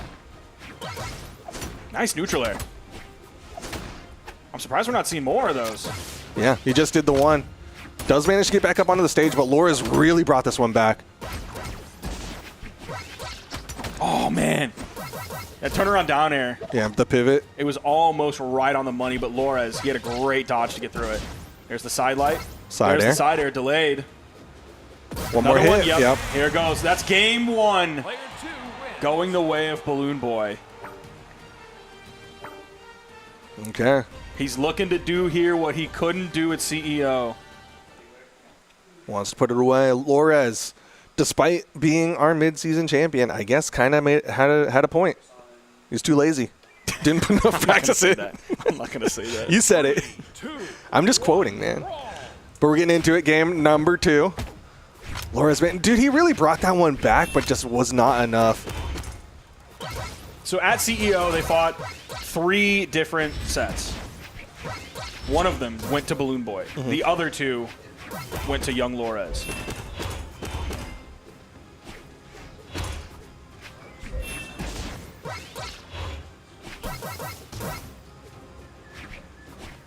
Oh, yeah. The dodge back. Faked like he was going to do a down air. Oh, man, the dead zone of that blasters. Not high enough there. Lores manages to dodge down safely. Still taking a lot of damage here. Didn't go for a downlight there. Ooh. Another dead zone moment. That's tough. That's going to make blasters really hard against Lores because, dude, his movement is crazy. It also makes it tough against MarkyMoo. There's the D-light into the recovery, though, to get the KO off the top. But you can also see why Lores threw away the spear, because like the 2 times he's been in that dead zone, you're grounded with spear, you're also going to dead zone, so it's not really the best position. Yeah, you might catch an inlight off of it. Your side light's probably going to come out too late. Good throw. Oof. Pogo. Oh, no. Gravity gets a down signature. Balloon Boy was definitely not expecting that one. Usually Lores is going for the end sig. Yeah, we've seen a couple down signatures over on the corner, but not like that where it's like right along the wall. It's been in like other goofy spots.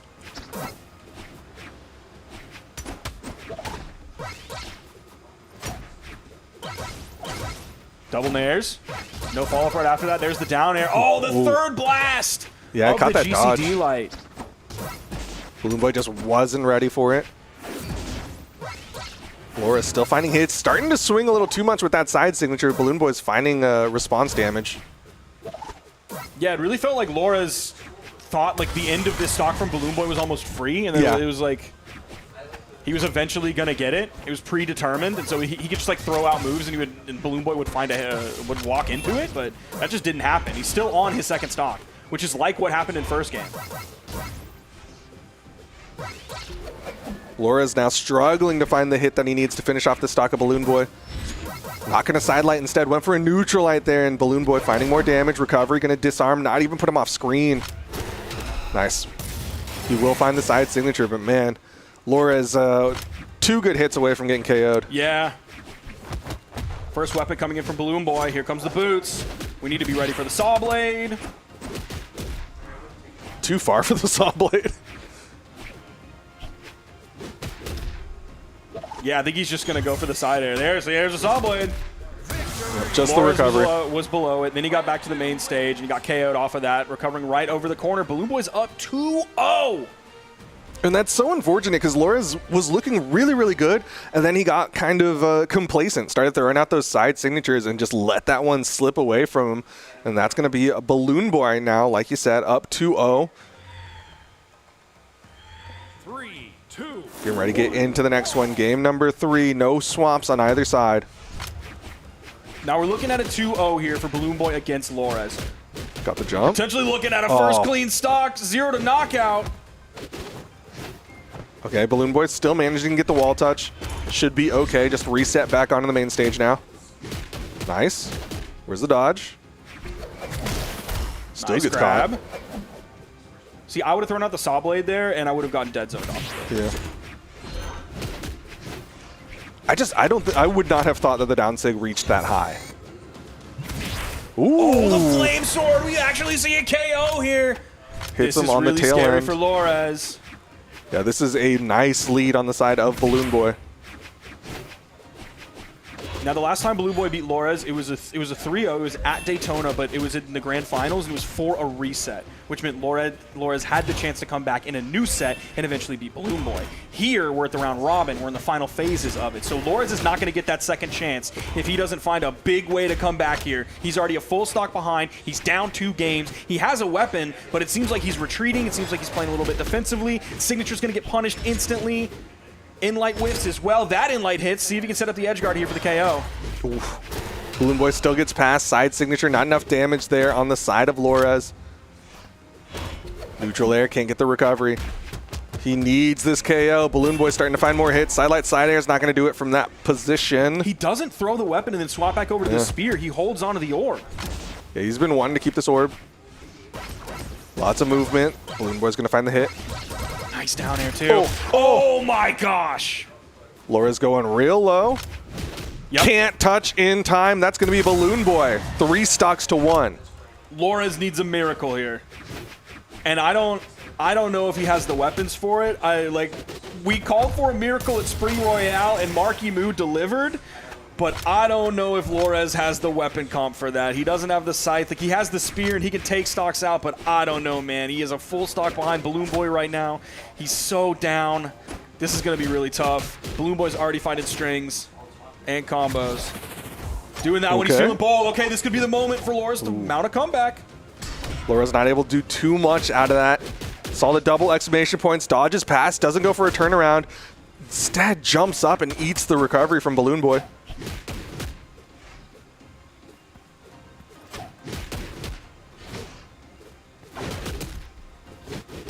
Oh my gosh. Dude, he's still keeping the damage adding up. Lores is hardly finding any damage whatsoever. The Saw Blade goes high. Yeah, he's sweat beating. Another Saw Blade, no. Still not quite enough. Actually, Balloon Boy sweat beating. This could be Lores with a stock. That'll be enough to put it to final stocks. This is the rare opportunity. Can Lores clutch it up here? Super early stock there. That was midway through. That was in the orange. Balloon Boy lost that one. Coming back over to the blasters. Let's see what he got. See if he can pick up a D-Light recovery. That's all it's going to take. Maybe a side sig as well. There's the sidelight. Unfortunately, we don't have sidelight Sair as a true combo option anymore. Fadeaway side air. There's the down air. He goes for the side air, but he misses.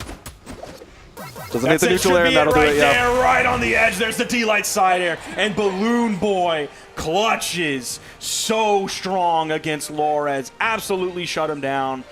Man, Balloon Boy coming in this one. Like, he needed that victory, and Lores needed it too, but Balloon Boy wanted it just a little bit more. Yeah, and that will guarantee his spot in the top 4 of things. Lores confirmed not going to make it out of the round robin phase. It is going to be, of course, MarkyMoo, Mounir, Kyna, and Balloon Boy to make it into our top 4 double elimination bracket. Still incredible showing on the side of Lores. I think he just kind of busted out a little bit. Like, he had some really good sets early on, and I think just like the negative momentum really added up. Yeah. It's just really tough. Negative momentum, what do we call it? That's drag. Let's call it drag. Is it drag? I like drag. What a drag. That's tough, though. Great victory for Balloon Boy. So what's his score at now? Balloon Boy is 2-2 now. Yep. This is quick updating. Shoutouts to the TOs in the background. But yeah, that's going to be 2-2 for Balloon Boy, 2-2 for Mounir. Laura's currently at 0-4, and Kyna sitting at 2-1. Going to be going up against MarkyMoo. That'll be our next set, 3-0. But you want to talk to Balloon Boy? Yeah, I want to talk to Balloon Boy for a second here. All right, we got a minute, so it's got to be quick. What's going on, dude? Really? Be quick. Oh, go ahead. What you got? I wasn't expecting this, but you said we have a minute, and your insightful question was what you got. Yeah, well, you're having more time talking about it right now than answering the dang question. So I don't know. Everyone's on my case. How you feeling? I guess we'll just say that. Yeah, I know. I'm feeling all right. Like, I feel like I could have played a little bit better this weekend, but you know, I made it in the top 4, so I'm pretty excited about that. Okay, so let's rewind to the start of the day. Your first set against MarkyMoo, it was really close. You almost got it, almost got the guy who's beaten you so many different times. How did it feel losing that even though it was close? Was it like good? Was it bad? Like, because it was the start of the day, how did you feel? It was kind of like in the middle because I was like kind of feeling out what character I wanted to play this weekend because I wasn't completely sure when I like first got here today. But you know, I just got to go back to I tried my old roots with the Diana. It almost worked, and I tried it into Kyna, and I just like realized that bow wasn't it for me. And so I just tried to swap back onto the Mega Man, and it just turned out to be just better for me. Okay. So is that going to be the pick pretty much for the rest of the day unless something crazy happens? Yeah, most likely. Okay. All right, thanks, dog. We're gonna kick you off. Yep. Sounds Got to good. move along with this tournament. Here, I'll put that mute it so you can put it down. Thank you, Balloon Boy. But we still got one more set to go to find out who is going to be, I guess it's just kind of seeding coming out of the top 4 of things. Who is Sparky, everyone? What does he think about? What goes on dude. in the These mind cameras make me look of who red. is Y'all make, Sparky? well, I think it's the TV, actually. Y'all always make me look super red. And, like, I go outside, but I'm tan. I'm not. Which one? Am I this one? Yeah, I'm on this one. Dude, people are seeing my horrible complexion. I look so red on this. We need to stop this. It does make me uncomfortable when they zoom in that much. It's like when people started getting 4K TVs and they're like, you're not supposed to see those it's pores. like, I'm not supposed to see Tina that's Fey's pores that's on 30 Rock. too high resolution. That's just kidding. I love her. That's actually something she says, and it's a bit in the show. We're on the second encounter here. Hold on. Whoa. We're on the We second okay? encounter here. I think MarkyMoo versus Kyna is going to be our final set of the round robin. It's kind of the undeniable one versus MarkyMoo, the savior of North America. He is the golden child for North America, undefeated for the day so far, but we'll see if Kyna has something to say about it. Otherwise, MarkyMoo looking to repeat his performance from Spring Royale. Kyna going to be likely coming in with the Zariel pick. Of course, Marky coming in with the Mordex that we've seen him on so many different times. The best Mordex in North America. I don't know if we can call him best Mordex in the world. I guess we can. Name one better. Godly. My goat. When's the last time Godly played Mordex? Honestly, that's a good question. Because it's been Taros and Fate for the last, 3 tournaments that I can remember. I think it's Godly if he wants it to be Godly. Oh, okay. It's like, who was the best, any player? And my answer, back in the day was, Boomy if he chooses to play that character. Oh, yeah. LeBron if he decided to play. LeBron if he was a Brawlhalla. We're seeing Kyna step away for just a moment. Going to be getting into this set shortly. It's our final set of our round robin. A little bit of an update real quick on score. We have MarkyMoo at 3-0. We have Kyna at 2-1. We have Balloon Boy at 2-2. We have Mounir at 2-2. And we have Young Lores at 0-4. Definitely a tough performance for Lores. I'm going to be curious what his thoughts are on this weekend. Probably not the most negative in the world, just given that he didn't practice that much. You can kind of wipe that off a little bit. Same thing if Mounir did poorly this weekend. It's well, I had 7 hours in the past 2 weeks. You guys probably have 150 hours the past 2 weeks. So, It is interesting the realm that Royales live in the sense that if you do terrible at a Royale, it does feel bad because obviously you did terrible. Yeah. But you can also kind of hand wave it as it's it's not PR'd, it's not open entry, it's not in a way not as important, but at the same time winning it has got to be really, really satisfying. You are the monarch, you're the Royale champion, something that very few people can say. So it is interesting that it's not too bad to lose, but it's also really good to win. You're not penalized for doing poorly, but you're rewarded for doing well. Yeah. And also, it's a really social weekend. You've heard them talking about it, about how they come here and it's almost like a reunion of friends, even though it's not the exact same crop of people every single time. It's still a reunion of friends in a small intimate environment where they get to hang out, and they really get that one-on-one time with each other, and also that small group time that you get, but you don't get it over and over with people necessarily at the same level that are going through all some of the same experiences that you are, and are at similar places in their life and all that you get at a Royale compared to a LAN. It is interesting, and this is me being an old man right now, but it's by having this kind of smaller pool of people, it is less daunting to try to have a conversation with someone, because it's like you've been saying, a little bit more of an intimate situation where it's there's less barriers to walking up to someone, whereas if you're at a LAN, you don't know how many of his boys are around him, you don't know who else is in line to take a picture with them, so it's a lot less comfortable to walk up and be hey, how's life? How do you feel about your sets today? Did they plan this? I think, yeah. Here it comes. The savior of North America, the golden child right there. That's MarkyMoo, best Mordex in the world. I was about to say former Olympian, but I don't know if that's 100% the way to describe it. I think he competed in qualifiers for the Junior Olympics. I can't remember. So do you get to call him a former potential Junior Olympian? I don't know. I don't think so. I think you have to qualify for the Olympics to be an Olympian. Okay. I mean, you have to be insane to even be able to get the chance to qualify. Right? It's not just an open tryout. I don't think we're I could show up and be like, hey guys, where's the javelins? I feel like throwing them. I could probably do pretty good. You think you could do, if you had to do a track and field thing, that's your... Absolutely not. I don't, what would I do? Because I hate running. I don't know, man. Maybe they should just like put Brawlhalla in the Olympics. And I could just like do that and also still do pretty poorly. But yeah. We got Kyna. We got MarkyMoo. We got to figure out what he's listening to. I bet he will give us a good answer. He'll tell us like the actual answer. Yeah.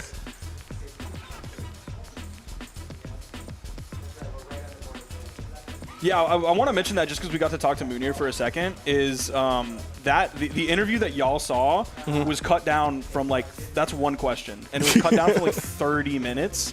And if you remember, the question was, recap your summer singles run. And he's just like talking about his entire Daytona run. Everything involved with Daytona before he gets to summer singles. So yeah, man. I love Mounir, but I also like talking to MarkyMoo. He's definitely a really interesting kid. He's a very high achieving kid. He seems like laser focused, and he knows how to dedicate himself to stuff in a healthy and productive manner, rather than just becoming obsessed with something. Yeah, I think it's really interesting because just with his position in the current Brawlhalla esports climate, it'd be so easy for him to have an ego and be just I'm the GOAT, nobody can touch me, but he's still a very humble, very chill dude. Oh, there's a sidelight into the recovery from MarkyMoo. We're having double gauntlets on the screen right now as Kyna quickly swaps over. There's got to be other color schemes, y'all. All right, Kyna did have the stage control, but didn't swing on MarkyMoo. Ooh, the amount of time between the hits, Duke. They're really taking their time. A lot of respect given to both players. It is going to be the recovery on the side of MarkyMoo to get the first stock.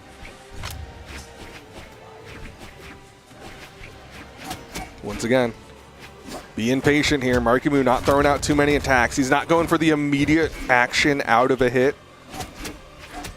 You can see, catches with the down air, hits the down light, reads for the ground pound there, but kind of gets away. Ooh, another nair. Oh man, that GC sidelight would have been so huge of a hit.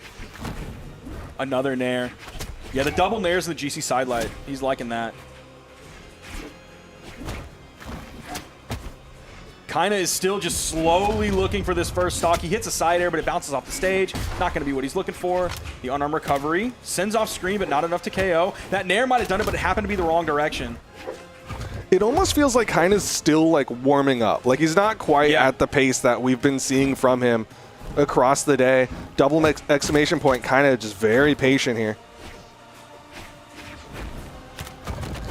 Doesn't hit the neutral light. MarkyMoo will connect. Dude, Kyna's taken so much damage. Basically twice as much damage so far as MarkyMoo has taken, as Kyna's about to lose his second stock, and Marky's just spawning in on his second stock. Goes for the sidelight recovery. Still looking for the sidelight options. Okay. Caught him off the bounce. MarkyMoo sticking with these gauntlets, knows that they have higher KO potential here. Just needs to get that one read for the recovery. Kyna doing a good job dodging. Yeah, and Kyna's going back down to the ground. You're not seeing him float in the air a lot because he knows the threat that Gauntlet Recovery has. Even if you don't get the sidelight into the recovery option there, you can still follow up with the second recovery after that. So Kyna's making sure to get back down on the ground so that that second recovery can never hit him.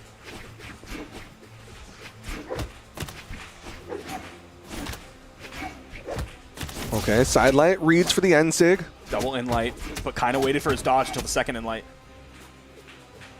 MarkyMoo still manages to get that ladder, the nairs and stairs. Now I'm wondering how MarkyMoo feels about Kyna playing the Zariel, because the last time they fought at CEO, Kyna was playing the Taros, and something that MarkyMoo has talked about is that it's a little bit tough for a Mordex player in the heavy weapon meta, just because Taros players can come in, or Hammer players or Axe players can come in and just drop bombs on you constantly. Okay, there's Kyna evening it up. Everybody on final stock now, but still at a huge damage deficit. But now, MarkyMoo doesn't have to deal with that. And again, this is game one, so who knows what else is going to happen in this set. But this might be exactly what MarkyMoo wants. Was that a JV2? I think he I didn't know if he got hit with like a weapon toss or something. Yeah, I think there was like a bow hit, but other than that, that was pretty much a clean victory in favor of MarkyMoo. And like to your point, right? Like it's a little bit harder for Kyna to equalize that damage deficit. Whereas like if he was on his Taros, just needs to get like 2 hits, whereas like with this Zariel needs a couple more. Going to be going into game 2 here. Back onto the Fortress of Lions. 3, 2, 1, brawl. No legend swaps whatsoever. We'll see. I mean, I don't know if there's anything that could really make Kyna swap off of the Zariel onto something else. Because, I mean, he was always that way with the Taros as well. Like, it was the quote that he gave to you, where he was like, I would rather lose than swap off of the legend that, like, gave me everything. Well, right now he is, in fact, losing. That sounds really mean. That's tough, man. It's one game, bro. It's game 1 of all games. Yeah, he's got to switch back, man. This Taros or nothing. Well, I don't know, maybe the way MarkyMoo has a handle on all this movement from Kyna. That was an insanely bold move. Yeah, the down signature in that position only would have sent up MarkyMoo down like ground pound.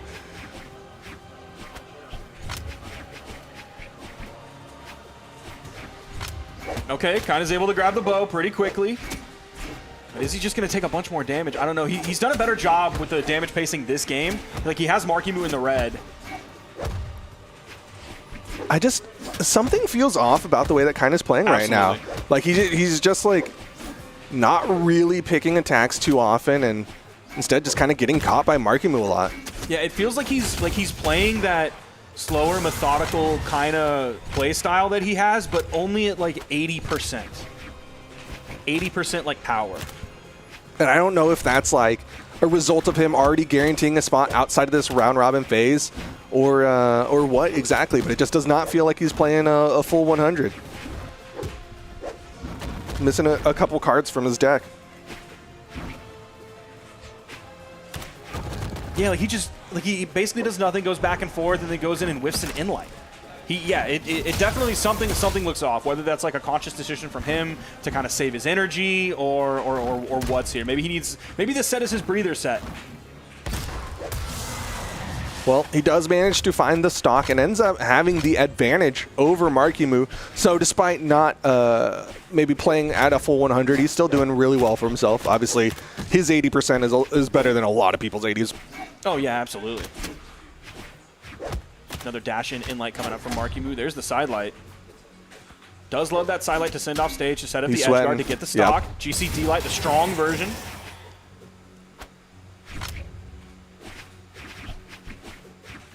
Where's the weapon spawn? Right side. Kyna instead jumps over MarkyMoo. Now MarkyMoo's got control.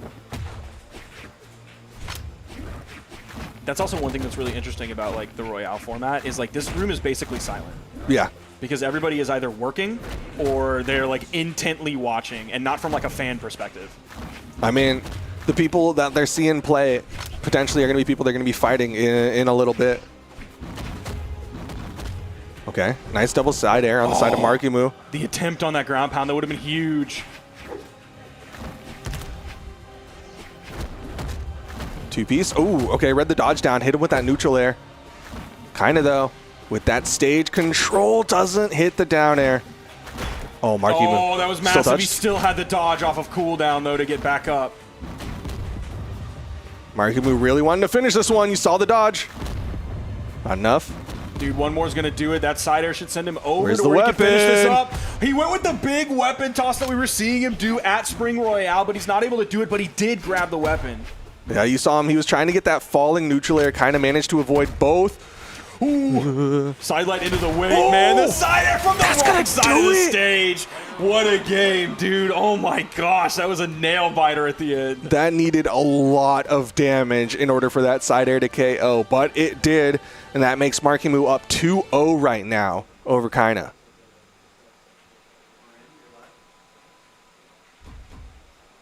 I want to look at the order of their sets from CEO. Yeah, the first game went to MarkyMoo, then 2 to Kyna, then 1 to MarkyMoo, and then it was in game 5 that Kyna ended up winning.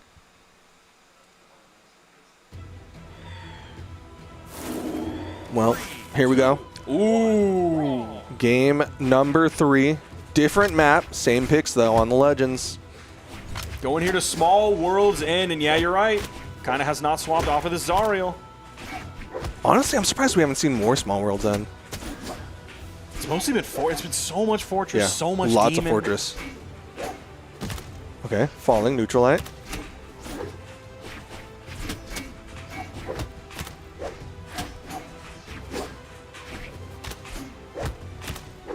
Okay, got the finally dodge he gets in. the double side light.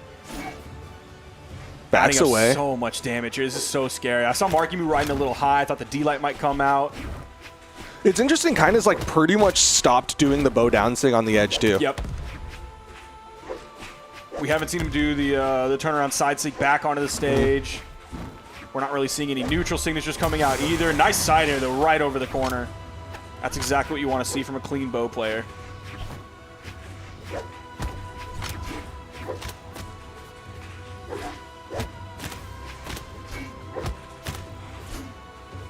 Dude, he's keeping MarkyMoo zoned out all the time. Yeah, pushing that range advantage to get with the bow. Ooh, hasn't touched in a hot minute, but the Sair and the Dare, and that's going to be big. MarkyMoo now down to his final stock here in game number 3. That was so sick. I don't know if he held that ground pound to like get away from MarkyMoo instead of like pulling out of it and floating right there, or if he was like essentially trying to play chicken with MarkyMoo, knowing that MarkyMoo would see how low he was, come down, and he could turn around and then get the stock off of that edge guard. That is either way, it's kind of a wild decision just because like bow ground pound's one of the slower moving ground pounds.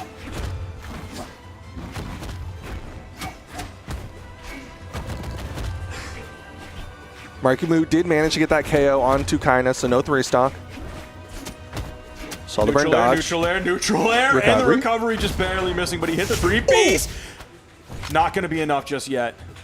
Still good damage. Throws out the down signature on the stage, trying to catch MarkyMoo coming underneath. I thought we were going to see something right after that, like D-Light ground pound and gravity cancel neutral heavy or whatever. I don't think he was confident on where the bounce would actually land Kyna. Oh my goodness, Kyna fights his way back. The small map helping him out so much. That extended sidewall helping him out so much.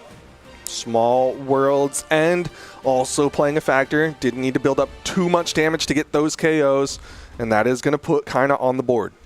Can we see stage banning, please, please, please, please, please? Small World done. Okay. I wanted to see if it got banned out. Short answer, it didn't. It did not. Because that's quite the opposite, actually. That's where they're going to. It couldn't be any less banned out. It's actually like the only not banned out map right now. And Kyna's already starting out of the gate. Has the bow. He's ready to go. Neutral air again. The juggles, the landing punishes.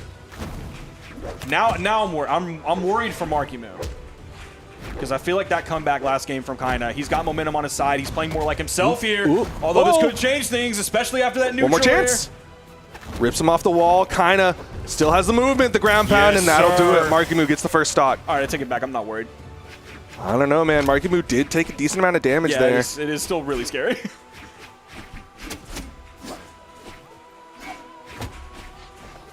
Almost had the range with that GCD light. It was so close. He's still also able to go back and grab the weapon, though. He has the gauntlets in his hands. He's going to be looking for potentially a recovery. MarkyMoo was floating up there, but he didn't want to go for it. Maybe he just wants a grounded approach, but MarkyMoo's not letting him have anything. Wow, the Nair actually beating out the ground pound. Gravity cancel side light. MarkyMoo going to chase dodge up, hits him with a down air. Is this going to be all another one? stock? Another Oh one! my gosh! MarkyMoo going to take 2. He is 1 stock away from an undefeated streak through the round robin phase.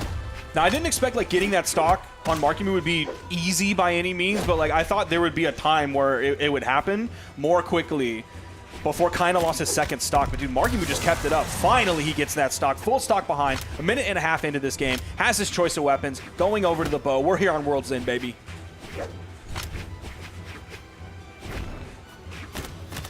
Okay, Kyna playing that spacing game. Falling side air. A little bit of a risky ground pound there. MarkyMoo going to take advantage. See him staying close. Kyna running out of jumps, and that's it. Ground pound right there. He felt like he had to make a massive play, an absolutely earth-shattering play there. So he felt confident enough to do that going off stage. It was do or get knocked out for him in that moment. And MarkyMoo, who had been doing it to him all game, took him out again on the edge. What a dominating performance from MarkyMoo, solidifying himself absolutely #1 in this Royale. Yeah, currently 4-0'd his way through the round robin phase. So now we are done with our round robin. We can see who's making it out and what the set counts are. MarkyMoo 4-0, Kyna 2-2, Balloon Boy 2-2, Mounir 2-2, and Laura's 0-4. Very cool round robin. We had some really interesting things happening. Like Laura is completely getting busted out. Like that was really tough to watch. But still, like an interesting result nonetheless. Mounir doing really, really well in his in some of the games that he played. Oh, we got MarkyMoo sitting down here. All right, cool. He's getting ready. Got to talk to the current Royale champion. Give him a sec to get the headset on. And first question. Are you worried at all now that we're going into the top 4? Like, you're kind of undefeated. Like, you're kind of just, like, winning too hard. I mean, yeah, of course I'm still worried because there's always, like, the potential for me to still, like, get taken out, you know? So it's like there's always something to worry about as long as this player's still there. All right, you got earbuds in. You had earbuds in. What were you listening to? I was listening to the song by Orchestrate by Yeet. Like, a lot of people think that I listen to calm music, but when I'm in tournament, I listen to more hype, adrenaline-inducing music. Is that, like, to give you energy, like, or is it just like something that counterbalances, or is that just what you like listening to? It's kind of like all three of those, you know, like it does give me energy, you know, those like hype songs that kind of get you in the mood, like in the flow, and also like it kind of like distracts me from my nerves, just kind of stop, like cause me to make a lot of mistakes, so it's definitely a win-win.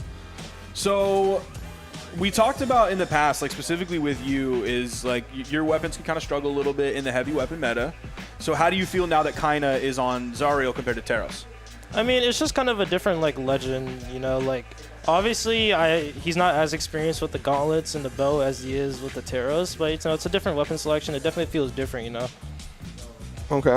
What's been your hardest set so far? Like, who are you the most worried to run back into as we get ready to get into the double elimination side of things? I wouldn't say that I was really like particularly worried about any like one person. I was worried about everybody, you know, because everybody here is someone that I have to like risk, you know, losing against. So I would say everybody was equal for me. No one in particular higher than the other. All right, any final words for the people at home? No, hopefully y'all enjoy and have a great day. Duke, you got any final questions for him? No, thank you, MarkyMoo. Obviously, we're probably going to try to talk to you later on because we still got more to do today, but thank you for taking some time to talk to us right now. Yeah, man, thanks for sitting down with us. Yeah, thank you for talking to me. Later. I'll mute this so you don't have to worry about it making noise when you put it down. That, again, was MarkyMoo, our current champion coming out of the round-robin phase, also our champion in terms of Royales. And we have our head-to-head for the double eliminations now. MarkyMoo will be going up against Mounir once we get into the double elimination side of things, and it'll be Kyna versus Balloon Boy. That's going to be really exciting. I'm looking forward to this top 4. Let me just get a look on your computer on the bracket since you already had it pulled up. Very, very cool. We're going to be getting into this top 4 bracket in just a few moments. We're going to go to a short break, and we'll be back before you know it. Don't go anywhere.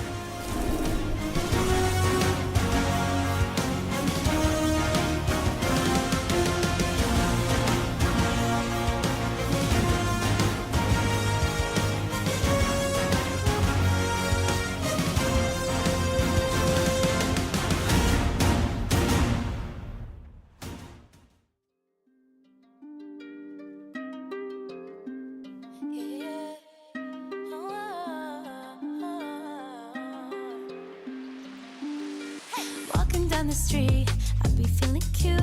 All these eyes on me, but I don't know what to do. I'm seeing all the signs, like everything's aligned.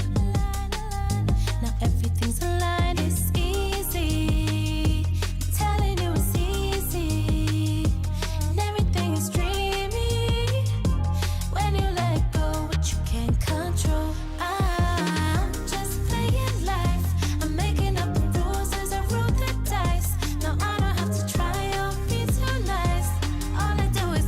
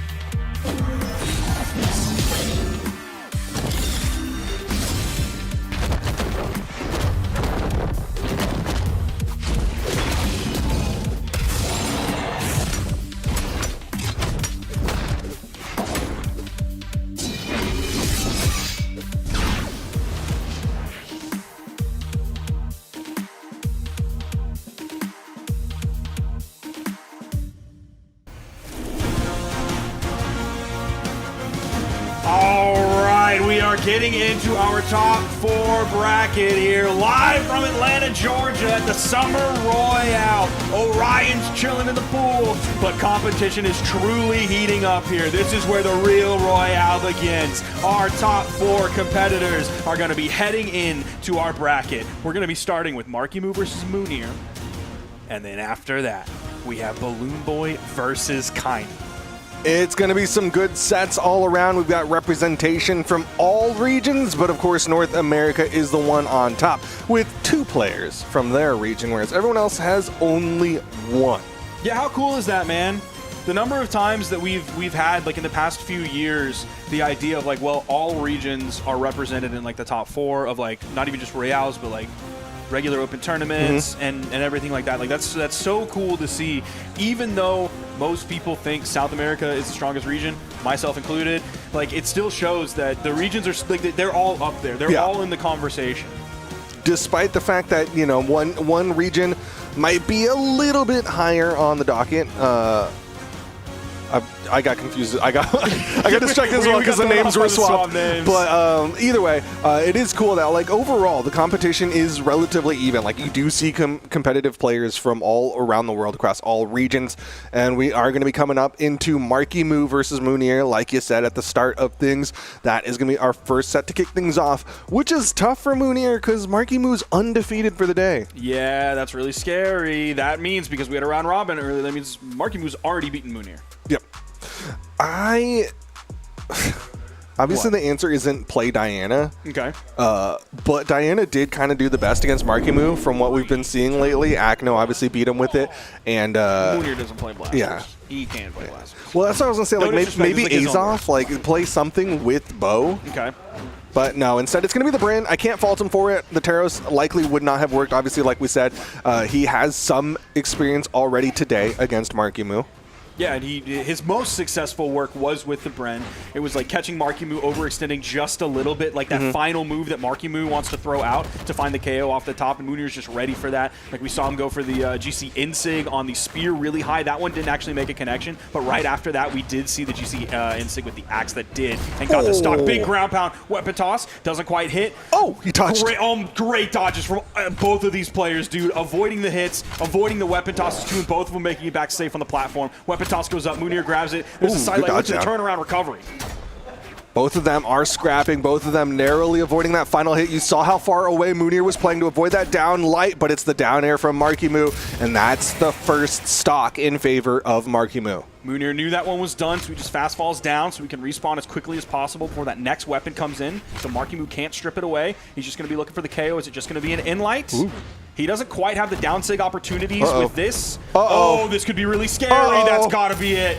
Mounir can't absolutely worth. touch a full stock in favor of MarkyMoo. Absolutely explosive play. That's the art of the deal, baby. What a trade to come out on top. We're only a minute and a half in this. Mounir's already on final stock. He's going to have to make some big plays happen on this spear. Getting that 2-for-1. MarkyMoo in a great position now. Mounir, haven't gotten to see too much of his spear in this specific game, but we know it can work against MarkyMoo. Gets around, Pogo. Down sig, little too far, and MarkyMoo's going to get the hit. Off of that too. MarkyMoo's choice there. Oh my god, he's so good. He's so sick, and he gets the KO off the top. He's already going into the second game with so much momentum on his side. He has it from the round robin bracket, and now we're just dumping more fuel on the fire from this game. You know, really good punish on the side of MarkyMoo. Mounir completely off the mark with that gravity cancel and sig, and you can see the swap. That is going to be a Tesca on the side of Mounir for game number 2. Okay, one of the many legends we've seen Mounir play. Obviously, when you see the Tesca coming out, you expect to see that signature kit play a heavy role in the gameplay. Okay, we're getting where they're going to reset. We did see somebody was trying to talk to MarkyMoo. Now, is this a... I'm going to guess it's a map issue? Or is it a control issue? Taking the chance to change up his controls, make sure everything's correct.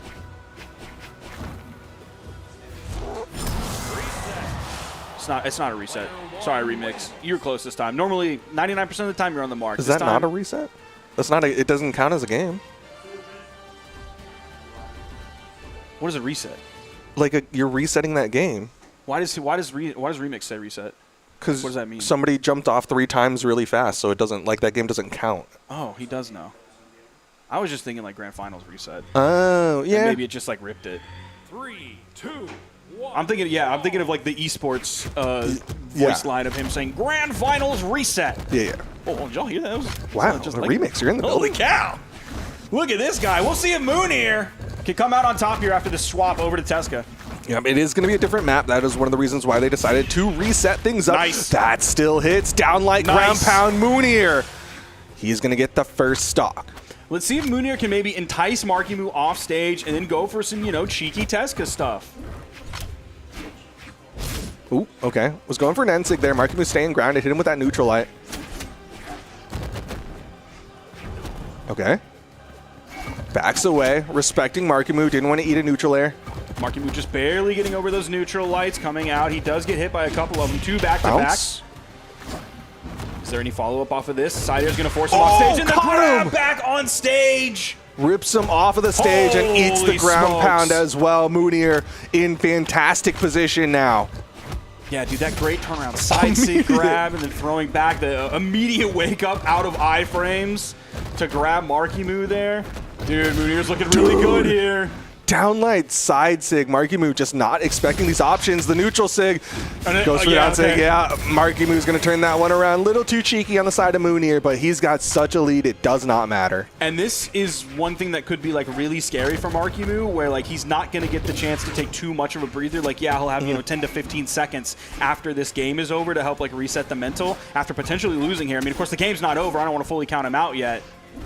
But this may be the chance where we can see Mounir do to MarkyMoo what Akno did and just like completely destroy that mental, and he doesn't have a moment. There's side air sending over to the left side. Weapon toss goes high. He was looking for the recovery as MarkyMoo came back on the stage. Okay, gonna throw back, and that will be the KO. Mounir takes game number 2, ties things up 1-1. Let's see how quickly we get back into this next one. Yeah, because that was a fast game. Yeah, we heard the emote coming out, like the GG emote coming out at the end of the game. Is MarkyMoo going to like pause for a moment to take a breather? I mean, he has 45 seconds of stage banning time where he can think about what he wants to do there and what he needs to prepare for the next game. No, we're getting right back in it. He's not going to take any moment to breathe. Only real difference in these 2 maps is that a little bit wider KO box, so Mounir going to have to work a little harder to finish off those stocks, but either way, pretty similar maps overall. Bounce. Again, catching him right after that down air, too. Is it going to happen again? I think he could have caught him again after that. Okay. Spacing in favor of MarkyMoo. Side sig not going to hit for Mounir, but he backs away, doesn't eat the double neutral light. Yeah, you were talking about calibration earlier, and I feel like MarkyMoo's just not quite calibrated for the signatures that Mounir has on this Tesca pick. Ooh. Who are our North American Tesca players? Like, I know Sandstorm plays them sometimes. Like, I'm sure I'm forgetting someone, and I apologize. I don't think there's a lot for North Americans. Yeah, so maybe this is the Mega Man of South. Was it South America or Europe? Of Europe. Europe. Yeah, that's what it was. Yeah, because Mounir struggled against Balloon Boy. Mounir looking solid right now, though. Grabbed him out of that one. He still let him get the weapon. He's in a nice lead. If he doesn't lose the stock here, he was in sweepies when he got hit with that down air. Oh, yeah, it's going to be over after that. He had the chance to like touch the wall, but he kept going up, and he got caught. Yeah, slid past it. MarkyMoo, though, did a really good job staying in that pressure position, just keeping keeping Mounir from getting the touch.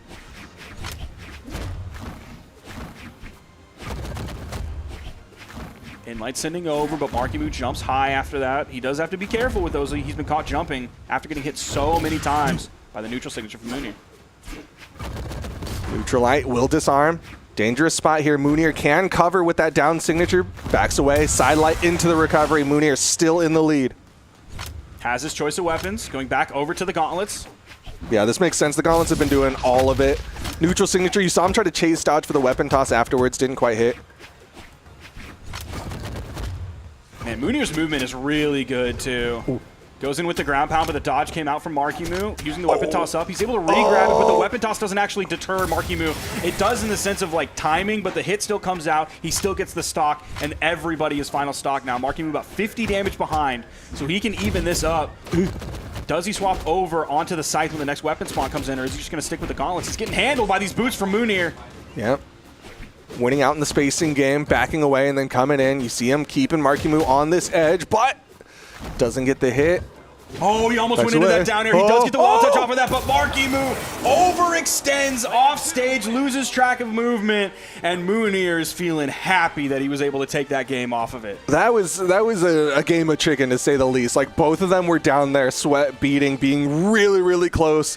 And unfortunately for MarkyMoo, he was the one who was less afraid and ends up falling down there. Mounir currently sitting 2-1, and you're going to see MarkyMoo make the swap over He's just to bobbing Mirage. his head. Mounir has got to be feeling really good right now. You can see the pressure mounting. He's listening to the, what was Spanish music? Yeah, the Spanish song that he apparently doesn't know the name of or the artist or...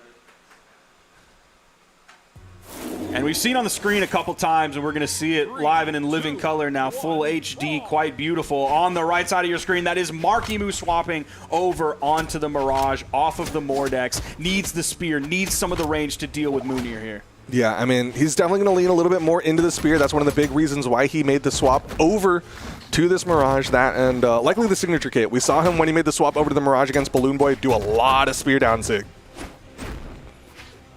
Yeah, if you're looking at a Gauntlet player, potentially looking at a Boots player as well, and they want to be right on top of you, the D-Sig is the deterrent right there. Okay, you can see Mounir pressuring that corner, side sigs as MarkyMoo comes too high, and that will KO. Mounir getting the first stock. Nice. Okay, that's a Cleans it up, very, yeah. very quick end. I didn't know if he was quite in KO damage. Maybe not for like the standard bread and butters, but for the D-Light ground pound, especially unarmed, you're going to get him with that one too. Another down air, hoping to grab the neutral air up high. MarkyMoo giving plenty of room to Mounir. You see instantly Mounir comes in, and there's the in-light from MarkyMoo. Like, he's ready. MarkyMoo not able to get a follow-up hit there. You see Mounir backing away. Wants the boots this time. Not in position to punish that side sig. There's the down air sending over onto the corner. Mounir coming up very high very quickly too. But MarkyMoo was back. He was playing very safe. There's the down air. The weapon toss doesn't quite hit. Oh, he just goes straight in for the ground pound rather than for a down air or a GC D-Light. I don't know if his dodge maybe was off of cooldown, which is why he went for the ground pound, or if he thought right along the wall he can hit that. Yeah, I think he was hoping that he was covering both options, and Sig will hit on the side of Mounir. Side air to finish off the stock. One stock left here. MarkyMoo might go down to the elimination side. Yeah, this is so massive. Mounir is up 2-1 in stocks, in game. Oof. Caught him with the end sig. Okay. Final stocks here. But Mounir's on the cusp. So much pressure coming from North America as he eats a double D-Light into the side air. MarkyMoo swapping back over onto the site. There's a side light. Mounir still hasn't been able to touch the stage. Here comes the gauntlets. He hits the neutral light. Pushing forward, but no move comes out. He's playing far back from the corner. Yeah, you can see MarkyMoo in this gauntlet matchup trying to stay a lot lower and horizontal, mostly because Mounir's been hitting him with those down sigs, with those neutral sigs a lot. Holy cow, dude. Like 4 or 5 unanswered hits. He's sticking with the gauntlets. And he also wanted to deny the spear over for MarkyMoo. Man, he Gets just through that dodged side through. sig as well. Good spot. Down sig! This could set it up. And that'll that was do it on its own! Mounir gonna knock MarkyMoo down to the elimination side of things despite playing incredibly well in the round robin phase. It is gonna be Mounir who continues on. And that's why Mounir being the chameleon is so scary, because all of a sudden you look in your winners finals, you look in your guaranteed winners finals, and you see, uh-oh, that's Mounir standing there all along. And I thought I had the ingredients that I needed to beat him, and I did. But then all of a sudden, he changed the game up. He's playing a completely different legend. He's using a completely different play style while incorporating all of these signatures into everything. It completely changes the game, and MarkyMoo wasn't able to adapt in time. So we're going to get word from Mounir himself after a fantastic victory over MarkyMoo. Let me know when you are good to go as you put on that headset. I'm ready. You good? You good? Okay, quick question. Why? What about the Tesco works so well? I mean, I used to fight him at Ultimate Royale. That was, I think, the first time. And my Tesco has always been one of my best characters that I never really practiced. But yeah, as you can see, my Teros didn't work into him earlier. Needed it, the Brin. Got to go back to my old roots, and I just picked the Tesco and it worked. And many people have also been asking me to play Tesco, so you know who you are. Here it is. Thank you for recommending it to me as well, so I can play it. All right, we don't have too much time with you, Yeah. so we got to be quick with this one. you're guaranteed. I mean, I got to look at the bracket to see Top 3 finish it be guaranteed. real, man. You're in the winners finals, man. How does that feel? Feels amazing. Feels really good, yeah. Since I'm, well, like I said earlier, like in the interview that played, I didn't really practice that much, like with prep time. But knowing I can get here by just purely based off of muscle memory and just confidence makes me feel pretty well. So that means next time for BCX, if I practice very much, I know what it takes in order to win and become a champion. So I'm really happy to be in the winner's side, especially since the only European recognition. It's really amazing. People will show me more support and yeah. Not to count chickens before they hatch, but what would winning here mean to you? Like, how would that feel, and like, what would that mean? It would mean a lot. How do I even express it? Yeah, especially 1v1. I've always gotten second place medals, third place medals, and also like Ultimate Royale, that one time I got third place. So knowing that I can get the medal beforehand, and then this will be the golden one, bringing a trophy home for Europe will mean a lot to me, especially for myself, but also for the people that count on me in order to win the entire tournament. For Godly as well. He's not here, but I know he's watching. He's been messaging me. He's watching from above. He's watching from above. All right, real quick, out of 100%, how much of that is excitement and how much of that is anxiety knowing what you have coming up in front of you? 200%. Both are 100. Okay. Both at 100? All right. Thank you so much for sitting down with us, Thank you very Mounir. much. Congratulations on your gameplay so far. We're looking forward to seeing you in the rest of the bracket, brother. Thank you very much. And again, good casting. Keep up the good work as well, you guys. Thanks, you guys man. need the compliments as well. We Here's get Sparky, there's enough, Duke. brother. We get enough. Thanks, man. No, you're welcome. No, we don't belong here. Thank you again, Mounir. Congratulations. He will be good. He's going to be sitting in that winner's side of things, but we still got more to go. We got to find out who's going to be playing against him. Will it be Balloon Boy or will it be Kyna? I'm sure Mounir is hoping for the Kyna because when he went up to Balloon Boy, it did not go well. Yeah, Balloon Boy going to be leading in. Is he going to go? I mean, he said he's going to be Vivi for the most part. Yeah, but he said, but like also, you know, like, oh yeah, Sandstorm's going to play core in mid-season 2, man. Right? Well, you know, right? Imagine. He should have. We have Balloon Boy versus Kyna. This is going to be a big one here. It's to see who gets to move into the winners finals to face Mounir and who ends up going down onto the bottom side. The loser of this is going to face MarkyMoo in the elimination semifinals. Taking a look at our round robin phase when they ran into each other. Let me see if we can go back into the past. Balloon Boy versus Kyna went in favor of Kyna 3-1, but also it was the start of the day when Balloon Boy wasn't sure who he was going to play. So there's potential here for Balloon Boy to just be like, you know what? The Vivi was all I really needed to do. Let's see if that adjustment is really what he needs to then continue moving on, guaranteeing himself a top 3 in this tournament. All right, here we go. Neutral air starting things off. Kyna does get hit by the side air into the down air and then another side air. That's some solid damage added up very quickly, equalizing everything. There's the in-light. What's he got after it? The turnaround down air, the D-light. Nice. Oh, he went for the recovery option so we could get a bunch of damage off of that. Yeah, that was purely for damage. Would not have KO'd. Nice. Picks up with a neutral line. Into the neutral air. Gets 2 of them. Balloon Boy adding up this damage quick. All right, this is just game 1, Balloon Boy. Chill out, man. They're going to nerf blasters again. Oh, never mind. Goes both ways. Goes both ways, man. That. Kyna getting the double side light. Puts him off stage. Hits him with that down air. Kyna is in KO damage depending on what Balloon Boy picks up. Are we going to see the side air into the potential? Okay. Just, nice. Oh, man. Fortress of Lions. Yeah. I do like that punish option, though, on the side of Balloon Boy. Unfortunately, it didn't quite work out, but he still gets the KO with the boot side air. Didn't need the Saw Blade follow-up after that or anything to scare Kyna into throwing that stock away. Back to the blasters, though. Was able to add up a lot of damage on that first stock with it, but right now, starting to whiff, and Kyna's getting them punishes. Got the landing with the side signature. Going to go off stage. Goes for the down sig again. Just an odd option there for Zariel. Now, one thing I love about Blaster's recovery is like how much in-air movement you have with it. So like he could get that hit, and then like after the final blast, he could still pull to the right so that he could get over onto the wall. Ooh, Balloon Boy. Okay, still got the touch. I thought that was a big commit with that. I think it was a down air that went too far. There's the side light, Balloon Boy. He goes over onto the wall immediately before getting back onto the stage, eats a side light, comes back here with a side light as well, hitting Kyna. There's a neutral air. I feel like we haven't seen too many like Nair recovery juggles coming out from Balloon Boy. It's really been the left and right game rather than the up and down game. Yeah, a little bit different on blasters though. Even when he does the boots nair, usually it's to set up for the turnaround down air, kind of reminiscent of like how Sandstorm likes to play boots. Burned a dodge on that and Kyna didn't do anything. Yep. He does get hit with the recovery and KO'd off the top. Got in onto Kyna. Still deep red though. Kyna can finish this one up real quick if Balloon Boy's not careful. Just like that. Has a choice of weapon. Of course, he's going to stick with the bow. Weapon spawn coming in. There's the boots for Balloon Boy. Going to start things off. Backdashing right after that, too. There's the in-light. Okay, sidelight goes for the neutral light afterwards. Ends up hitting. But Balloon Boy catches the dodge up. Gosh. Great fast fall down on Kyna's part, but he's still eating damage. The weapon toss up, trying to cover himself. He's sweat beating, still has the height and the tornado. Kyna once again fighting his way back, still not able to touch, and that is going to be Balloon Boy taking game number 1. Yeah, it really just felt like all Balloon Boy had to do was babysit him back to the stage. He had to do it like 3 or 4 times, and he had to do it correctly, so it's not like it was easy.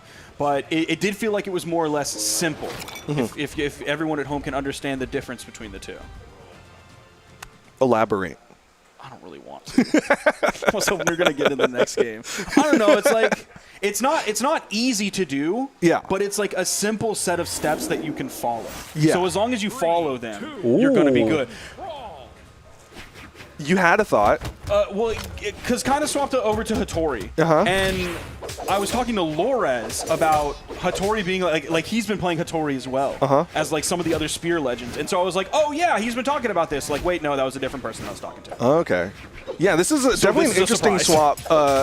No crossover to anything that Kyna's been playing as of late. Yeah, I don't like. When's the last time I saw him play Sword? Yeah, Bodvar from 2 years ago. I think 3 years ago. Did he play Bodvar recently? Someone played Bodvar recently. I can't remember. I don't think it was Kyna though. Yeah, so this is.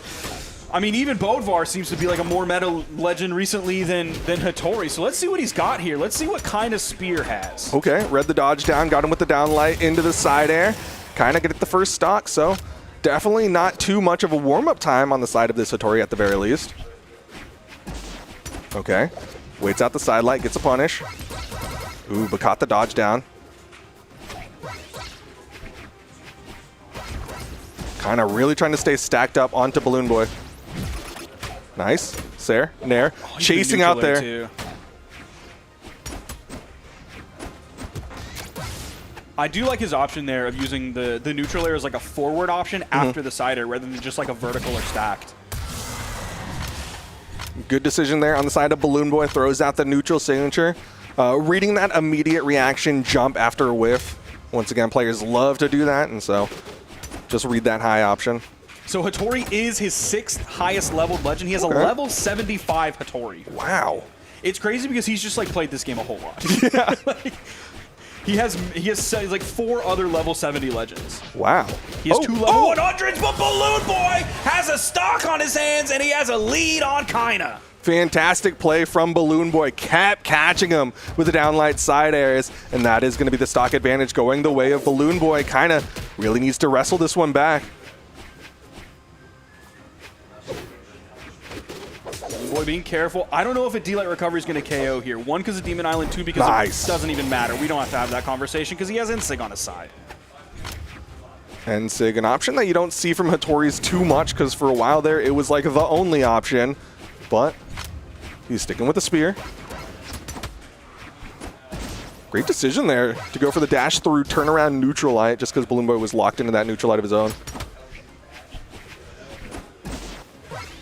Barely whiffing to that side light. The Nair juggles against a Blasters player can be really scary. If you just like happen to time your Blasters down air wrong and then they get just like the free neutral air, it's very safe. Oh, he doesn't have the timing yet. Oof. Whoa, he's sweating. Yeah, that's really scary. Picking that D-Light side air up so deep. Yep, that's the stock right there, and that's a game for Balloon Boy. Player 2 wins. Balloon Boy, man. The swap over to the VV that he made halfway through the round robin phase definitely has been paying out as he is now sitting 2-0 over Kyna in the double elimination side of things. Kyna, I'm expecting another swap. Surely we see a swap. But what? Oh, no. We don't He's see sticking a with swap? the Hattori. Oh, my goodness. Okay. He thinks there's more one way. for this Hattori, that we didn't see everything that Hattori has.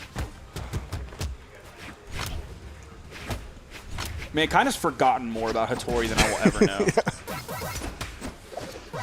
But obviously hasn't forgotten too much. Again, the Hattori not looking too terrible. Like, it didn't take him too long to get started with this Hattori. Another down air. Oh, goes for the downlight there. Yeah, we've only seen like a handful of times where Balloon Boy's been able to do like the classic Blaster's juggle of down air into the second down air GC D-light or GC in-light. And then the follow-up after that. So we haven't seen too many of those. Like, he's been able to chain some down airs together, but he's not really able to get the dodge in between them so that he can go for the GC D-light after.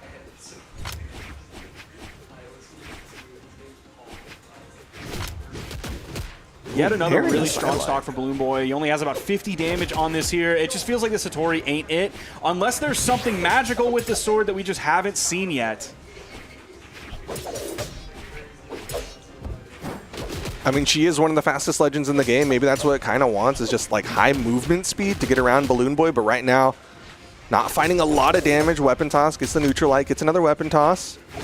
Pogo clashes out, but he needs more. Yep, not going to get the KO just yet. And you didn't see him panic after getting hit with that either. He still felt in control. He was very careful in when he used his movement options. The weapon toss goes down, but it's a little bit too shallow. Almost got that. Went for the turnaround neutral air once he knew that he wasn't going to be able to touch the corner in time. But he did fade over towards the corner just in case with the neutral air missing, he still got the touch. Okay, second stocks kind of did manage to bring this one back. Again, Flame Sword. And you're not seeing the Balloon Boy Saw Blade come out just yet. Yeah, that's true.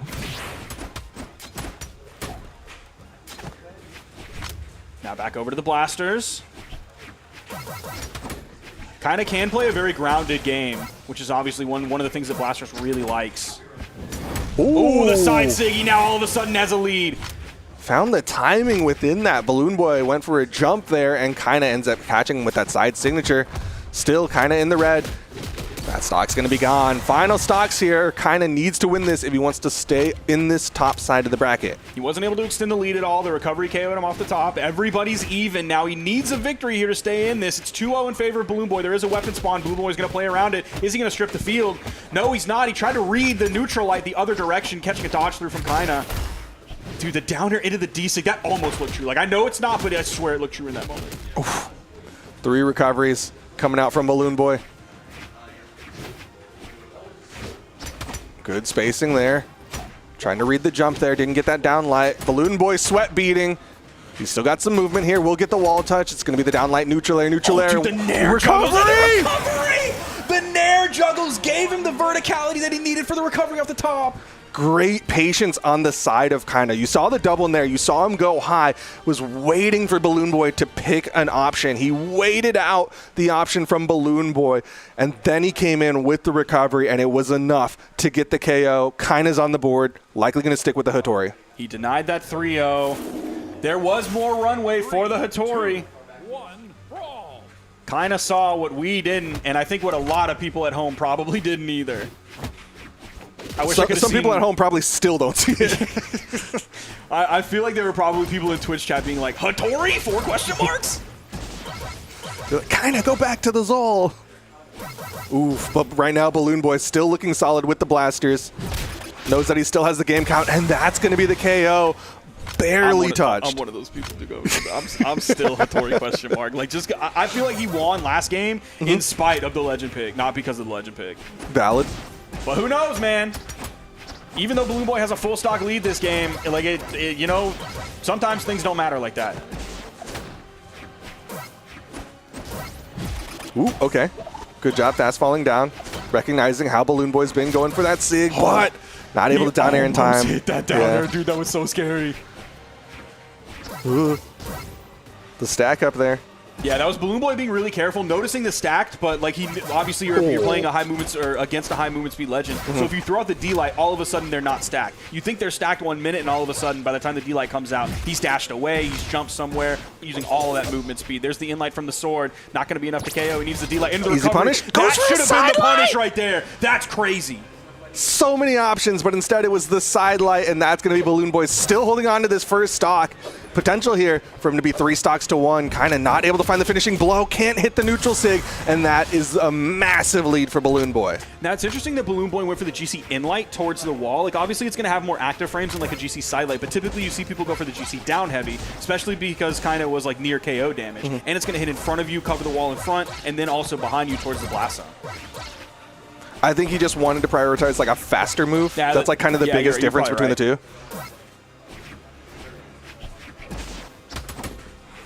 Dude, 2 stock lead here for Balloon Boy. He's playing the range game here with these fadeaway side airs. There's the down air. He goes for the GCD like that. Had to have been a misinput the other direction. Yeah, slight misinput. Doesn't matter though. Kind of denies the 3 stock, but he's still just getting completely outpaced on the damage. Double down light goes for a nair, but it doesn't hit.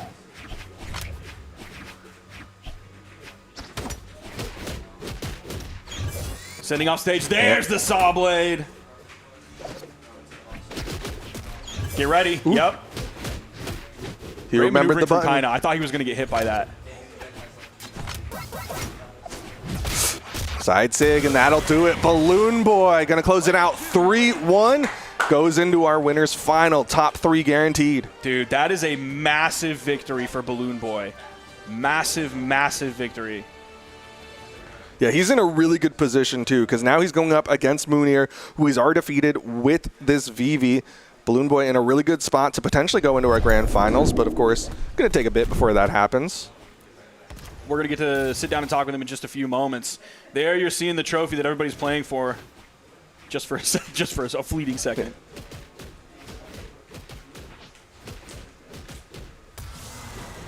Some fantastic plays. We saw his boots. A lot of it was blasters. That's been like the biggest damage building weapon, but still, boots also putting in that work for him. Balloon Boy sitting next to us. Do we have Mike, or are you on? Yeah. What's up, man? Not much. How's it going? He's going pretty good over here, too. All right, maybe you can educate us on something that we could not quite figure out. Why did Kyna play Hattori?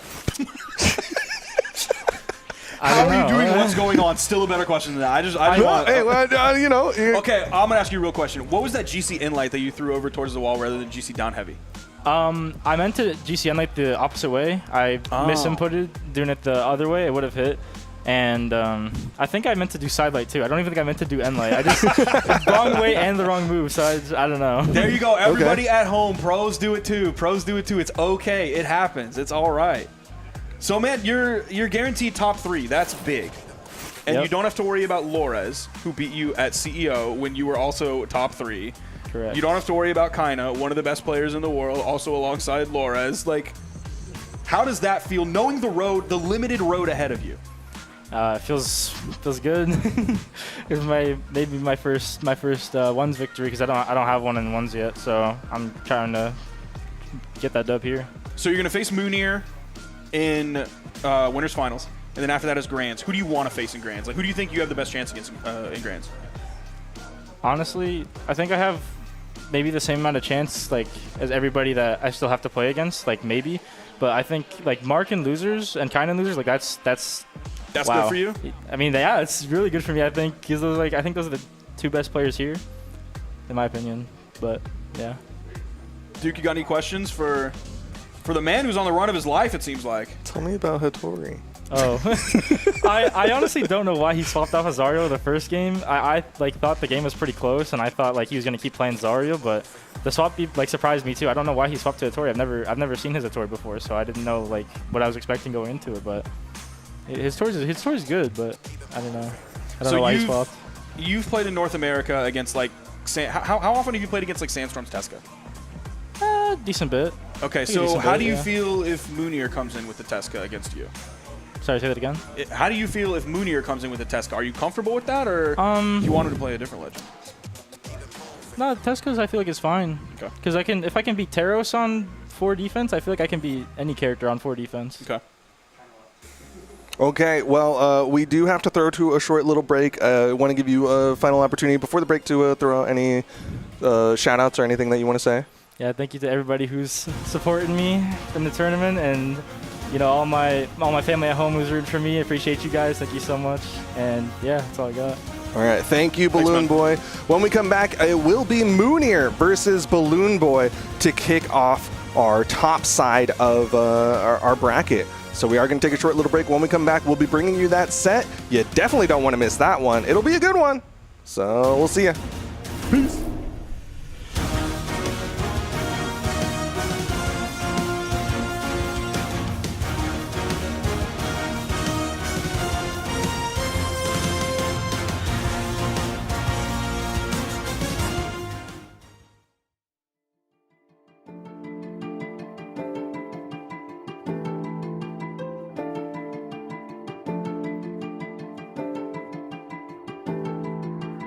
I've been thinking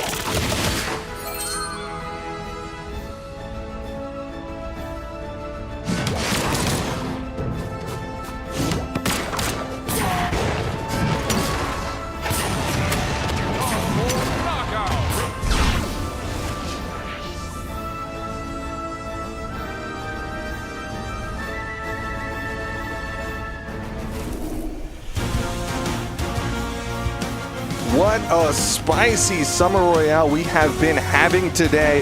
So many unpredictable events have happened. Our person who went undefeated in the round robin phase currently down in the elimination side of things. Balloon Boy, after the swap to the VV, basically going undefeated now. Yep. It's been a wild ride, to say the very least. Our midseason champion, not even in the top 4. Yeah, it's definitely been a really interesting Royale so far. You can see the first 2 sets that we saw in our top 4 is MarkyMoo versus Mounir. There was a 3-1 for young Mounir, and then it was Balloon Boy 3-1ing Kyna. Man, just major, what I would consider upsets so far. I think a lot of people would consider them upsets as well. I don't think I'm being bold on that. And right after, or right now really, we're going to see Mounir versus Balloon Boy, and then right after that, we're going to see Kyna versus MarkyMoo. Kyna versus MarkyMoo in Elim semifinals. Not grand finals, not winners finals, not even Elim finals, but Elim semifinals. Yeah, it's going to be insane. One of those players is going home with a 4th place finish. But for now, we've got Balloon Boy and Mounir. Both of them have yet to take home a gold medal in a Royale or any other singles event that is official according to this stats tool. I could be wrong. If it is, it's because of the stats tool, not me. Yeah, that would be a huge accomplishment, especially because Royales are so unique. Like, yes, it's not as big as an open LAN, and some people would say, I think it's true, it's not as quote-unquote competitive as an open LAN, but it's definitely a unique type of victory that you can get in no other place. But here we are, game number 1, and you're already seeing Balloon Boy start to throw out the signatures. That's one of the things that Mounir struggled the most with when it came to their previous set. Not sure if he's had time to adjust to those yet. And that was something that's successful in Mounir's kit as well. As they're going to battle boots, like battle to the knockout here over on the edge. Holy cow. Oof. Like Mounir added up some damage and was Balloon Boy was in danger of being knocked out at a couple different times, but Mounir didn't add up that much damage. Yeah, instead, it's been pretty much the Balloon Boy show. Was able to work with the boots, but also now it's over to the blasters. You can see Mounir chasing deep. He wants it, but Balloon Boy still gets the touch. Another one. Mounir not able to get the hit, but it will be a ground pound to take out the stock. I really thought Balloon Boy was going to underestimate how low Mounir was going to be at the end of that signature, and he was going to get caught by trying to go under, but no, he nailed it. Yeah, really good fastball on the side of Balloon Boy. Just unfortunate that Mounir didn't take too much damage. He gets past. Doesn't eat that side signature, but he's still taking a lot of damage here. Man, I really do love GCT sig. That goes I really everywhere. do love the Saw Blade and the way that Balloon Boy is using it, because it either hits, it either hits and gets a KO, or it's just like he's never going to get punished for it using it that way. Nice. Mounir spaces it out, goes for the side sig, but again, Balloon Boy so undamaged that the wake up downlight already connects. Yeah, and that's Mounir properly punishing a move like that, whereas last time he utterly failed. He went in so late with a hammer D-light.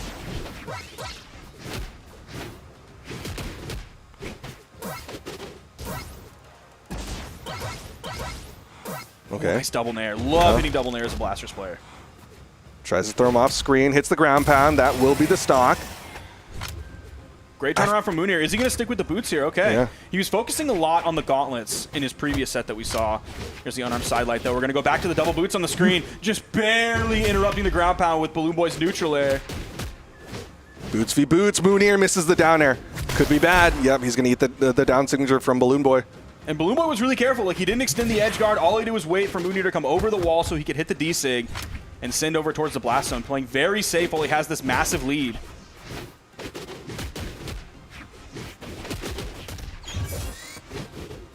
Mounir manages to avoid the saw blade again. Can he punish? Downlight, side air. What's he got? Oh, great dodge from Balloon Boy. We haven't seen too many boots neutral sigs coming out from Mounir. No, it's mostly been the gauntlet neutral sig, for sure. So for Balloon Boy to see that coming, expect it coming. Oh, that's what I thought was going to happen last time. Yep, just not quite spacing it. The down signature will splash and KO. That is Mounir taking game number 1. And like, it's so, I wish we could see the stats, but they went to the map banning so quick because it felt like Mounir was doing like no damage and getting KOs, like just in these cheeky spots. Whereas Balloon Boy is the one who's adding up all this damage, doing all this work. Yeah, it seems like Balloon Boy is playing the more like textbook Brawlhalla here. Even though like he's also throwing out a lot of signatures as well, but he's still playing like textbook Brawlhalla. That you would pretty much transfer to like every other legend in the game, whereas like Tesca you play unique. Well, it's working out for Mounir so far as he's got the first W of the set. Once again, winner of this goes into the grand finals, a guaranteed top 2 finish. Balloon Boy down light into the recovery. Already feeling some blaster swagger here early on in this game with the GCD light recovery. Nice neutral air. He even turned that one around so that the first blast would come out behind him on the second hit. Nice.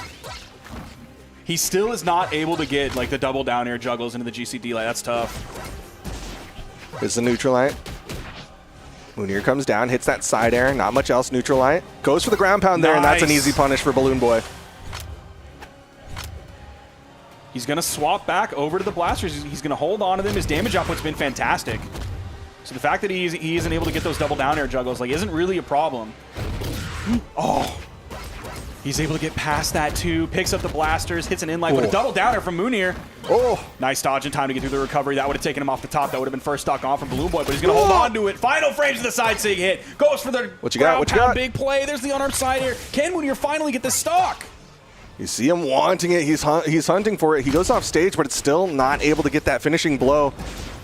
Downlight's the wrong direction. Neutral light, gonna put him off screen, but still not enough to KO. Weapon toss, gravity cancel, down heavy. Mounir finally cleans that one up, but man, he took a lot of damage. You saw in the way that Balloon Boy was picking up those side lights that I think on the second one he hit, he was like, oh, he's aerial, I'm hitting the top side of it. On the next one, I'm going to go for the neutral air. And that's exactly what you saw him do. Then the second one he hit on the aerial Mounir, the top side of that side light, gives you the pivot in air. Wraps that one up real quick, and Balloon Boy back with almost a full stock lead. We're not even 2 minutes into this game. Balloon Boy so good at that turnaround side air. You saw it with the blasters, saw it with the boots. Fast fall, neutral air. This could be scary, burning that dodge. Mounir doesn't pressure too quickly, and Balloon Boy was able to fend him off. May not be the same story on the right side, though. Actually, it is. Saw the stars. Nice weapon toss. He should be able to clean this one up. Yep. Oh, he gets past. He got past. There's no way. Slips right past Balloon Boy. Mounir gets to hold on to this stock for a little while longer. He needs to get the KO, though. So he needed the weapon toss to set up that situation, but because he was unarmed, he didn't have a wide enough ground pound. Down sig! What a punish from Mounir! And what's crazy is after like all of the facial reactions that we saw from Mounir in the game against MarkyMoo, he does nothing after that. Completely stone-faced. Not even a cheeky smile. He's just like, yeah, normal gameplay here. Downlight, recovery. Is it going to be enough? No, not enough damage just yet, but it's still a lot. And Mounir going to fall there, 1-1. Pressure mounting for both of these players. Mounir is finding ways around that D-Sig, though. He's found a different way. So it seems like he's understanding that signature so much more now, being able to deal with it in a variety of ways. And with the punish that he just did with that gravity cancel down heavy, that's enough that I think Balloon Boy is going to be a little bit more careful. Yeah. Like, it's going to make him not want to do it as much just because it shows like, okay, now you have a big risk attached to this. Yeah, that's definitely a discouraging factor. It's the smile you're on camera sign, even when there's actually no camera. Oh, just Never kidding. mind. Still looking for the five-finger discounts, yeah. He's smiling. There, brother. Okay. Gets the neutral heavy. Nice. Just the patience on Mounir's side. Saw that dodge come out. It's going to be some good damage here for Mounir. Doesn't reach high enough. Love that little wiggle in the air back towards the blast zone, like right at the peak of the jump.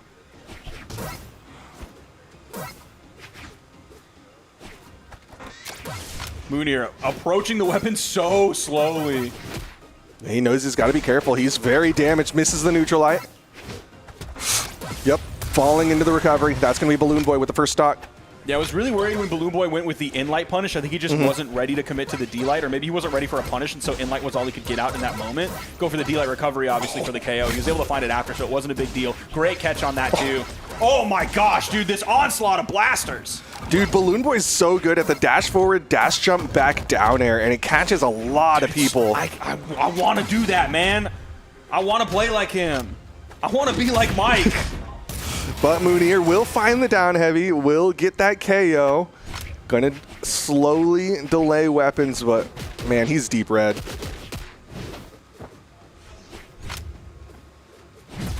Ooh.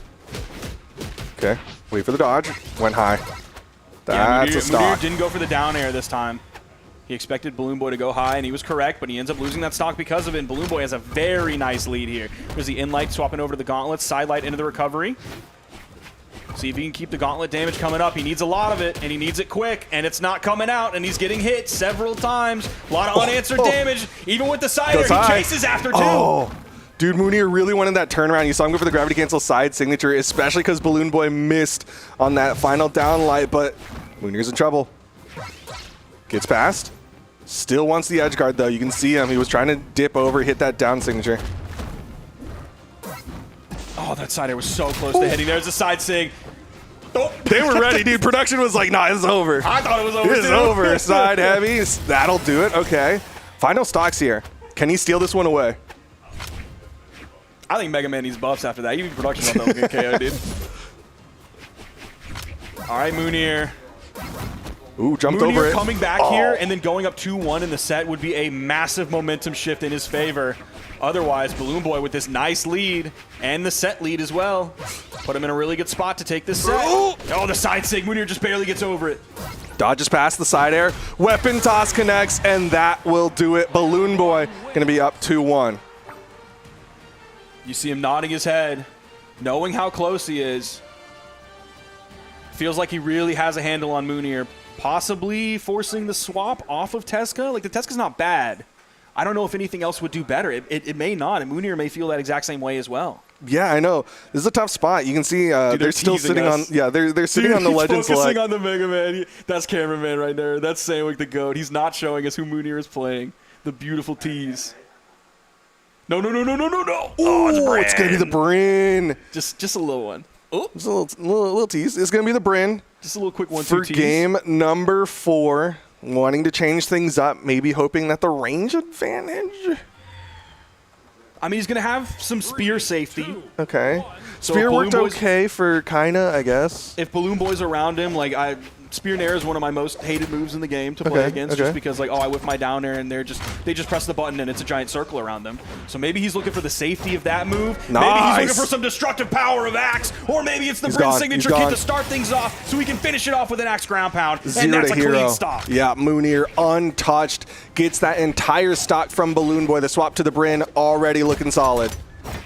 Down sick and X. Dude, he's moving different. He's moving different, Slime.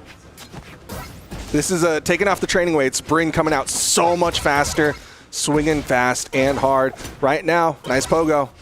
Nice pogo. Yeah, that could be a good deterrent from the vertical gameplay that Balloon Boy might be bringing out if he comes out with Nair juggles. Not that that's been like the largest part of his damage build. Dude, Mounir is ready to play down there. He is not worried about it. He'll throw out side airs down there, side air after side air. Can he get the punish here? He went in for the GC down heavy, which was the smart move to go for.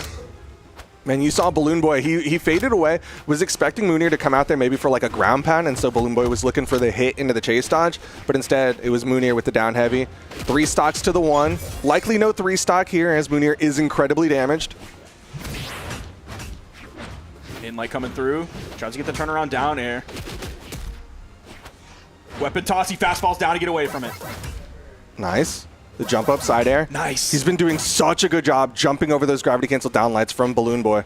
Oh, I was really worried he was going to keep moving up and down and like right near the wall, but he wasn't actually going to touch it. He was just going to tickle the wall over and over, and then Balloon Boy was going to come in with a down air when he was like 2 jumps deep, and all of a sudden he was going to lose that stock super early.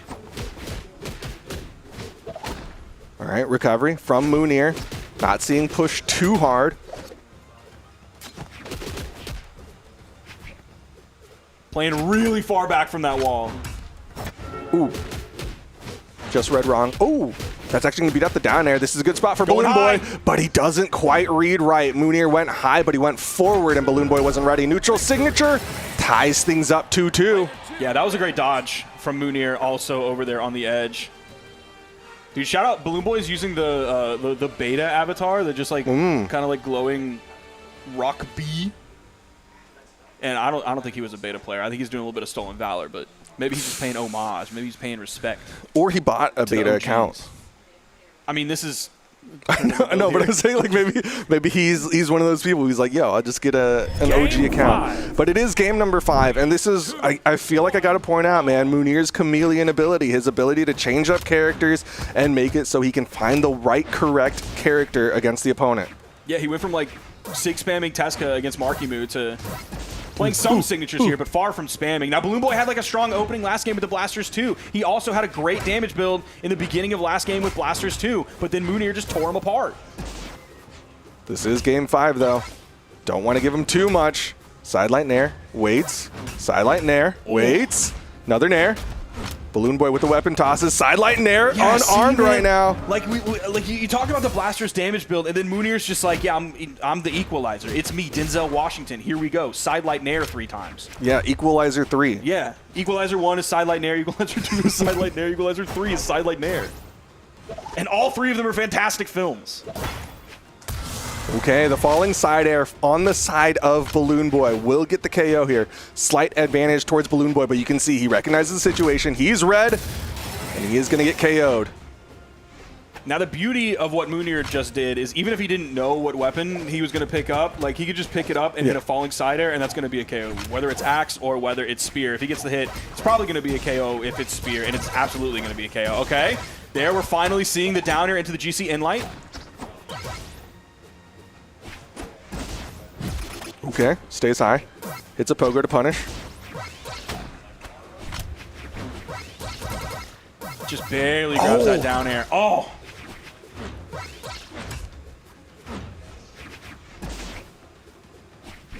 Lot of jumping around. Nice. Gravity cancels over it. Both of them in the red. Neutral light. Disarms. This is a good spot for Mounir, but instead he wants the weapon advantage. Doesn't throw out a sig. I think he was trying. Yeah, he was trying to go for the arc again, which is why he went for the arcing one rather than just like dash to get the max weapon speed. Getting the KO off the top. Mounir with just a little bit of a lead here in game 5. This might be all he needs. Can he get that extra credit? He is still deep red. Balloon Boy, no weapon spawn. There's the spawn. Mounir just Nice denying. There's the weapon toss. Oh, yep. Good punish there. With the downlight, Balloon Boy stays under, gets that down heavy, and it's all down to these final stocks. Who's going to the grand finals? Dude, it's really funny that the final stock here in game 5 is going to be Mounir against Blasters to see who makes it into grand finals, given how much he despises that weapon. He's been very vocally anti-Blasters. Oh, the D-Light side sig, Balloon Boy. All right. Feel a little saucy with it. Do something different. Not ready for the reaction.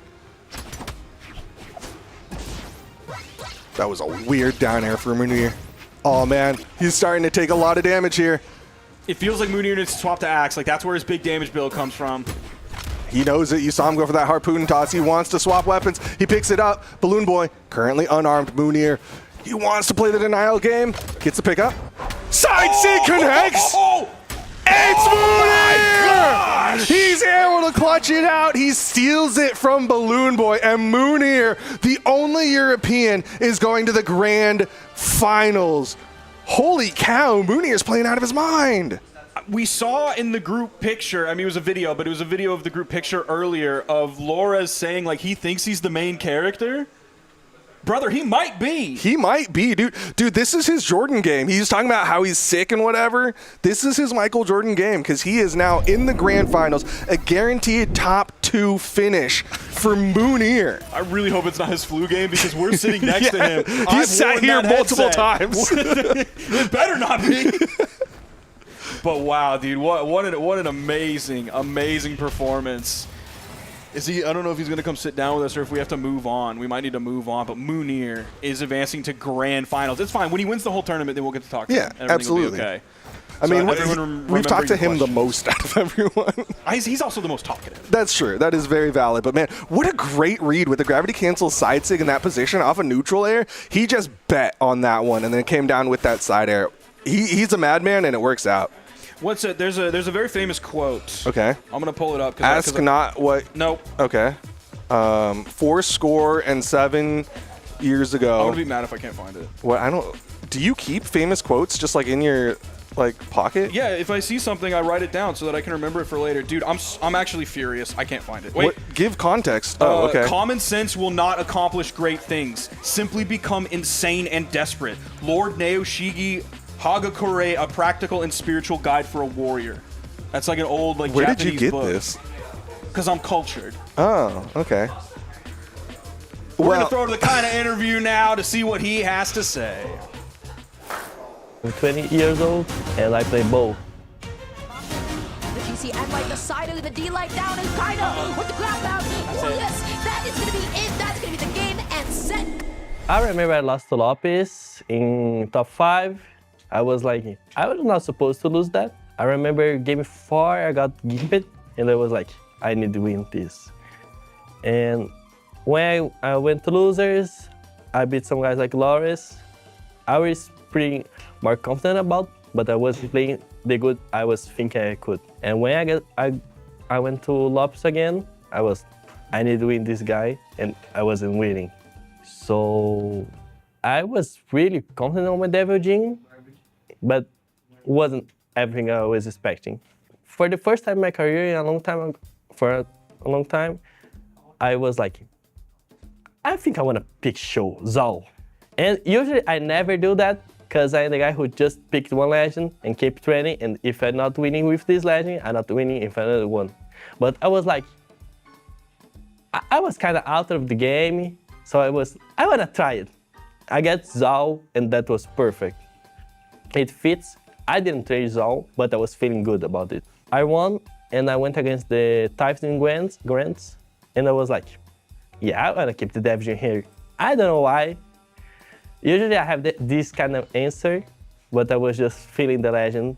I got Zariel again, was doing pretty good, but I couldn't beat him in Grants. What are your thoughts on the other player from South America who qualified for this tournament, Loris? Loris, he's lazy. In what way? What does that mean? He's not even training. He's here because no one has visa, so he's happy and enjoying it. Okay. For the qualifiers, it's like, let's just enjoy it because Royals are pretty good experience for everyone. It's a good training, and I'm really happy to be here, and I hope everyone enjoyed this chance of being here, like for free, just to play a game. That's amazing.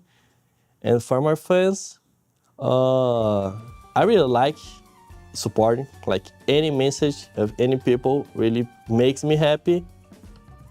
So appreciate, guys. I love everyone. And we're back for the elimination semi-finals. MarkyMoo versus the player you just saw on your screen, Kyna. Their lifetime history, you know, not as much as you would think. Because both of them are top players in their region. Yeah, they've definitely been to multiple events at the same time, but just not run into each other that often. Obviously, I think this is missing a couple of Royales because they ran into each other at Spring Royale, and of course, it's missing today, where MarkyMoo did get that W. Not Spring Royale. That was West and Bem. Oh. Well, what about the one before Mad Max? Max mode? Max mode. I don't think Kyna went to Max mode. What about the one before that? Autumn Royale last year. I know MarkyMoo probably didn't go to that. I don't remember. I don't remember that far back, bro. I don't have that. I don't have the calendar in front of me right now. Obviously, I don't either because I was wrong about Spring Royale to kick things off. But either way, yeah. I mean, we know they've been to multiple events at the same time. Obviously, like CEO at the very least. But they don't really run into each other that often.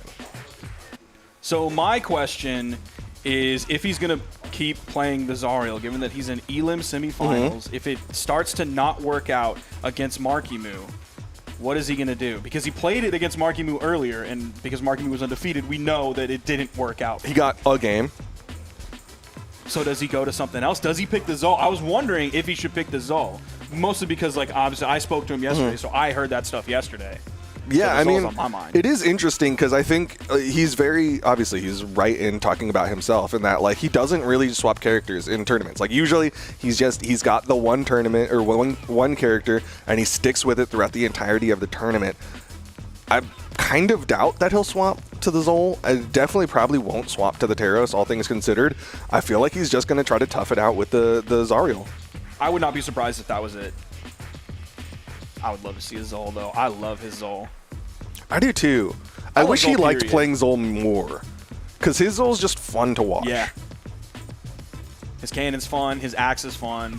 It feels like his Zol axe plays different than his Teros axe. Okay. It feels like he's more active. It feels like he's embodying, like, crazy wild orc man more than he is like bull that holds forward. because he's more of a chill Taros player, which is why he kind of got bored with it. Yeah, he takes that energy of the Zol and he embodies it in his play style, but likely it won't be the pick. Can you take the Zariel, the Devil Jin energy?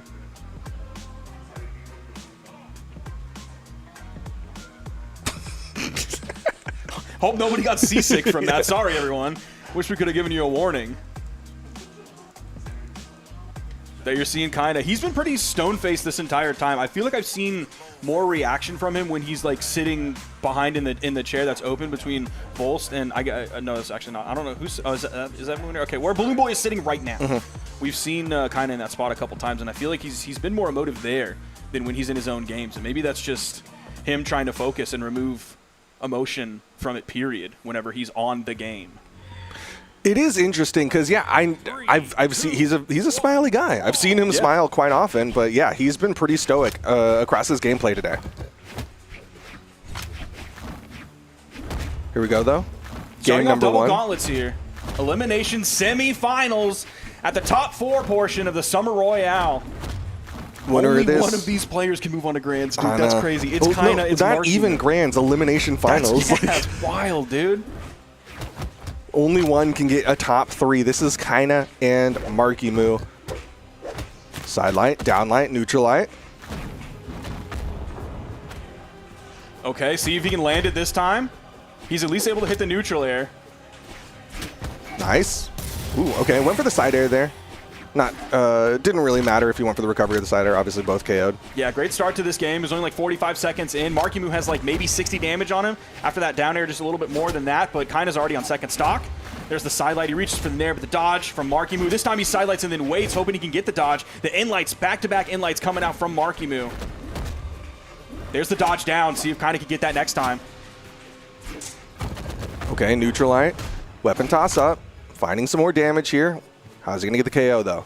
Is he going to do the side sig back on stage? No, he didn't even throw a D-light. He didn't throw anything. He's going to play this very carefully. He's behind. That time he's going to throw the side sig. He's going to eat a side light from MarkyMoo. There's a second side light. There's the D-light. Over onto the wall touch, but the turnaround side air from Kyna, sending MarkyMoo to the edge. He's going to have to take that L, lose that stock, and come back in. Going to be looking for a weapon spawn here. Where's it going to be? It's going to be right below that soft platform in the middle. MarkyMoo grabs the sight. There's a side light, sending Kyna over to the right side. Another side light, sending in the exact same direction. There's an in-light. He backs up. The side light misses. It's now Kyna's turn. Kyna going to take his opportunity, try to find some damage here. Great spot dodge on MarkyMoo's side, but he goes deep with that second down air. Dude, when Kyna not going to do much there. Will throw the weapon toss like up when they're off screen. I'm always like, you're going to fall, you're going to lose this stock, it's over for you. And then it's like, oh no, then they have complete control of that. I would fall and lose that every single time, but not them. Yeah, they're very good at that. Obviously, much more practiced at that than you or I. They know like their limits and they know the limits, and a lot of times both of those are exactly the same, if not their limits being even a little bit beyond the limits of the game. Yeah, I mean, they know how to go further and beyond. There's the side light. No major offstage commitment, no D-Sig so far. We are early in this set, so we don't want to give away too many of our behaviors just yet. There's the side light. Another side light, but MarkyMoo's staying high after these. Maybe going with a dash and in-light. Maybe pick up an in-sig after that. He hasn't really thrown out the in-sig so far in this game. It's mostly been the side sig, and he gets caught. Should be enough. No ground pound there on the side of MarkyMoo. Kyna gets up. Another recovery. Still looking like pretty much MarkyMoo's game unless something drastic happens in the final stocks. Yeah, if they just like dueling in-lights. Oh! Gonna end up losing that. He was so close. He tried to fade over. He's on final, but like if they keep doing this like dueling in-lights game, it really feels like MarkyMoo's going to come out on top. It's going to have to change a little bit if he goes back and picks up the scythe, which he doesn't. Here comes the gauntlets. Going to be looking for an in-light from the middle of the stage. Sends off stage. Hopefully he can find a recovery to KO off the top or just an in-light close to the edge, just like that. That's going to wrap up game one, and it's MarkyMoo taking it over Kyna. Yeah, pretty comfortable victory there on the side of MarkyMoo. Shades of their previous set. When it was in the round robin phase, where once again, like kind of little bit slow to start up. It takes them a little bit of bit of time to get that momentum running. When you brought that up previously, I think you absolutely nailed it. I think you're totally correct that it does take a moment, which is interesting. Like he warms up and then he cools down. He warms up and he cools down, and maybe that's how he has the stamina. Is like he's able to go to those cool downs, because if you stay warm the whole time, like you're just going to overheat, man. Like you can't do that. Well, we'll see if he can at least get warmed up here as we are going into game number 2. Again, elimination side of things. Neither one of them wants to go home with that 4th place finish. And we're going over to Small World's End. So we're going to have a much smaller stage, much closer blast zones here.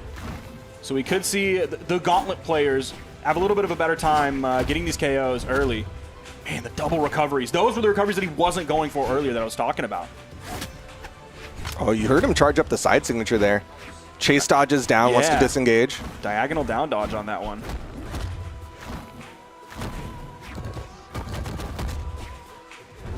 Ooh. Got him over the corner. Another ground pound, and yep, MarkyMoo with the first stock.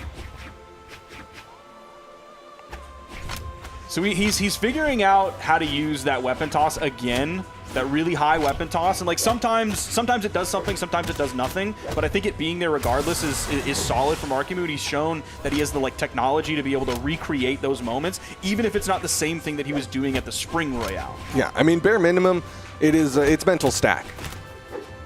Okay, Kyna with a good juggle though, gets a 3-piece. MarkyMoo's got damage of his own, hits the down air. Doesn't go for a turnaround there. Waits for the touch. Yeah, I think MarkyMoo was more concerned about getting back and touching, and then he could re-engage with all of his options and then find the stock after that. He was confident that he was able to do that. Nice, and yeah, that's exactly, he knew. He saw everything in front of him. All he had to do was execute. Yeah, plays it clean, plays it smart. MarkyMoo now with a massive lead over Kyna.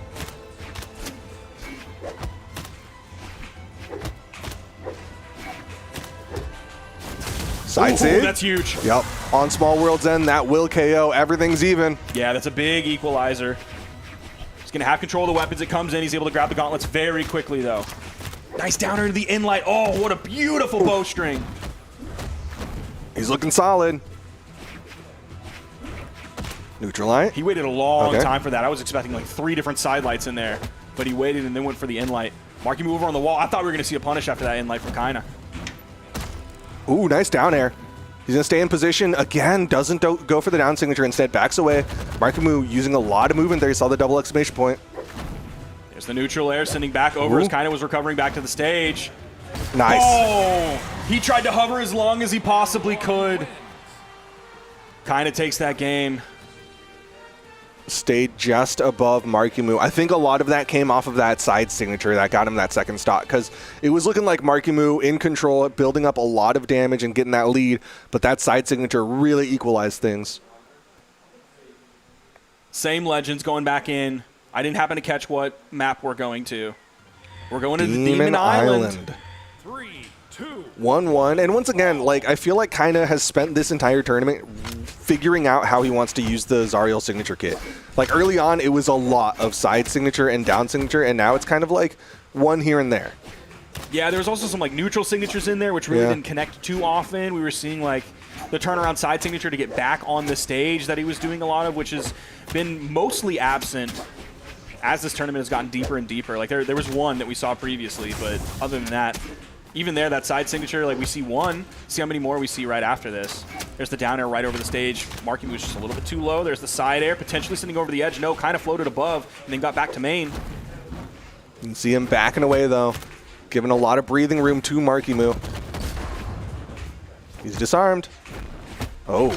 Nice movement from Kyna to get away from that GCD light on that wake up from MarkyMoo. The delay before the recovery gets the KO off the top, and MarkyMoo takes first stock game 3. Playing the gamble there. Kyna thought MarkyMoo was going to immediately swing, but MarkyMoo with the patience waits out that spot dodge.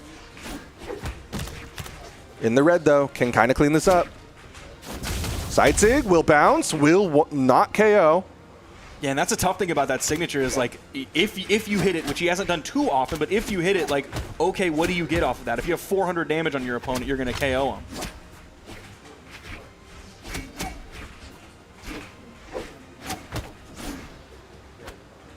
Backing away.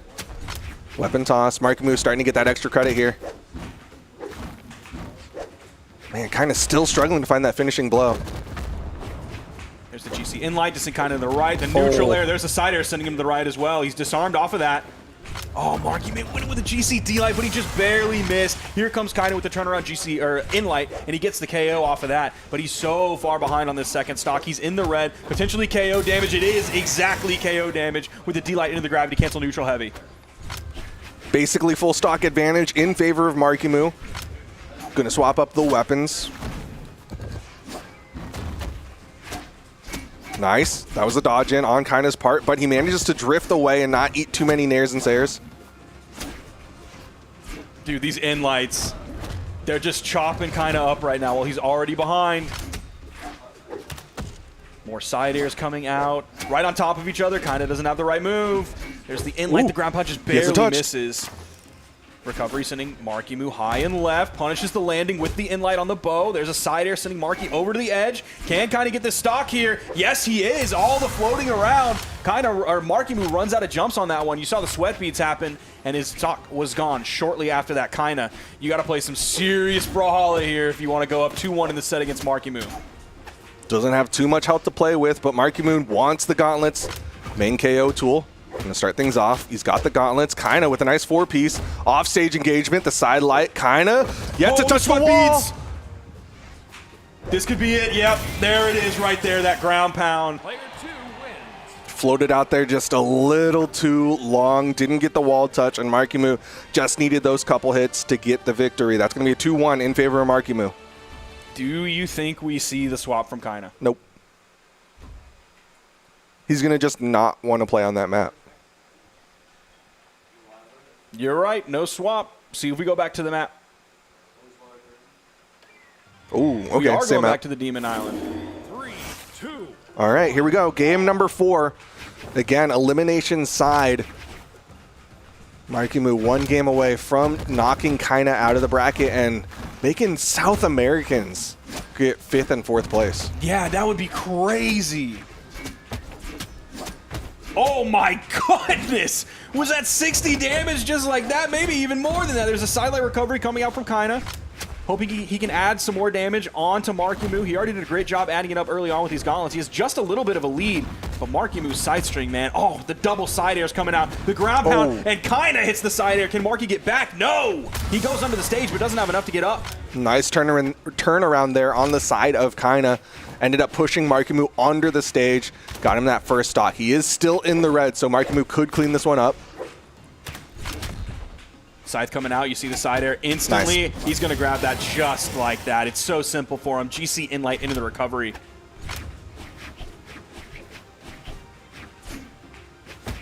Weapon spawn on the left side.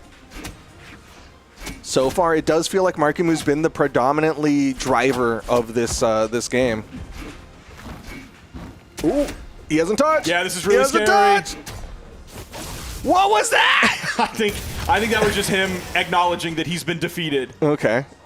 Or it could have been a miss input the wrong direction. I mean, either way, like even if he did it in the correct direction, I don't think it would have led to a touch. So definitely a great edge guard on the side of MarkyMoo. Yeah, he just kept it going. It was one piece after one piece after one piece. Sidelight.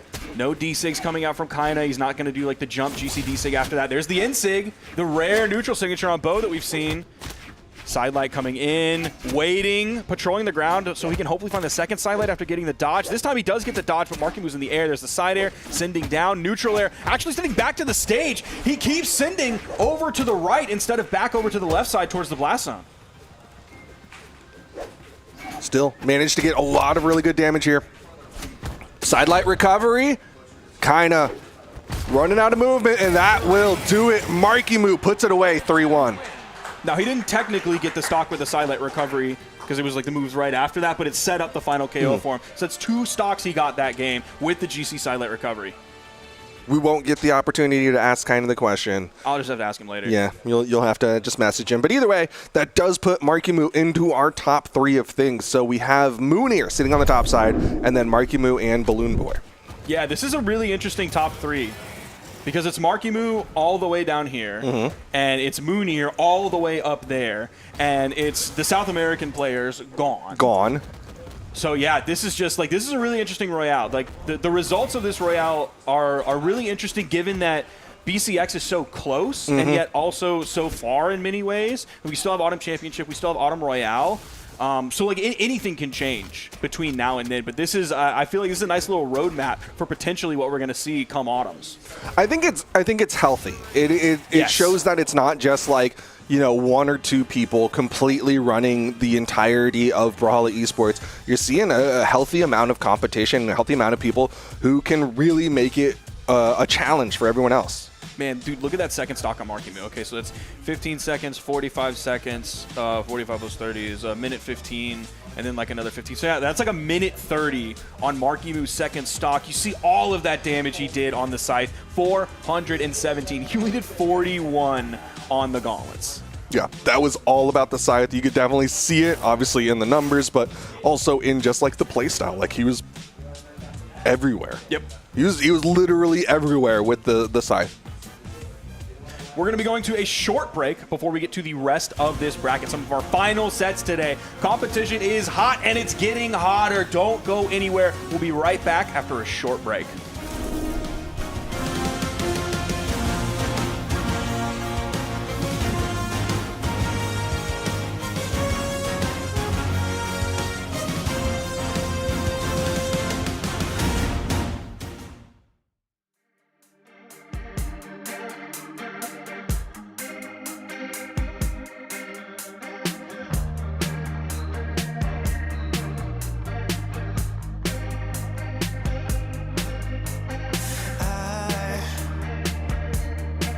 Wanna fall in love tonight, but I'm so scared that you're with the other one in the spotlight. I wanna take you home tonight. I can't look away. I can't make you stay.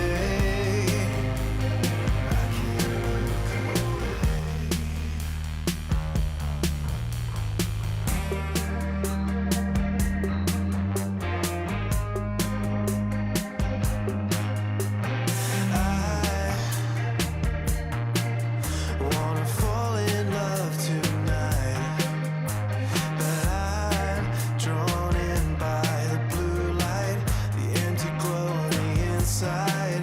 No, this ain't love tonight. I can't look away. I can't make you stay. I can't look away.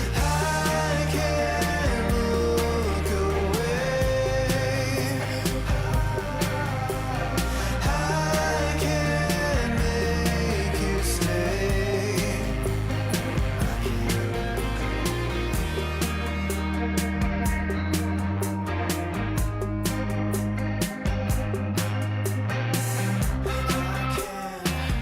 I can't look away. I can't pull myself away. I can't look away. I can't pull myself away. I can't look away. I can't make you stay.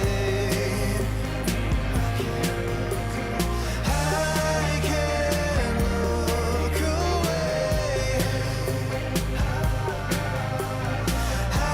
I can't make you stay.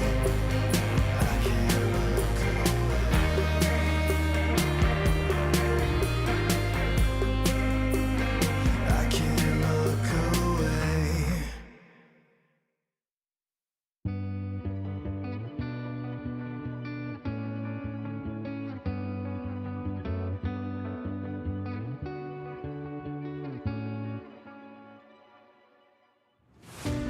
Can anybody hear me?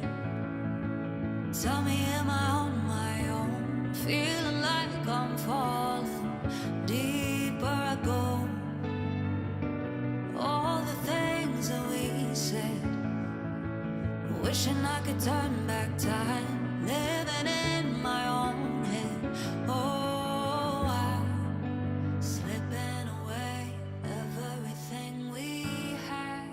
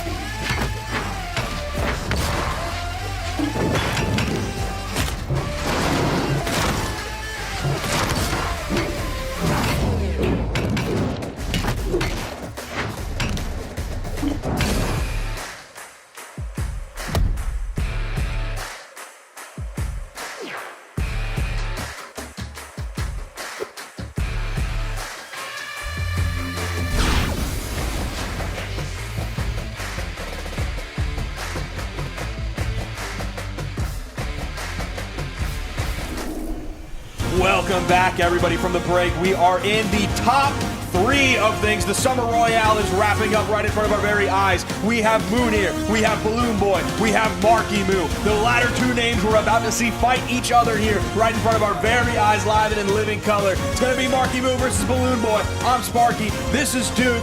We know what's coming, but before that, we want to send you over to the Balloon Boy interview to hear some things that he had to say. Take it away. My name is Balloon Boy, and I'm a player from Canada, and I'm here to represent North America. Recovery, turn that's gonna be it! Balloon Boy gets the reset!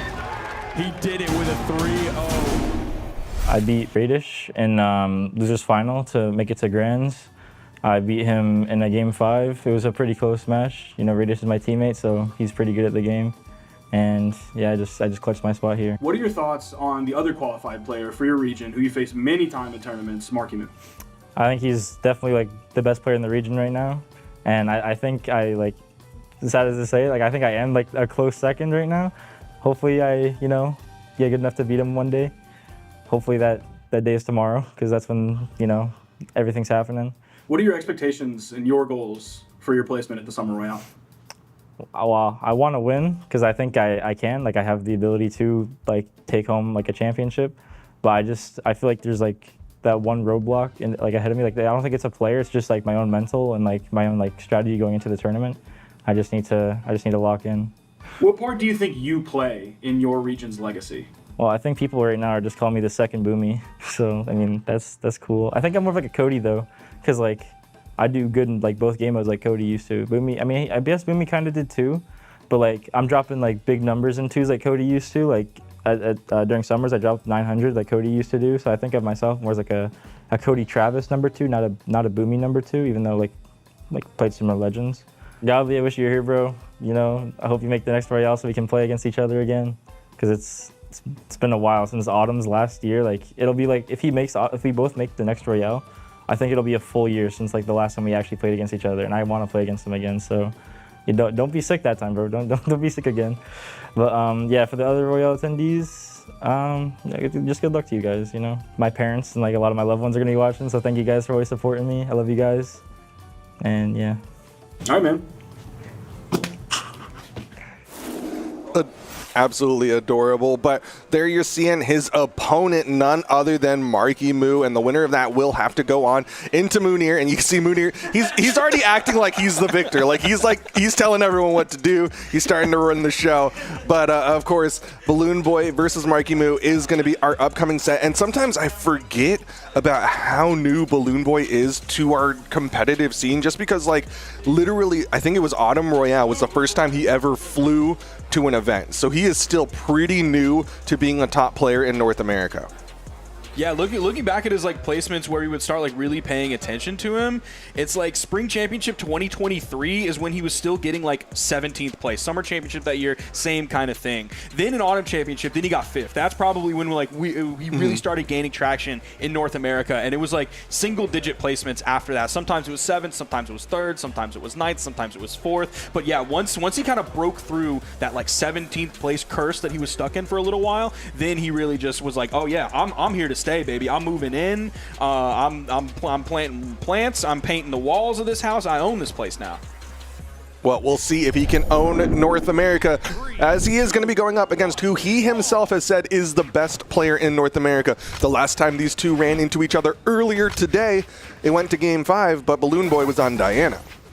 Yeah, he's coming here with the Mega Man, who's hoping to steal a stock right away here with that GCD light up at the top. But MarkyMoo just completely disengaged from him. Is that going to be enough? Yes, it is! First stock goes the way of Balloon Boy here in Game 1 on Demon Island with a gimp off the top. He hasn't been touched until now. Amazing start for Balloon Boy, chasing MarkyMoo so high into the sky, still managing to get that. But MarkyMoo going to try to find some rebuttal damage. Doesn't hit the down air. Balloon Boy spot dodging in front of MarkyMoo. That was a burn dodge. He's just going to wait for it. Ooh, Balloon Boy, he didn't what dodge. a great ground pound. Oh, what a side air from MarkyMoo. Helps him chase dodge up. That actually saved him. Whoa. Okay, just a little pause. You can see Balloon Boy smiling in the corner. In like the wrong way, unfortunately. Been there. Slight misinput, unfortunate. He's still finding good damage here. On to MarkyMoo. Goes for a side sig read. MarkyMoo stayed high. We really haven't seen Balloon Boy use the neutral signature on blasters too much, like not even in a cheeky way. He did it once to like get back on the stage, and I think that was, I can't remember who his opponent was, but he just like completely beefed the punish on it. Was it Kyna? I want to say that was the Mounir.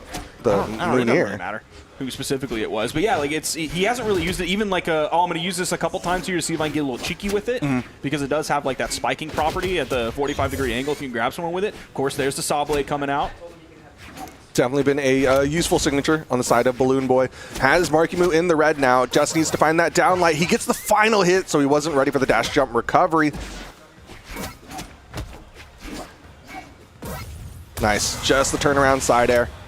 We'll see what weapon he decides to stick with. Sometimes, okay, yeah, it's going to be the boots. I don't really know how I feel about that. We'll see how he goes on this stock. He already hit an in light. He's taking a couple hits. There's the D light into the side air.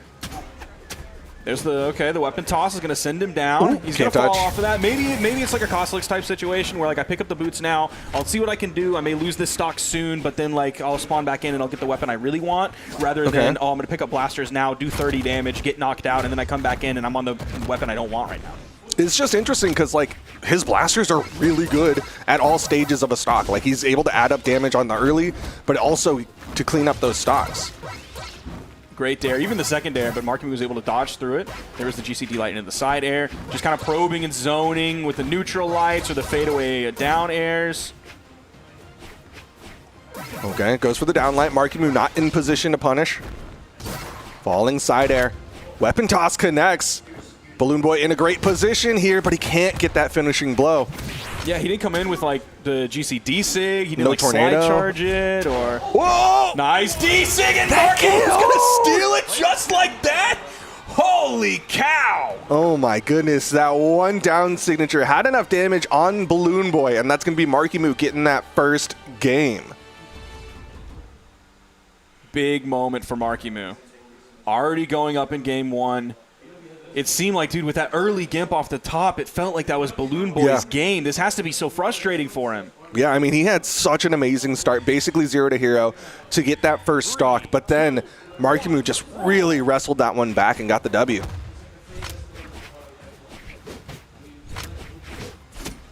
Neutral light. There's the dodge, so you see MarkyMoo finally trying to go in.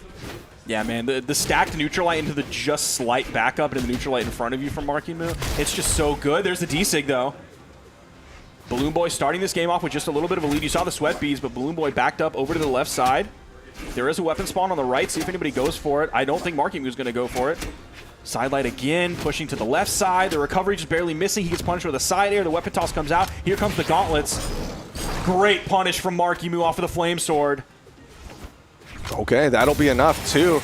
Doesn't even need to get that weapon toss or anything else to finish off the stock. It is going to be MarkyMoo who gets the first stock. Neutral light, not even in the red there for MarkyMoo. Let's see if these blasters can do something here. Uh-oh. He can find the KO. This is a little bit scary. It was a great bounce pass to himself with the weapon toss off of the wall. That could have bonked Balloon Boy on the head, but he saw it wasn't going to, so he was able to re-grab it back up. Balloon Boy was able to clean up that stock, finishing it off with a side air right over the corner there. I do really like how he played that. He hit the side light, and then you saw him just kind of jump up and shimmy, just seeing if MarkyMoo was going to go high, then he can go for the side air immediately. Instead, delayed, and then ended up getting that falling side air. Oh, this damage.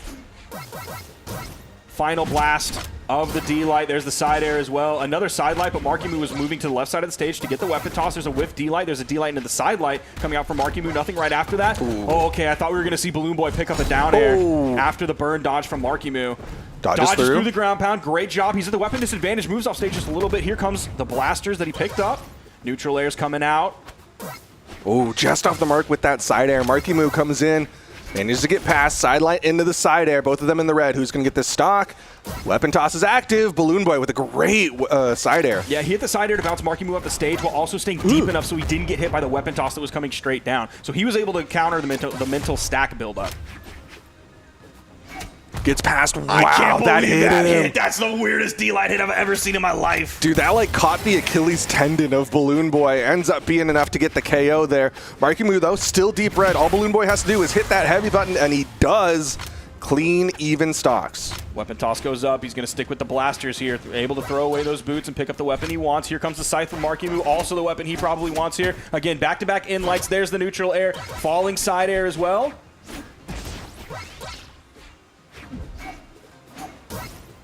Okay, 2, 3, 4.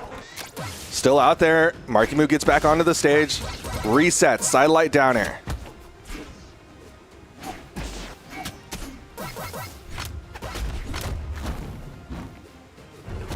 There's the ground pound. Doesn't get him over the corner. Downlight into the recovery. Not going to quite do it just yet. A little bit more damage, and he would have found that stock off the top. That would have been the game. Gets the side air. It's not enough just yet. He's going to have side airs to get back to the stage, so he doesn't have to burn too much. He even goes high pretty quickly. He gets over the sidelight from Balloon Boy. There's the side air. Balloon Boy's going to take that game, tie it up here 1-1 as we're about to move into game 3. Yeah, Balloon Boy able to get those hits, able to add it up as well with those side airs. MarkyMoo playing incredible. He did manage to get straight in. You saw him, like you said, go high immediately and then side air onto Balloon Boy, but just couldn't really recoup and get back onto the main stage. Now we're going over to the Fortress of Lions, getting away from the Demon Island.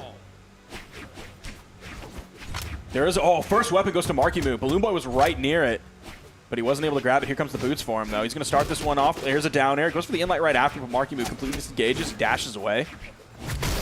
Ooh, there's the tornado. Early desig.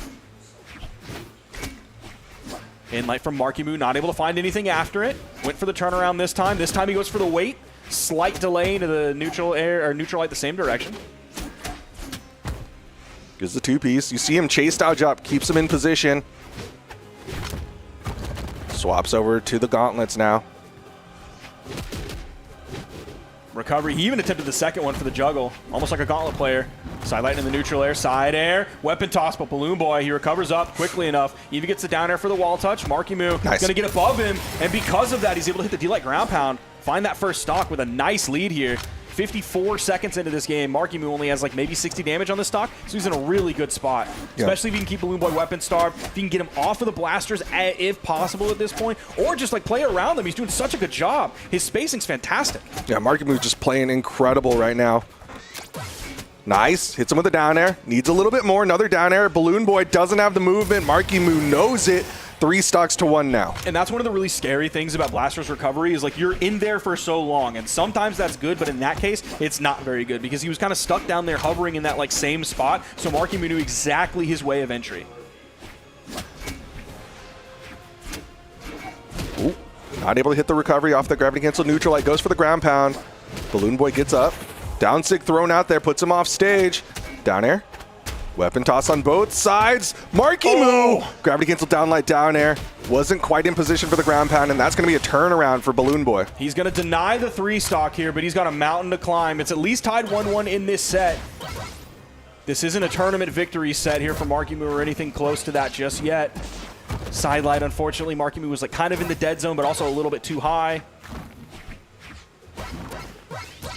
Down air connects. Hasn't touched yet. You saw the sweat beads, yeah. Worried. He didn't get the touch on the corner. Oh, goes for the turnaround there. You saw him try to get that down air.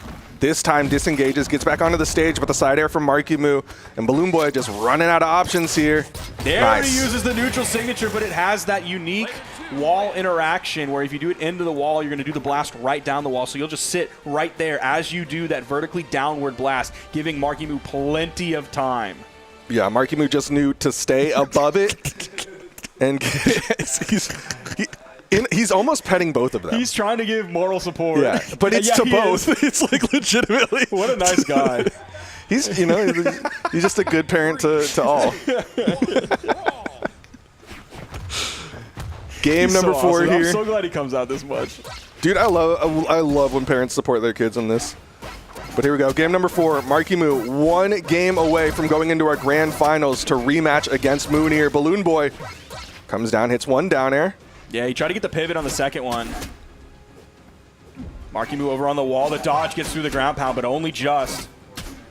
It feels really scary for Balloon Boy here. I don't like this, man. I don't like this. The GCD6 sending towards the blast zone. There's the ground pound. He's able to clean that one up. Spending that much time on the edge as Balloon Boy against MarkyMoo is 9 times out of 10, maybe 9.99 times out of 10 a bad idea. Yeah, I mean, MarkyMoo has got to be one of the best offstage players in the game right now, and Balloon Boy willing to stay out there is just it's such a scary decision. Okay, that was a burn dodge. This is a great opportunity here for Balloon Boy, and he takes full advantage of it. He goes all the way with that one. Incredible. He knew exactly what he could get, and he went all the way with it so he could find the stock. That's what he really needed. It wasn't just like getting Got him again. He's going to do it. Oh, he went high this time instead of trying to go for the horizontal KO. You saw that dodge up from MarkyMoo, and Balloon Boy caught him, but ended up going for a different option there, and MarkyMoo's going to turn around. Ooh, I'm looking at the range of MarkyMoo, and I'm looking at the spacing of Balloon Boy, and I'm so scared. Neutral signature. He doesn't get the punish off of it. He was just a little bit too far away. I expected the regrab on the weapon toss, but no, he came up with the unarmed recovery. That was probably a little bit of a surprise to MarkyMoo. Still unarmed here. MarkyMoo, deep red. Balloon Boy going to be looking for that finishing blow, likely an N-Sig. Ooh, dodge through. Yep, there's the N-Sig. Reaches high enough. Balloon Boy, potential to get a game 5. Yeah, it's for all the times that that signature doesn't KO from like the middle of the stage off the top. You can get on the edge those like dash in N-Sigs, and it feels really good. Caught him. Gets the down air. Oh, okay. Went a little too far there. Yeah, he's going to sweat beat his way off the map. He has been doing really well of getting so many of those reads onto MarkyMoo.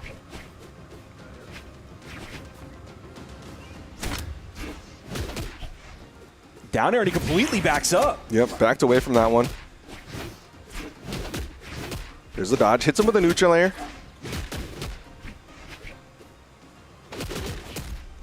It is interesting, like, MarkyMoo has been dodging after every single Boots starter, and I feel like it's giving a lot of opportunities for Balloon Boy, but right now, Balloon Boy needs to get this W, and he will! The down heavy, the disco, will get us a game 5. No, I definitely think you're exactly right in that. And Balloon Boy's doing a good job of switching up. Like, I'm going to hit one hit, and then I'm going to backdash and get away from you. And you're going to burn your dodge. And then maybe you'll feel comfortable this time, and I'm going to hit you. And then this time I'm going to push forward. I'm going to do it, like, right in front of you where you are. Or this time I'm going to get a hit, and I'm going to try and get above and around you and get behind you. Or I'm going to get just straight through you by dodging through. And he changes things up so much that MarkyMoo can't really get a handle on exactly what he's going to do after the starters, like you said. So he's just kind of lost. And he ends up burning options so that then the second follow-up that Balloon Boy gets after the burn dodge, you can get so much more, or it's just a complete reset back to neutral, and then Balloon Boy finds the starter again. Well, here we are, game number 5, shades of what happened in the round-robin phase, where MarkyMoo made the swap over to the Mirage and ended up closing it out in game number 5. We'll see if he can do it again, but right now, Balloon Boy needs to find more damage onto MarkyMoo. This is game number 5, and we're on an extremely volatile map. In a matchup between two players that is, I think, anything like probably one of the least volatile matchups that we have. It's so heavily in favor of MarkyMoo. There's so much chaos, but also consistency injected into this set right now. D-Light into the recovery for the KO off the top. MarkyMoo with a 40-second first stock, and he's only in between yellow and orange. Sticking with the spear. Balloon Boy looking for the weapon spawn, finds it. It's the boots. What's he got? There's the dodge down. Yeah, not in position to do anything after that. Oh, this could be bad. Okay, he got the touch. He's good.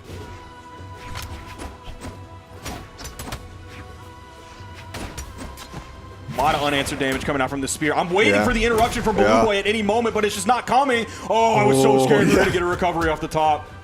Balloon Boy knew it as well. Goes for the fadeaway. Sair dodges in, and MarkyMoo with the read down heavy. That's going to be MarkyMoo now with 3 stocks to the one of Balloon Boy. This looks like an all but unwinnable situation with Balloon Boy against MarkyMoo, a player that has beaten him so many different times. And this is the narrative that we talked about in the past about, like, when Balloon Boy wins, it's like barely by the skin of his teeth. He's just able to clutch it out. But when MarkyMoo wins, so often it's just systematic destruction of his opponents. Oh, that's not going to be enough. Small World's Ends, it's a small map, but that still wasn't enough. Balloon Boy struggling here. Needs to get this finishing blow. One side air could do it.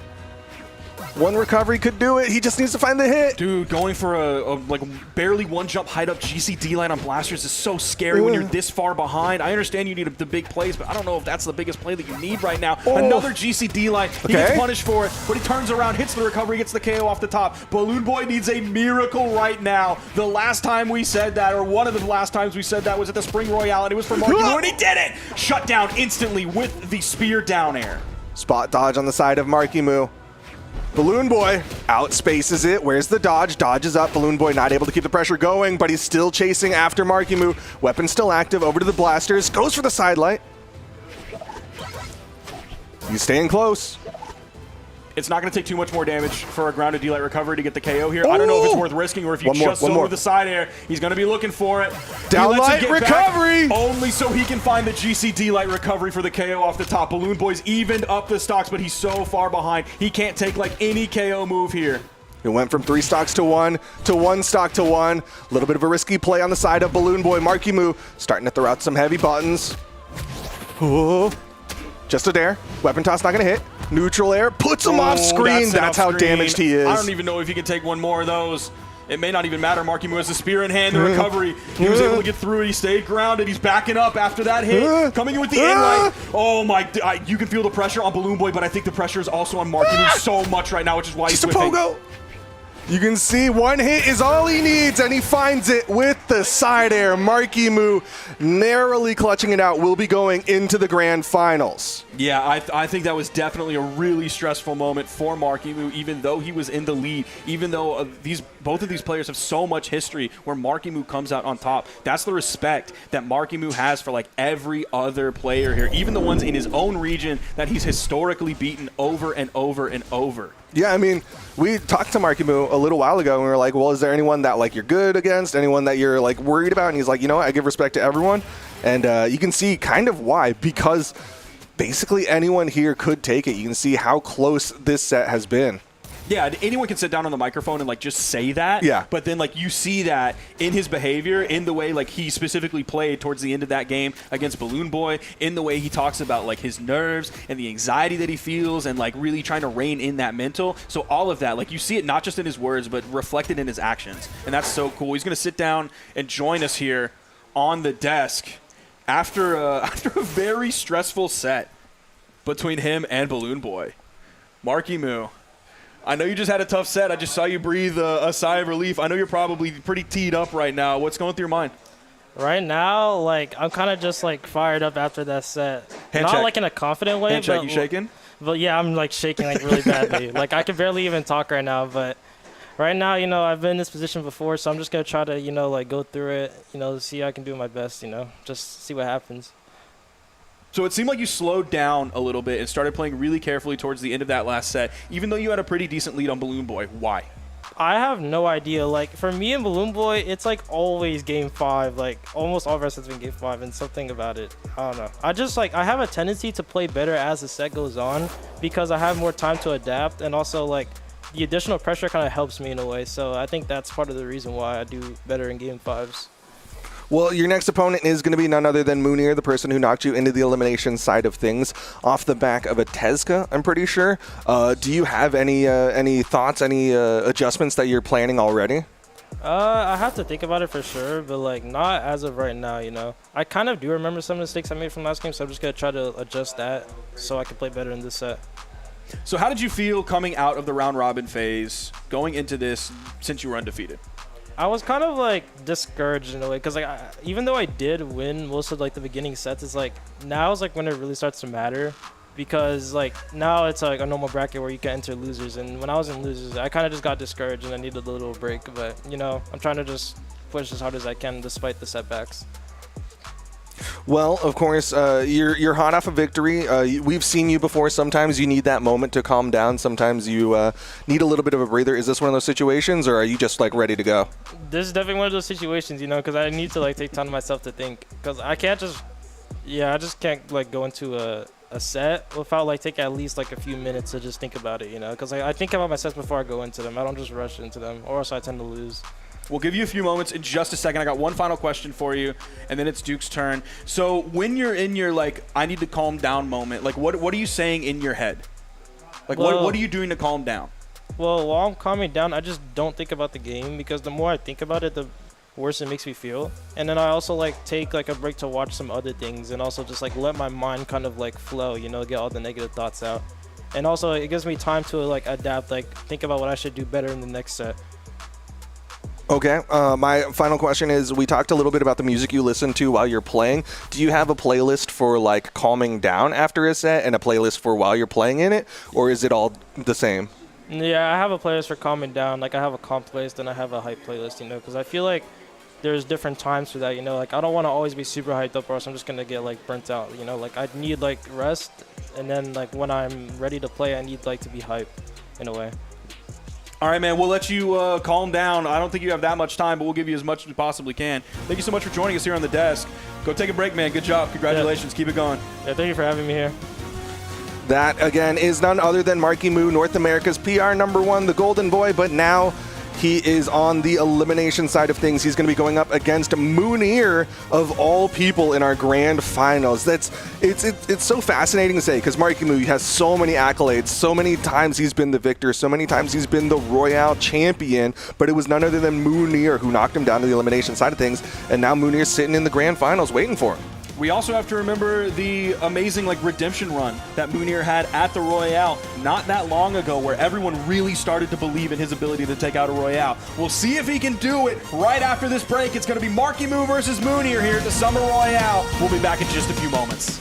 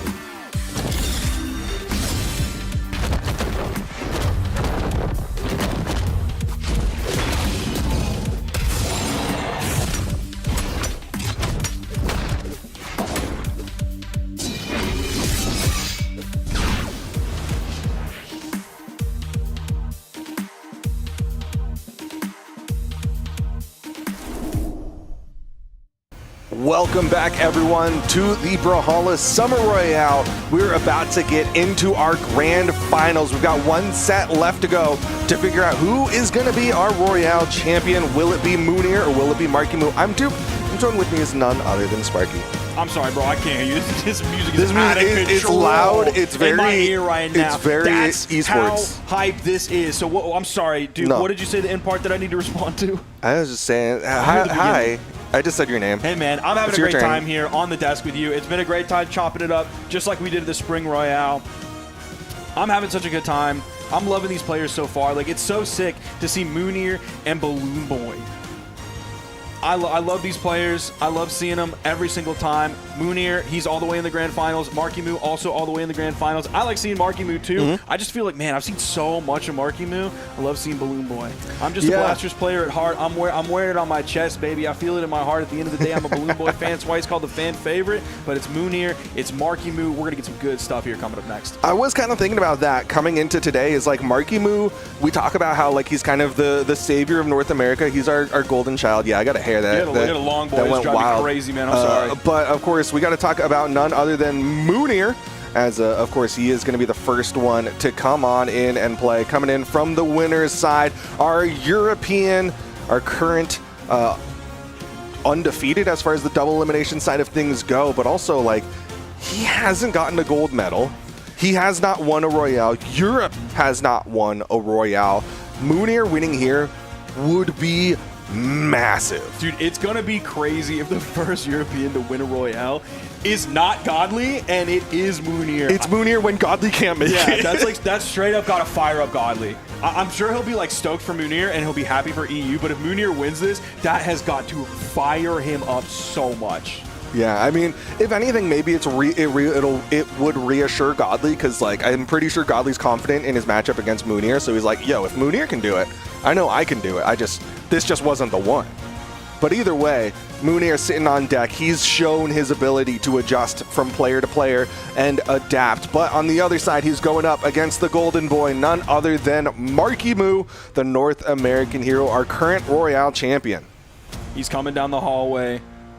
We saw him a little bit earlier. We talked to him as well.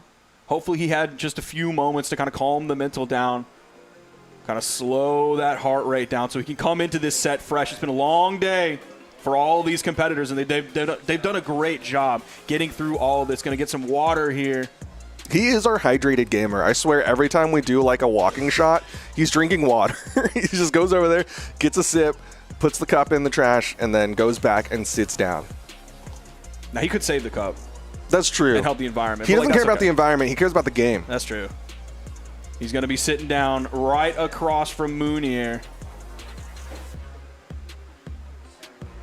But this is what I was saying coming into this weekend is that like MarkyMoo's been kind of like the golden boy, and it's almost like he's too good at times, right? Where it's like, okay, we know he's going to do incredibly well, but this is one of the few times where it's like Mounir, he's Lex Luthor. He's come in, he's brought in that like kryptonite, and he's showing like, you know what, maybe Superman can bleed a little bit, and maybe the audience should be concerned about what Superman's going to do. And what is that kryptonite? Is it going to be the Tesca again? Is he going to? I'm sure he's going to be leading with that potentially. Could be doing something else, but it's probably going to be that Tesca. How has MarkyMoo adapted to that in the meantime? How has he thought about how he's going to deal with those signatures? His dad's there in the background trying to pat him on the head. Always support. I love, okay, here's the thing that I think is very interesting is like we saw MarkyMoo come in and his dad just gave him like a little nod. Like it was very like, I don't want to mess with your flow. But now that you're seated and I'm back here, I can give you like my emotional support. I'm sending my energy, but I'm not messing with your flow. Yeah, because right after this, I went to use the restroom. He's bringing in the Bren here. I used the restroom, and I passed by MarkyMoo, and I didn't want to look at him. I didn't want to interrupt anything. I didn't want to say, like, go, good job, man. Good luck, brother. I didn't want to say anything. I didn't want him to even know I was there so he could stay focused on what he's about to do right now, starting off with the gauntlets against Mounir's Bren. Interesting selection on the side of Mounir. It was the Tesca that worked so well for him on the start of the double elimination of things, but instead it's going to be the Bren, the thing that got him here into the grand finals. He has some room to go. Of course, he's on the winner's side of things, so he can lose this set. That means MarkyMoo resets the bracket, and then he goes again. So he has room to experiment and be like, okay, maybe this time the Bren is going to be cooking. And if not, okay, I got room to go. I got plenty of runway I can swap. Downlight into the recovery, not enough to KO just yet. Fortress Alliance sealing, helping out Mounir. Neutral Sig not going to connect. There's the recovery, not enough to even send off screen just yet. Fortress of Alliance really high ceiling. Can be tough to KO off the top. There's Comes a strong D-light from the wrong side of the stage. Okay. Ooh, exhausted man, even recovery. That one was low. Yeah. Was underneath the main stage height. Gets a pogo. Both of them now in the red, looking for that KO tool. Downlight will do it. MarkyMoo gets first one. Weapon toss goes up, grabs the gauntlets, throws that up so he can come back with the scythe. Gonna be looking up for possibly the neutral light opener, maybe a side light. There's the side light. Goes for another one right after the turnaround in light, the defensive option. Mounir.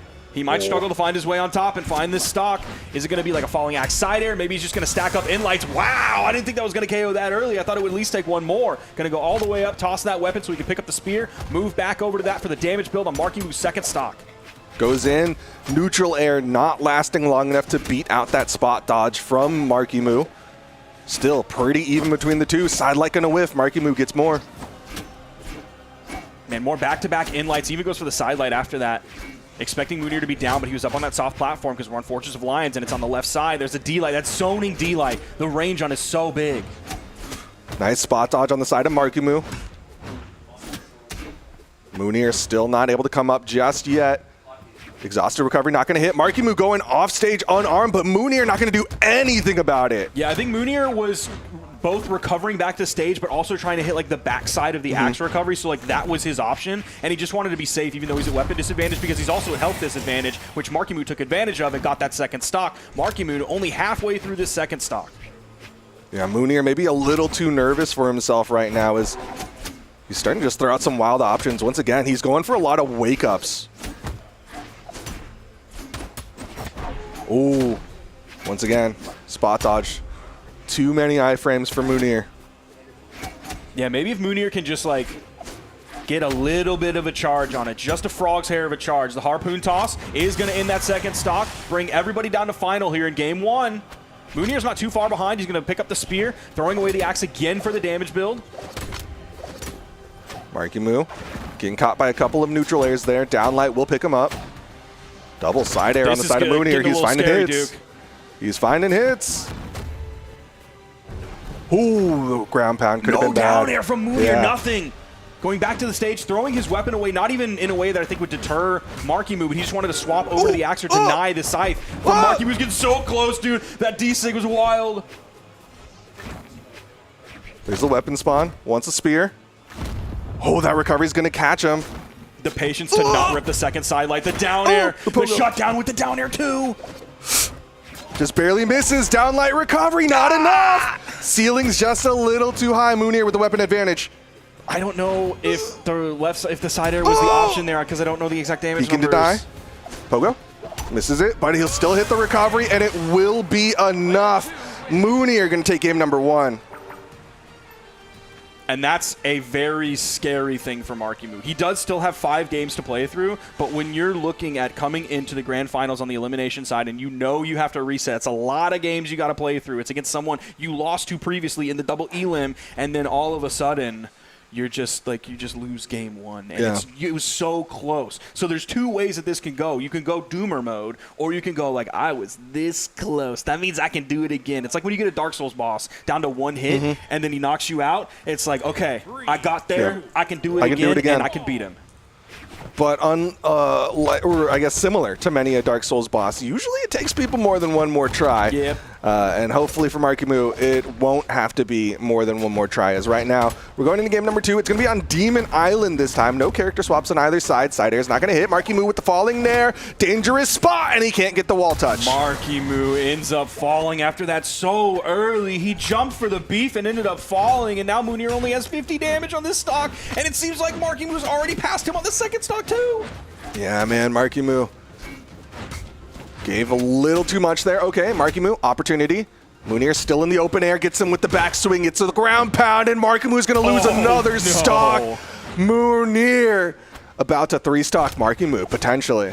And this is what's really scary, because MarkyMoo is so good because all he needs is a couple minutes to try to reset the mental and get everything back to normal. We're in the middle of a set, dude. He doesn't have a couple minutes. No, not long here. MarkyMoo does manage to get the first stock off of Mounir. Gets in, hits the neutral light. Ooh, misses the gravity cancel neutral light though. Nice. Nice. He's got to reset. Yeah, he has to come back onto the stage, and Mounir does not have the movement speed. Despite being on Bryn, couldn't drift to the wall. We're basically even now. Yeah, everybody's on final stocks. Mounir's dis are unarmed, so the damage build is going to really help him even things up. Going for the double D-light into the recovery. Okay. Yeah, he burned his dodge, so you saw him kind of disengage, didn't have the opportunity to go for like a gravity cancel N-Sig. Raw N-Sig from the main stage, and Mounir is up 2-0. Just barely had enough on that Mounir. You see him looking over at MarkyMoo. Dude, this feels like one of the fastest grand finals of all time. It's only 2-0. So things aren't over yet, but this feels like one of the fastest grand finals. Holy cow. I'm just revisiting the analogy I gave at the start of the set, which is like Mounir, he has the kryptonite. This is the opportunity here. Our European has never won a singles event, and he could be the one to go home with the Royale trophy here if he can get one more game off MarkyMoo. MarkyMoo is gonna have to make the adjustment. Do we swap to the Mirage for Mirage? this game? I feel like you have to. Is it Mirage time? I feel like you either have to or MarkyMoo needs to be really confident in the Mordex. Like really, really, really confident that so many of the things that happened last game will literally never happen again. Otherwise, I think you got to swap over to the Mirage. It's such a tough call because you're essentially betting on whichever one you lock in. That sounded like a SpongeBob. Yeah, I was like, did he seriously lock in SpongeBob? I don't actually know the individual lock-in noises. Okay. I know Sandy's because I play Sandy sometimes.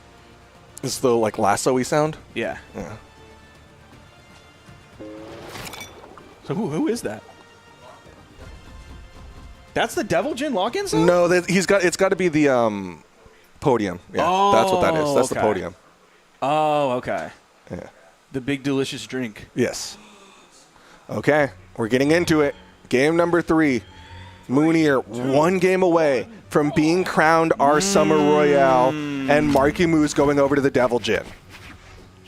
Interesting choice coming out from MarkyMoo. I want to look up some stats on this Devil Jin. Well, it does have the gauntlets, and maybe he wants the bow here as well. Hits a side light. Mounir able to find some response damage. All right, Zariel is his 7th highest leveled legend, level 48. Okay. So a significant amount of time on this legend. It's not, the same as his level 100 Onyx.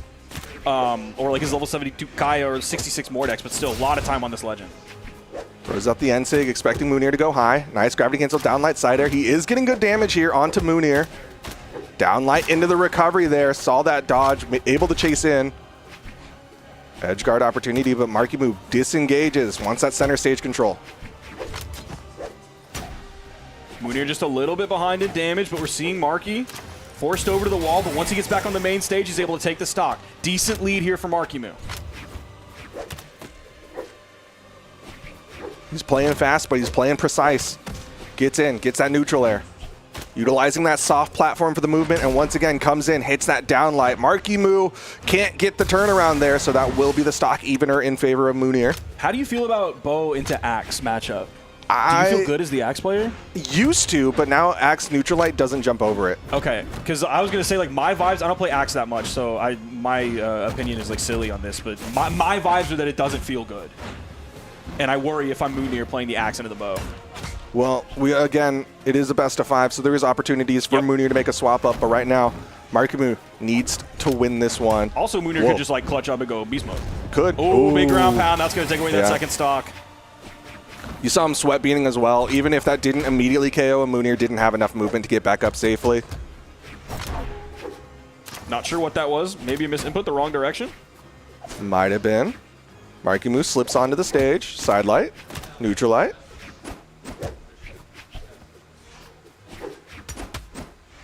Dodge down, but Mounir not able to read it in time. Spot dodges through, but he reads the jump, and that's going to be the N-Sig to punish. Final stocks here. Mounir, potential. Dude. Duke, what if he just did it? What if he just did it? MarkyMoo, that was such a scary unarmed down air, bro. This is game 3. MarkyMoo has the clutch factor. He does, but he doesn't have a weapon. What if Mounir just does it? The inlight sending over. He's going for the big plays, man. They call Laura's the risk taker. Mounir's the risk taker too. As much as he's a chameleon and can blend in, he can also stand out, and that's what he's doing today. Down air, nair. Final stocks again. Side sig raw, and MarkyMoo is going to make sure we go to a game 4. He's going to slow things down. This can be the reset that he needs. He doesn't have a couple minutes, he only has a couple seconds. But that can wrestle some of the momentum away from Mounir here in this grand final set. MarkyMoo's going to have to win 2 more without losing a single one, and then win 3 more the next set after the reset. Yeah, he needs 2 more wins just to get a reset. Meanwhile, Mounir just needs to win one game, and EU is taking home the trophy. 3, 2, 1, brawl! Going over to the Demon Island here in Game 4. It's 2-1 in favor of Mounir, who's coming into this grand finals from the winner's side of things. Starting off with the axe, we have not seen a legend swap coming out from Mounir. He feels confident enough in this Bryn that it can deal with MarkyMoo's Devil Jin. I mean, it worked relatively well. Got it to final stocks. MarkyMoo not able to get that weapon pickup in time. Stays low, gets past, gets a recovery. Yeah, that could have been a big play there for Mounir, and all he really took was that unarmed recovery, so like not a huge loss, even though he did get hit. Again, stays low. Those neutral signatures not working for MarkyMoo yet. Mounir spot dodged the last one. D-Light side air as well to finish that one up. The side light D-Light side air to get the KO. And that's a nice lead here. It's about a 40-second stock for Mounir. He's only in the orange. Already picked up 2, 3 hits, almost 4 with that ground pound. Neutralite puts Mounir off stage. MarkyMoo chase dodges forward, hits the ground pound. Gonna even up the stocks. And I think the moments like that are the ones that like really will weigh on Mounir and take some of the wind out of his sails, where he's like, I have a nice lead here, and then in like 15 seconds, his opponent comes back in and steals that stock, and we're back to even. Yeah, just eating that one ground pound and losing your stock, it's brutal. Downlight side air, down sig connects. Dude, another one. It's been so long since he's been jumps. using those. He goes for the down air. Another down air, and he takes away that stock. MarkyMoo with almost a full stock lead. Suddenly things swing violently in favor of MarkyMoo. He's going to try to force that game 5, and his bow is looking crisp. Downlight into the recovery. Goes for another one. Mounir dodges down, but not able to get much. Man, Silent Nair, big damage. Oh, he was so close with the axe recovery, but the overspace from MarkyMoo. He was in the right spot, and that's a 2 stock for MarkyMoo. Such a quick game. He's feeling good. He knows it. You see him nodding his head. He's like, yep, the Zariel pick was correct. And that is going to take us to game number 5 to determine, is it going to be a reset or is it going to be an EU victory? And we're going to see the swap onto the Taros from Mounir. He's hoping he can come in with big damage and stampede all over MarkyMoo. Both players have now made major swaps, and we'll see what the fallout is here on Small World's End, a very volatile stage. It means Taros can KO super early, but it's also going to help Devil Jin out just a little bit. Yeah, it's going to come down to who's connecting with those side signatures. I feel like those are going to be so devastating if either one of them is able to hit 2. MarkyMoo doing a really good job staying grounded there. Goes for the downlight. Mounir comes in, spaced it right. That was a pretty quick swap early on over onto the axe from, he's swapping over. Oh! All right, how far is that going to send? It's not too far. It's not even going to force Mounir over onto the wall where MarkyMoo can engage in the edge guard. Almost off the top. Not enough, though. It was so close. If he had the dodge, a gravity cancel down sig would have done it, but MarkyMoo gets in, gets a downlight recovery. MarkyMoo may be like 40% of the way through this stock, but he's up against Mounir, who's on Taros. The Stomp Sider is going to turn him red, also going to disarm him. See if MarkyMoo goes up a little bit too high. Wow, I thought Mounir was going to pull out of that as soon as he possibly could. Oh, doesn't hit the side air. Ooh, okay. Stomp side air, that will be the stock. Likely going to stick with the axe here. MarkyMoo's doing a good job of not just like floating above Mounir in a dangerous way where Mounir could just like jump and hit a down air and throw him off the top. What's he got? Get the bounce. Mounir gets back, but he goes back in with a down air. MarkyMoo going really low here. You're seeing the exclamation points. Nobody's found any hit, but he's able to get back. Swaps over to the bow. Mounir disarmed here. There's the side light. We're looking for the next weapon spawn. It's right in the middle. He's able to grab it, but he does take a hit. There's the side air from MarkyMoo. Dodge burn. That's bold. Weapon toss doesn't connect. Mounir with that control, but MarkyMoo gets the unarmed hit, and he's going to swap over. Gets the gauntlet side sig. One stock left. MarkyMoo potential to reset. There's that side sig that you were talking about earlier. MarkyMoo's now hit one. Mounir hasn't been able to really do it. There's the axe in light. See if you can grab another one. No, he jumps. Almost hits the side air. There's the D light. Side light, down light, side air. Wants the neutral air, but Mounir able to hit a neutral light. Goes in, ground pound. Weapon toss gonna go wide, not gonna hit. Nice! Okay. Slide charge N-Sig, final stocks here. Turn that one around so he can reach back and grab MarkyMoo, send him in the blast zone. It's now going over to the axe. He actually dashes off stage. That gave MarkyMoo center stage, plenty of room to grab the weapon. It's going to be the gauntlets. Hits a two-piece, but not the three. There's the D-light from Mounir. Zoning MarkyMoo, but there's the neutral air. Trading back and forth, single hit for single hit. Mounir is behind, but he's going to be doing more damage per hit. Oh, he's chunking. He's onto the hammer. Weapon toss connects, MarkyMoo misses. Stomp side air, MarkyMoo almost put off screen. Is he going to go for a big KO move like a side sig here? Yes, he was, but it was an in-sig. Recovery not gonna hit, MarkyMoo disarmed. Has the bow, it's a side sig, and Mounir is the Summer Royale champion. EU's done it. Mounir was the only European to get here, and he is going home with the trophy. Oh, a big old wet kiss on that trophy. Mounir's gonna be in love with that trophy. Holy cow, man, he did it. He did it. Laura said he's not the main character. Turns out you were wrong, brother. That is the main character. You're looking at him right now. That's the hero of this story, and it's Mounir, and he did it with Teros. Absolutely massive plays coming out from Mounir. He pointed and said, Bryn. Bro, did you watch the last game? Yeah, you're the champion. You're right. You're right. You're the champ. You win. Whatever, you're right. Whatever you say. You're right, man. You got it. But you man, got the trophy. Absolutely massive. This is like, I can't wait to see what people on social media are saying, just because like EU, you know, like they get dogged on the most as far as regions go. But for it to go home to EU and not in the hands of Godly is just absolutely insane. Yeah, that's a wild storyline, because we still have the option, of course, with Autumn Royale for Godly to potentially qualify with that. Yeah. I certainly expect him to, and then take that as well. So we could have two EU Royales this year after Mounir getting this, and potentially if Godly gets Autumns, or who knows?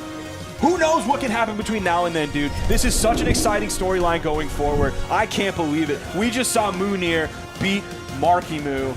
We saw Blue Boy play amazing today. We saw the two South American players get last. Yeah. What? Like, I don't want to like act like I'm excited about that or like celebrating that at all, but it's just like a really interesting wrinkle to this story and the journey of both Lores and Kyna. I feel like this is going to light a fire under a lot of people. We talked about how it lit a fire under Godly. I think it's going to light a fire underneath the South Americans as well, just because I think a lot of them feel like, you know, they underplayed how they were supposed to do, and it's going to light a fire under North America, of course, because, you know, they want that trophy back. Or maybe people are going to take like the wrong lesson from this, and they're just going to go on vacation before tournaments and then not practice. That's his secret, man. Go on vacation, come back 2 days, get a little bit sick, and then maybe you could be a Royale champion as well. I mean, for real though, that I'm serious. That vacation probably helped him. Yeah, I mean, it is good to take a break from time to time. It is good, absolutely. I mean, we talked with MarkyMoo, and he's like, it is important to get those resets. Like, you can't just go, because you're gonna burn yourself out. And obviously, getting that vacation was huge. Dude, I wonder where he went. Like, that's got to be like on his like I'm gonna ask him that. forever to go. I can't remember if vacation he list said now. fly back to America. Because I think he said fly back to America. It sounded like he said that, but I didn't want to assume that like that was because of his vacation or what. But also, if he's flying back to America, why didn't he just stay in America? I don't know. Whatever. Give him an opportunity. Put on his headset. Everybody going crazy. Mounir. Can you hear me? What's up? Mounir. With the champion! Oh Congratulations, brother. You did it. Tell me, like, at what point you were like, I'm going to win this game. Or win this set, win this tournament, win everything. I mean, there is a hidden rule to Brawlhalla esports and most games in general. If you are in the winner's side of Grants, you have a 99% chance of winning. Okay. It's like are, harder sure, because real statistics. people that no, my statistics. My Oh, I'm statistics. sorry. Okay. That's Mounir math. Okay. Thing is, because when you come back from loser side, it's always a harder mental battle, because you know you have to win a set and another one in a row, while the other opponent only has to win one. Question: Can you raise your hand real quick? It just No. Handshake, you shaking? No. I'm shaking a little bit. Is it excitement from winning or stress from the set or like just all the above? Both. Like my family messaged me earlier, and they were like, "We were watching. We wish you the best," and that really gave me the motivation to win the set as well and the whole tournament. I saw someone tag me earlier. I was like, "There is no way this guy came with 7 hours past 2 weeks and he will win." I did it, so I hope you're happy. He says, "Sit down, be humble, brother." Nah, but I don't know. I have too many emotions going through my head right now. First of all, my family that was watching, that was messaging me earlier, really happy that they're watching and supporting me from everywhere. Like I said, I was with them on the holiday as well, and then letting them see me on the big screen, all of them together in one place, just brings a warm feeling from my heart. If you don't mind telling us, and you can say no if this is like private information, where did you go on vacation? Morocco. That's my Morocco. ethnicity. Okay. That's guys. That's my ethnicity. Book your trips right now. Go to Morocco. No. You will win a tournament. That's my area. Now, all of you are welcome. All of you are welcome. I'd recommend it if you want to have fun, but that's not the reason I won. So don't say to people that they have to go to Morocco just because they won. I did really, to be honest, the vacation helped a little bit. Yeah. Not practice-wise with the game, but when you have a holiday for 3 weeks, you enjoy. Like your head becomes very clear. Yeah. Like there is no distractions anymore. You have enough space for the next thing you're doing. You're gonna do it with 100%. Yeah. No distractions. So I 100%. That's why I'm also wow, my head is red. No, it's the TV. It's the TV. No, you're fine. I mean, I tweeted also as well. I was really sick today. I woke up a bit with the flu. I didn't think much of it. Yeah, I'm sorry, Sparky. As he touches your chair. Get away from me, dude. Thing is, I woke up a bit coughing and everything, and then since the temperature outside is really hot and inside is freezing, that also made my headache a bit worse. Well, not a bit, way worse. And shout out Volst. Where is he, Volst? Come here. Dude, that was my Uber driver. He brought me for the hoodie. So you're going to give him a portion of winnings, right? You got to break a piece off Next order of anything will be on me, folks. I got you. Yo, Lobster. I got you. Lobster, bro. Oh yeah, BCX. I will see all of you there. You guys get to make the picture with the king. Well, you got to win Autumns. You got to win Autumns. You got to win Autumns. Previous king or reigning king, one of the two. I'll remain the king. Who knows? But yeah. Oh yeah, and Europe. I think I'm the second European to win a ones land, no? Yes, a one's Technically, land. if we count Zaloxery winning No, wait. Godly won in Valencia, yeah. But who other Europeans like in history? So technically third if you count Zaloxery, but also Addy. No, but that's twos though. Yeah, I'm talking about one specific. Specifically one, so yeah, you're technically the third. Zaloxery was the Yo, first. Godly, I know you're watching. You're messaging me. I'm sorry to interrupt you. No, but you're good. Go ahead. You're the champion. Like I said, you not going is not the reason for us to lose. I told you I would be able to carry, and well, as you can see, this one goes to you, bruh. Thank you very much for believing in me as well, all of the other fans, and hope you guys enjoyed the amazing sets I made. By the way, Bryn, Impala DM'd me when I hit that side on Balloon Boy. I'm sorry, Balloon, but he was like, "How much practice did you do in order to hit that?" And I told him I don't play spear. Like, Impala, I know you're watching, but I generally don't play spear. The only time I play spear is just for fun in twos or just for fun in general. But I never really committed into playing it into tourney, and then my X was working. I was like, you know what, Bryn, it's fine. It's for fun Royale anyways, and it worked. But yeah, anyways, thank you everyone for watching and believing in me. Friday Soul was making a watch party. I saw it. He was helping me as well. He gave me some advice on how to remain calm. Thank you very much, Fry. Love you. MacD was also streaming, I saw. Didn't really tune in much, but I saw you, do your job. And all of the other people, very amazing. Shout out to Sparky and Duke. They were really good on the casting today. Thanks, man. Thought you guys would swap over, but they just preferred you two, so that means you guys had to work a bit longer. Yeah, we did the same thing for Spring Royale. There's just no one else. Really good though. These guys also deserve a shout out. And my social media. Twitter, Mounir KO_. Twitch, YouTube should be Mounir BH_. Same with TikTok. I have a whole link tree in my Twitter bio as well, so you can just find all the links I'm active on. And yeah, I'm the champ, the king, Summer Royale king.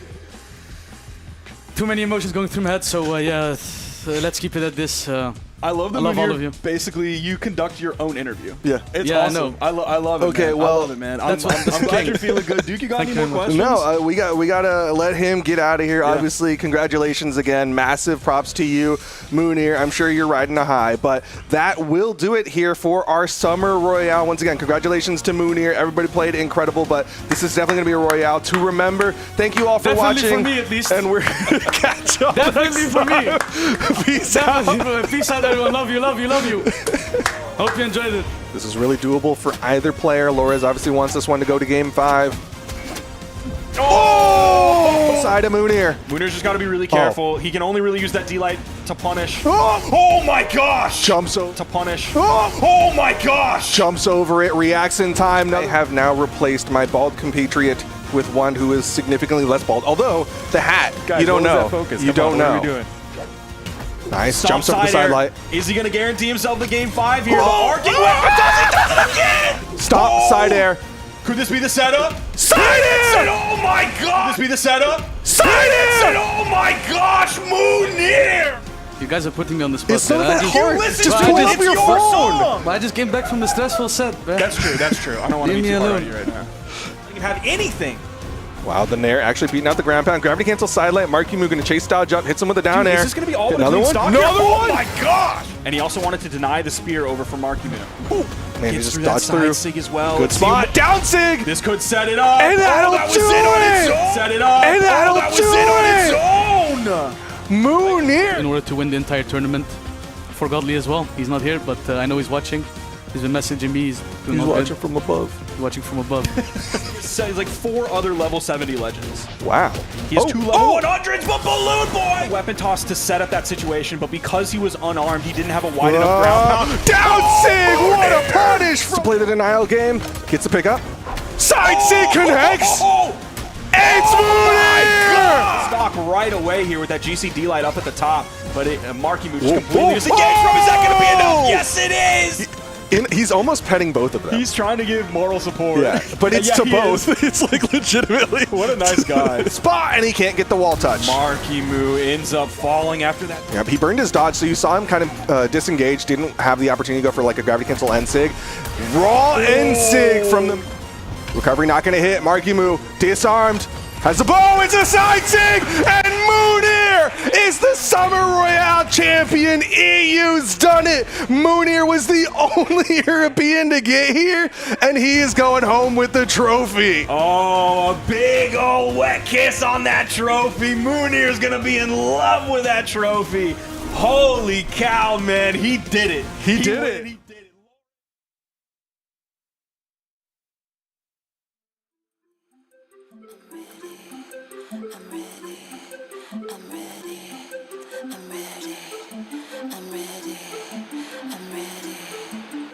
Are you ready? Guess you thought that I'd be wiped out. Sat alone with the lights out. Crying every night for you. Breaking myself into 2. Guess you thought that I'd be on my knees. Put up a fight, working on my plea. Trying to get back to you.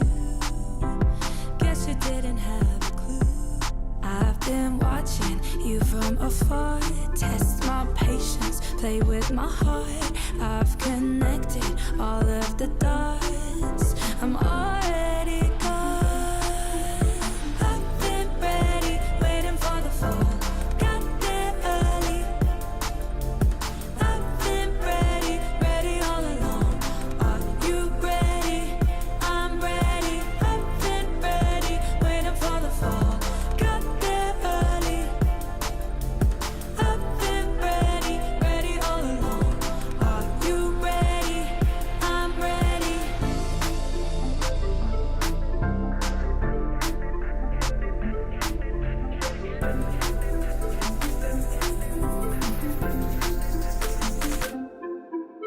Funny how you still think of me. You pulled the plug and I was happy to leave. What did you want me to do? Guess you didn't think that through. I've been watching you from afar. Test my patience,